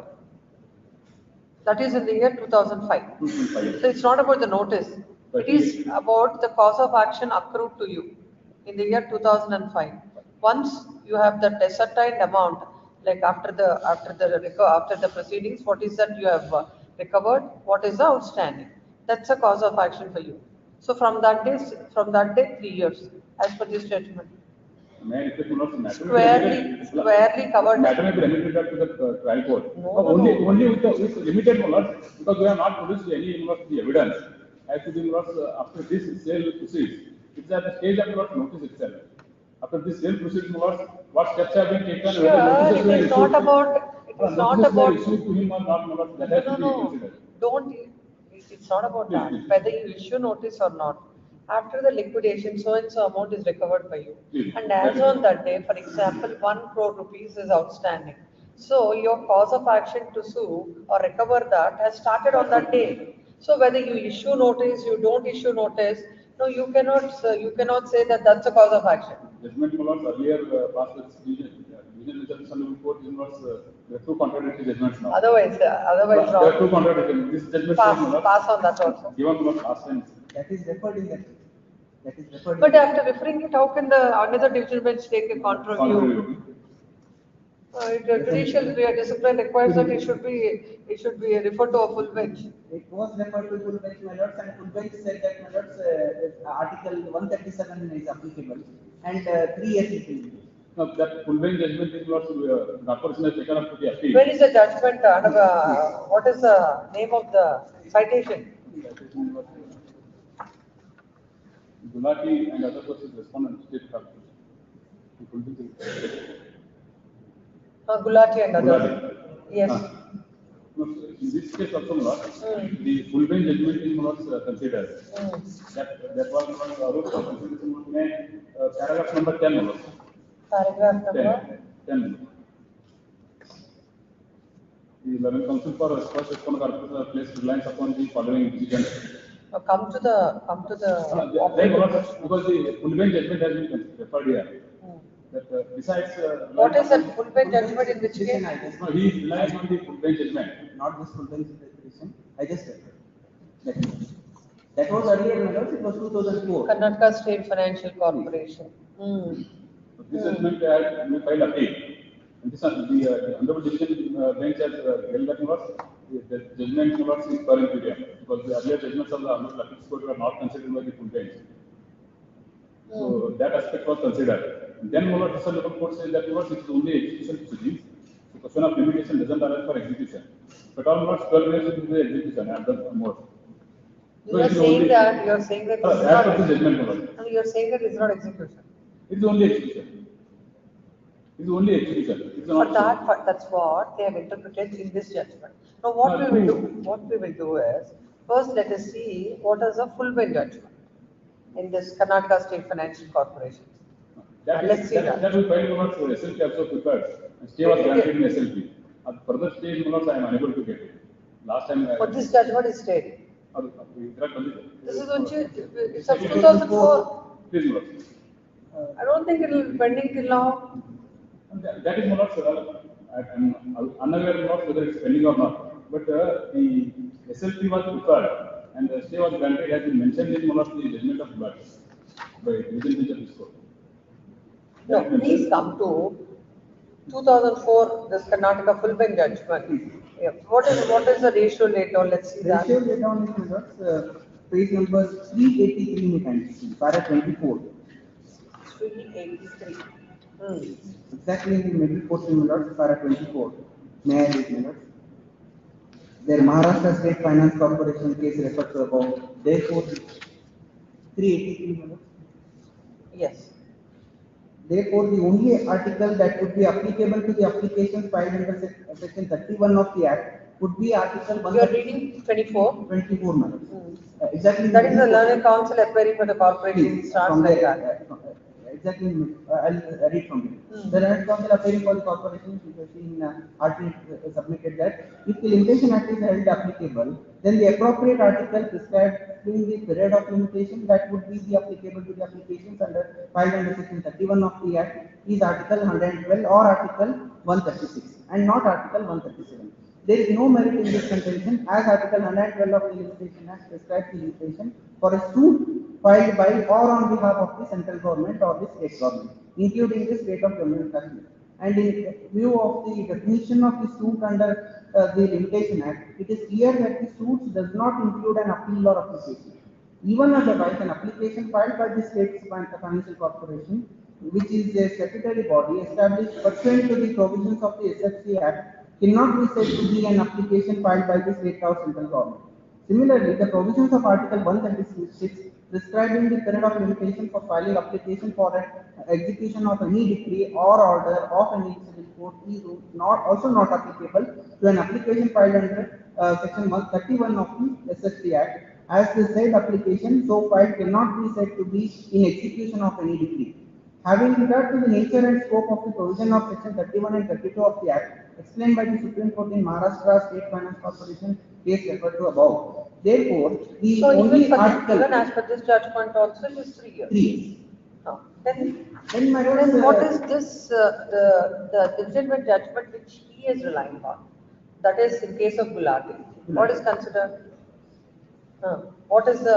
They have followed the full bench judgment, and they said 3 years. Only thing, my lord, so the observation is made that it is per inferior. The full bench judgment is per inferior. Who said in this division? Full bench judgment. Because the earlier judgments of the apex court were not brought No. to this. That was the. It could be. It is particular if it not followed the judgment of the Supreme Court. So let's see what did this judgment say. What is the relevant paragraph? Paragraph 12 was having heard the submissions of both the sides. Paragraph 12. Having heard the submissions of both the sides at the considerable length and having carefully perused the relevant case papers in the light of the series of decisions relied upon by the learned counsel for the other side, the short question that would arise for consideration is whether the impugned order made by the learned district judge under section 32(7) DA of the SHA warrants any interference in the appeal by this court. Undisputedly, in the instant case, the first respondent corporation by filing a petition under section 31 of the SHA Act before the district judge was seeking for an order for imposing liability of surety against the appellant and other respondents. Respondent number 2 to 4. Except the appellant herein, no other respondents have filed the appeal against the impugned order of the learned district judge. Under section 31(1)A of the SHA Act, the corporation can seek for an order for enforcing the liability of any surety without prejudice to the powers of the corporation under section 29 of the SHA Act and section 69 of the TP Act. Section 31, therefore, will not have any effect on the power of the corporation under section 29 or the right available to the corporation under section 69 of the TP Act. The proceedings under the State Financial Corporation Act are not in the nature of a suit, and the application under section 31 is also not a claim. Nevertheless, in the very nature of the power under section 31, the district judge is required to incur in the matter before granting relief. An application under section 31 carries the little information provided for in the section 31 and does not contain the several details described for a claim under the CPC. The scope of inquiry under section 31 and 32 is very limited. In an inquiry of this nature, no claim for damages can be looked into or decided. Section 31 enables the corporation alone to approach the district judge for relief under section 31 and 32. No other party can avail the benefit of section 31 and 32. It is needless to set out these provisions because this issue as regards scope of inquiry under section 31 and 32 is no more integral. There are certain of judgments of the honorable apex court where time and again this issue has been dealt with, and it has been finally concluded that scope of inquiry under section 31 and 32 is very limited, and it is in the nature of the application for attachment of property in execution of a decree before judgment, where an application is filed by corporation under section 31(1) for enforcing the liability of surety, which are coextensive with the principal debtor who did not make repayment of loan. The substantial relief sought in the application is like the relief sought in the execution proceedings. Hence, it cannot be treated as a claim, and it would not be barred by limitation provided under Article 137 of the Limitation Act. It is now well settled that an application under Section 31 of the Act cannot be treated as a claim for the purpose of payment of court fee. Section 31 of the Act gives power to the financial corporation to enforce its claim by simply moving the district judge by means of the petition, and Section 32 of the Act lays down the prompt procedure to be followed by the state judge. Section 32 has been enacted by way of speed remedy. It is Section 31(1) is something akin to the application for attachment of property in execution of a decree at a stage of posterior to passing of a decree. In an application under Section 31, the corporation cannot ask for a personal decree against a mortgagor or simply all parties. No, where is that aspect with regard to limitation is decided? What? Which para? Now only the court held that Section 31 of Limitation Act. It is not it's not Section 31 of the Limitation Act. 137 of Limitation Act is not barred by limitation provided under Article 137 of Limitation Act. In this para itself, it is held. It is not a claim. The application filed is not a claim. No, ultimately the division bench says that Because it is, It's a continuing guarantee. it's a right of the SFC that any time you can recover the, It is a continuing guarantee. And apart from the powers vested with the corporation of section 29 and until section 69 of the TCAT, they cannot proceed against the surety lords, and it is only an application before attachment. Like no, in view of the above discussion, there could not be no legal impediment on the part of the corporation to seek to enforce a liability of surety without making the so and so. Liability of surety of non-payment of loan is co-extensive and further even according to the clauses contained in the surety. So this particular aspect, how it has dealt with, I don't think it is dealt with in detail by the division bench. No, that is the lord. But I have also seen that. This judgment is itself on whether that after full bench this judgment has been done. So full bench judgment of the Honorable Court prepared. The where it said that that is per incurium and all. Paragraph number 10.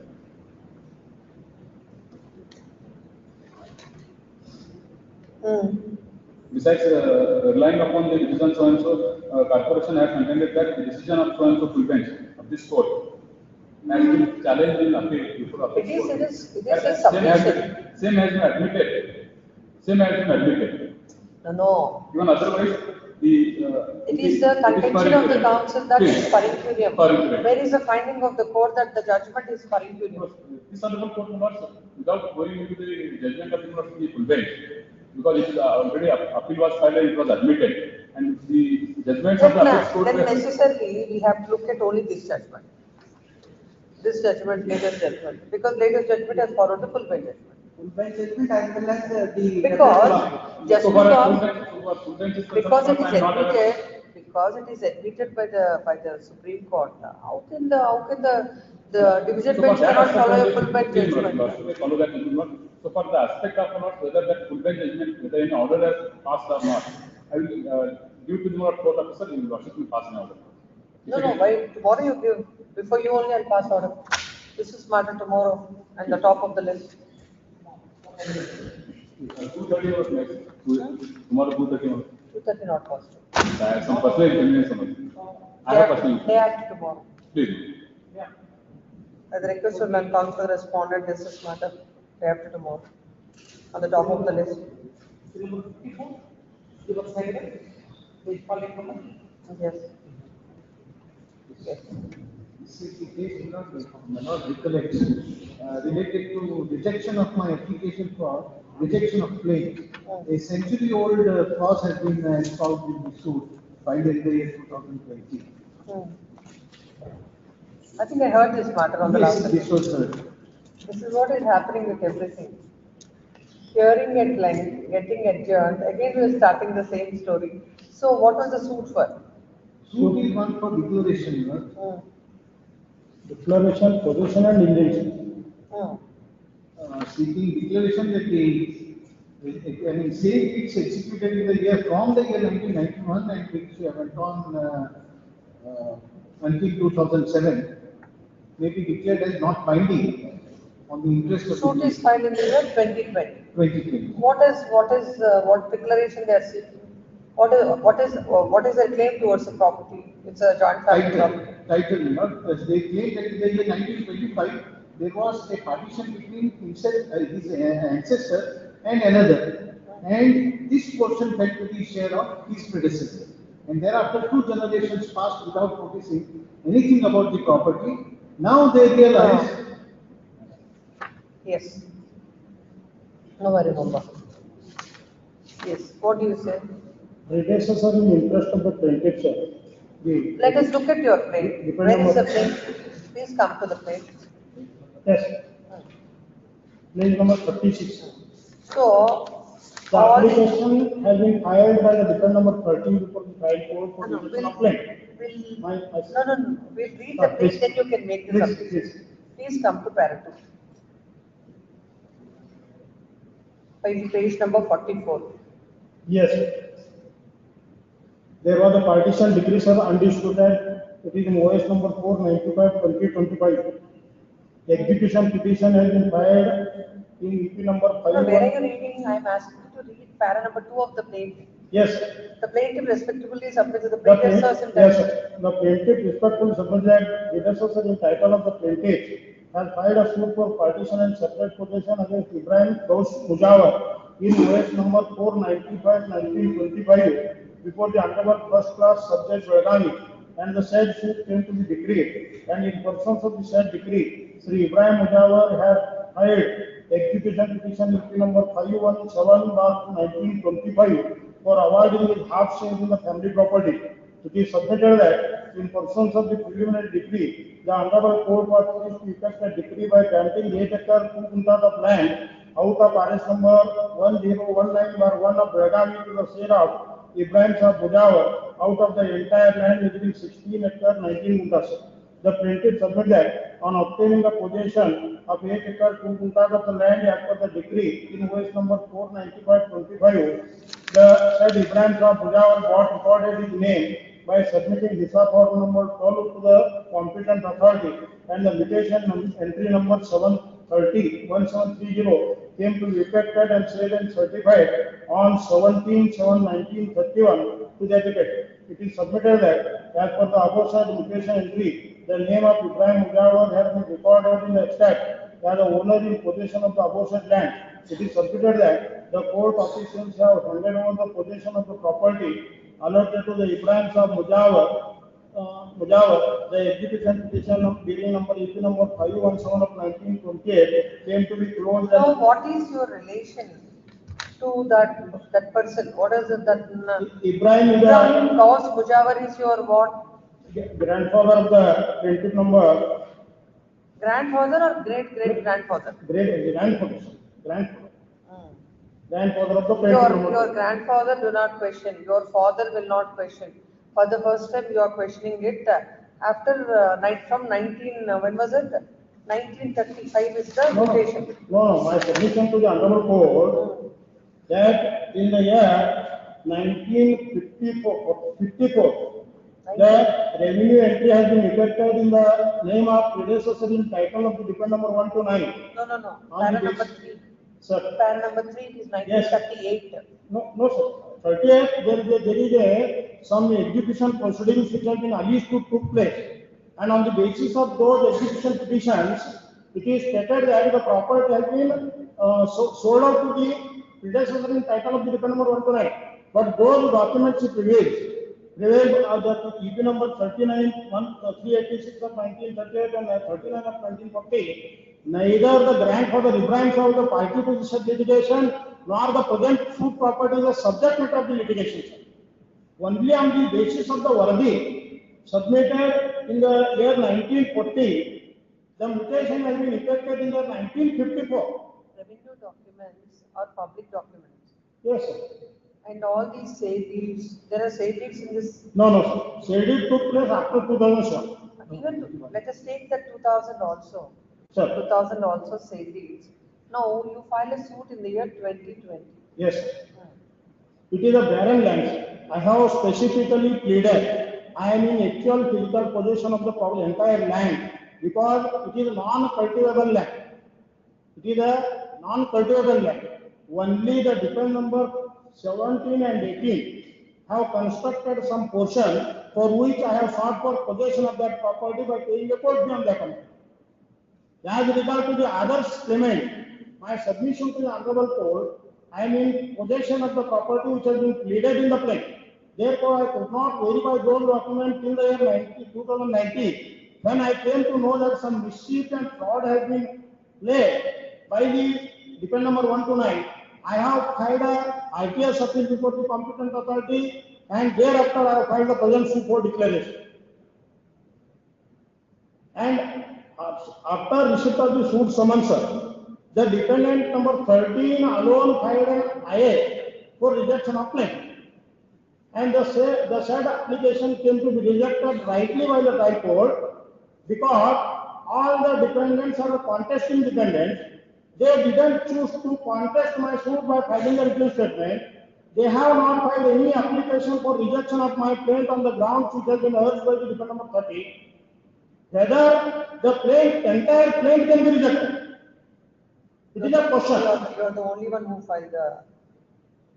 Now, what will now, for example, As far as you can only claim rejection as far as you're concerned. No, that is prohibited. In my humble submission, the Supreme Court made a distinction that the plaint can be rejected either as a whole or not at all. That's it. So, if a defendant makes a claim that the suit is barred by time. You cannot make a claim in respect of others' rights. No, I am not, what I am saying is. Now it is like this. Yes. Declaration that so and so said these are not binding on them. You are only concerned with two sales. No, all right from 1991. So let's see. Let's come to the prayer. I have got the entire property. And that's what. Let us. If that is the case, then consider. I will make it clear. Come to the cause of action. Except defend number 17 and 18, what he is saying. No, you should come to page number 57. Yes. So all that said is, all the said is from A to I. J, sir. A to J. A to J. Are you concerned with the entire A to J? No, except G and H, I am concerned with all these things. So in that case, even if this court agrees with your case, no, as far as G and H is concerned, you have nothing to say. All those you cannot. So now if the court comes to the conclusion, no, in that case, only in respect of the other things, the plaint has to be rejected, which is impermissible under law. Now, I will make it clear. My submission. The Supreme Court draws a distinction. Whereas when it comes to rejection of claim, a defendant cannot make an application saying, as far as I am concerned, the cause would not survive, therefore reject the claim. This cannot be a claim by a defendant. But when a defendant makes a claim, this entire suit is barred by time. There can never be a suit of this nature as the Litigation Act passed such an action. Then it is not the same thing as rejection of the claim. That is one aspect to look at it. The other aspect is, there are several defendants. Your claim with regard to this is a particular praise which they sought. You can contest the suit as far as that is concerned. As far as the others are concerned, they have not filed any application. No. Then why should we decide when there is no application before the court with regard to the other transactions? No, my application cannot be rejected on the ground that others are not joined in the case. It comes back to the same issue. Then in that case, we will consider your application, and we cannot say that the plaint is rejected as far as these defendants are concerned. No, but the suit will have to be dismissed as a whole, or rejected as a whole. It cannot be. That's what I'm saying. Yes. Rejected as a whole, now you have to only tell the court when there are several defendants and several cause of action for them to file the suit. Can basing on one of the defendants' plea under order 7 to 11, can the if that logic is extended further, if I make a plea that this is barred by limitation, there should not be an issue also in the trial.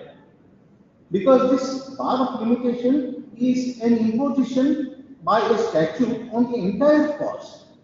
Now I am challenging that very action. Now he was trying to place reliance upon section 17 of the Limitation Act on last occasion, if my lord recollect. Section 17 also includes such a condition that he cannot bring a suit if it is against someone who was not party to a fraud. There is no exemption or any relief in terms of computation of limitation when it comes to such an action. Can you please place a judgment before this court only on that aspect? The gamut of my submission is that. Now the submission that you are making though the defendants are different, and basing on one defendant's plea, the court looking at the totality of the facts can reject the plaint. No, there is no such bar. Without there being, that's what. If it is not, what is the law on that? I am trying to point out a bar which is explicit and express. Now, he cannot say that there is a bar on my claim. There is no such law which bars me from making this application. Only it will not bar provided you are the only defendant of the suit. As far as my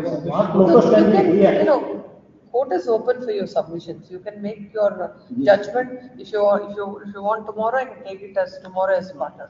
Day after. Day after. Day after as partner.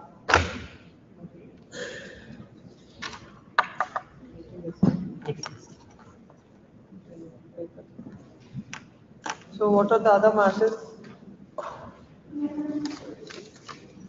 55 come tomorrow. Tomorrow list is matter tomorrow. 55 1 week submission. List 55 on 4th of December at the request of non-counsel petitioner. 56. 56. Except tomorrow, right? Day after tomorrow. 57. 28. 57. In fact, it is posted on 27th tomorrow. Which one? By mistake, 27th. 57. Tomorrow. 57 tomorrow. Next 58. Immediate tomorrow. 58. This is matter on 2nd of December Second. at the request of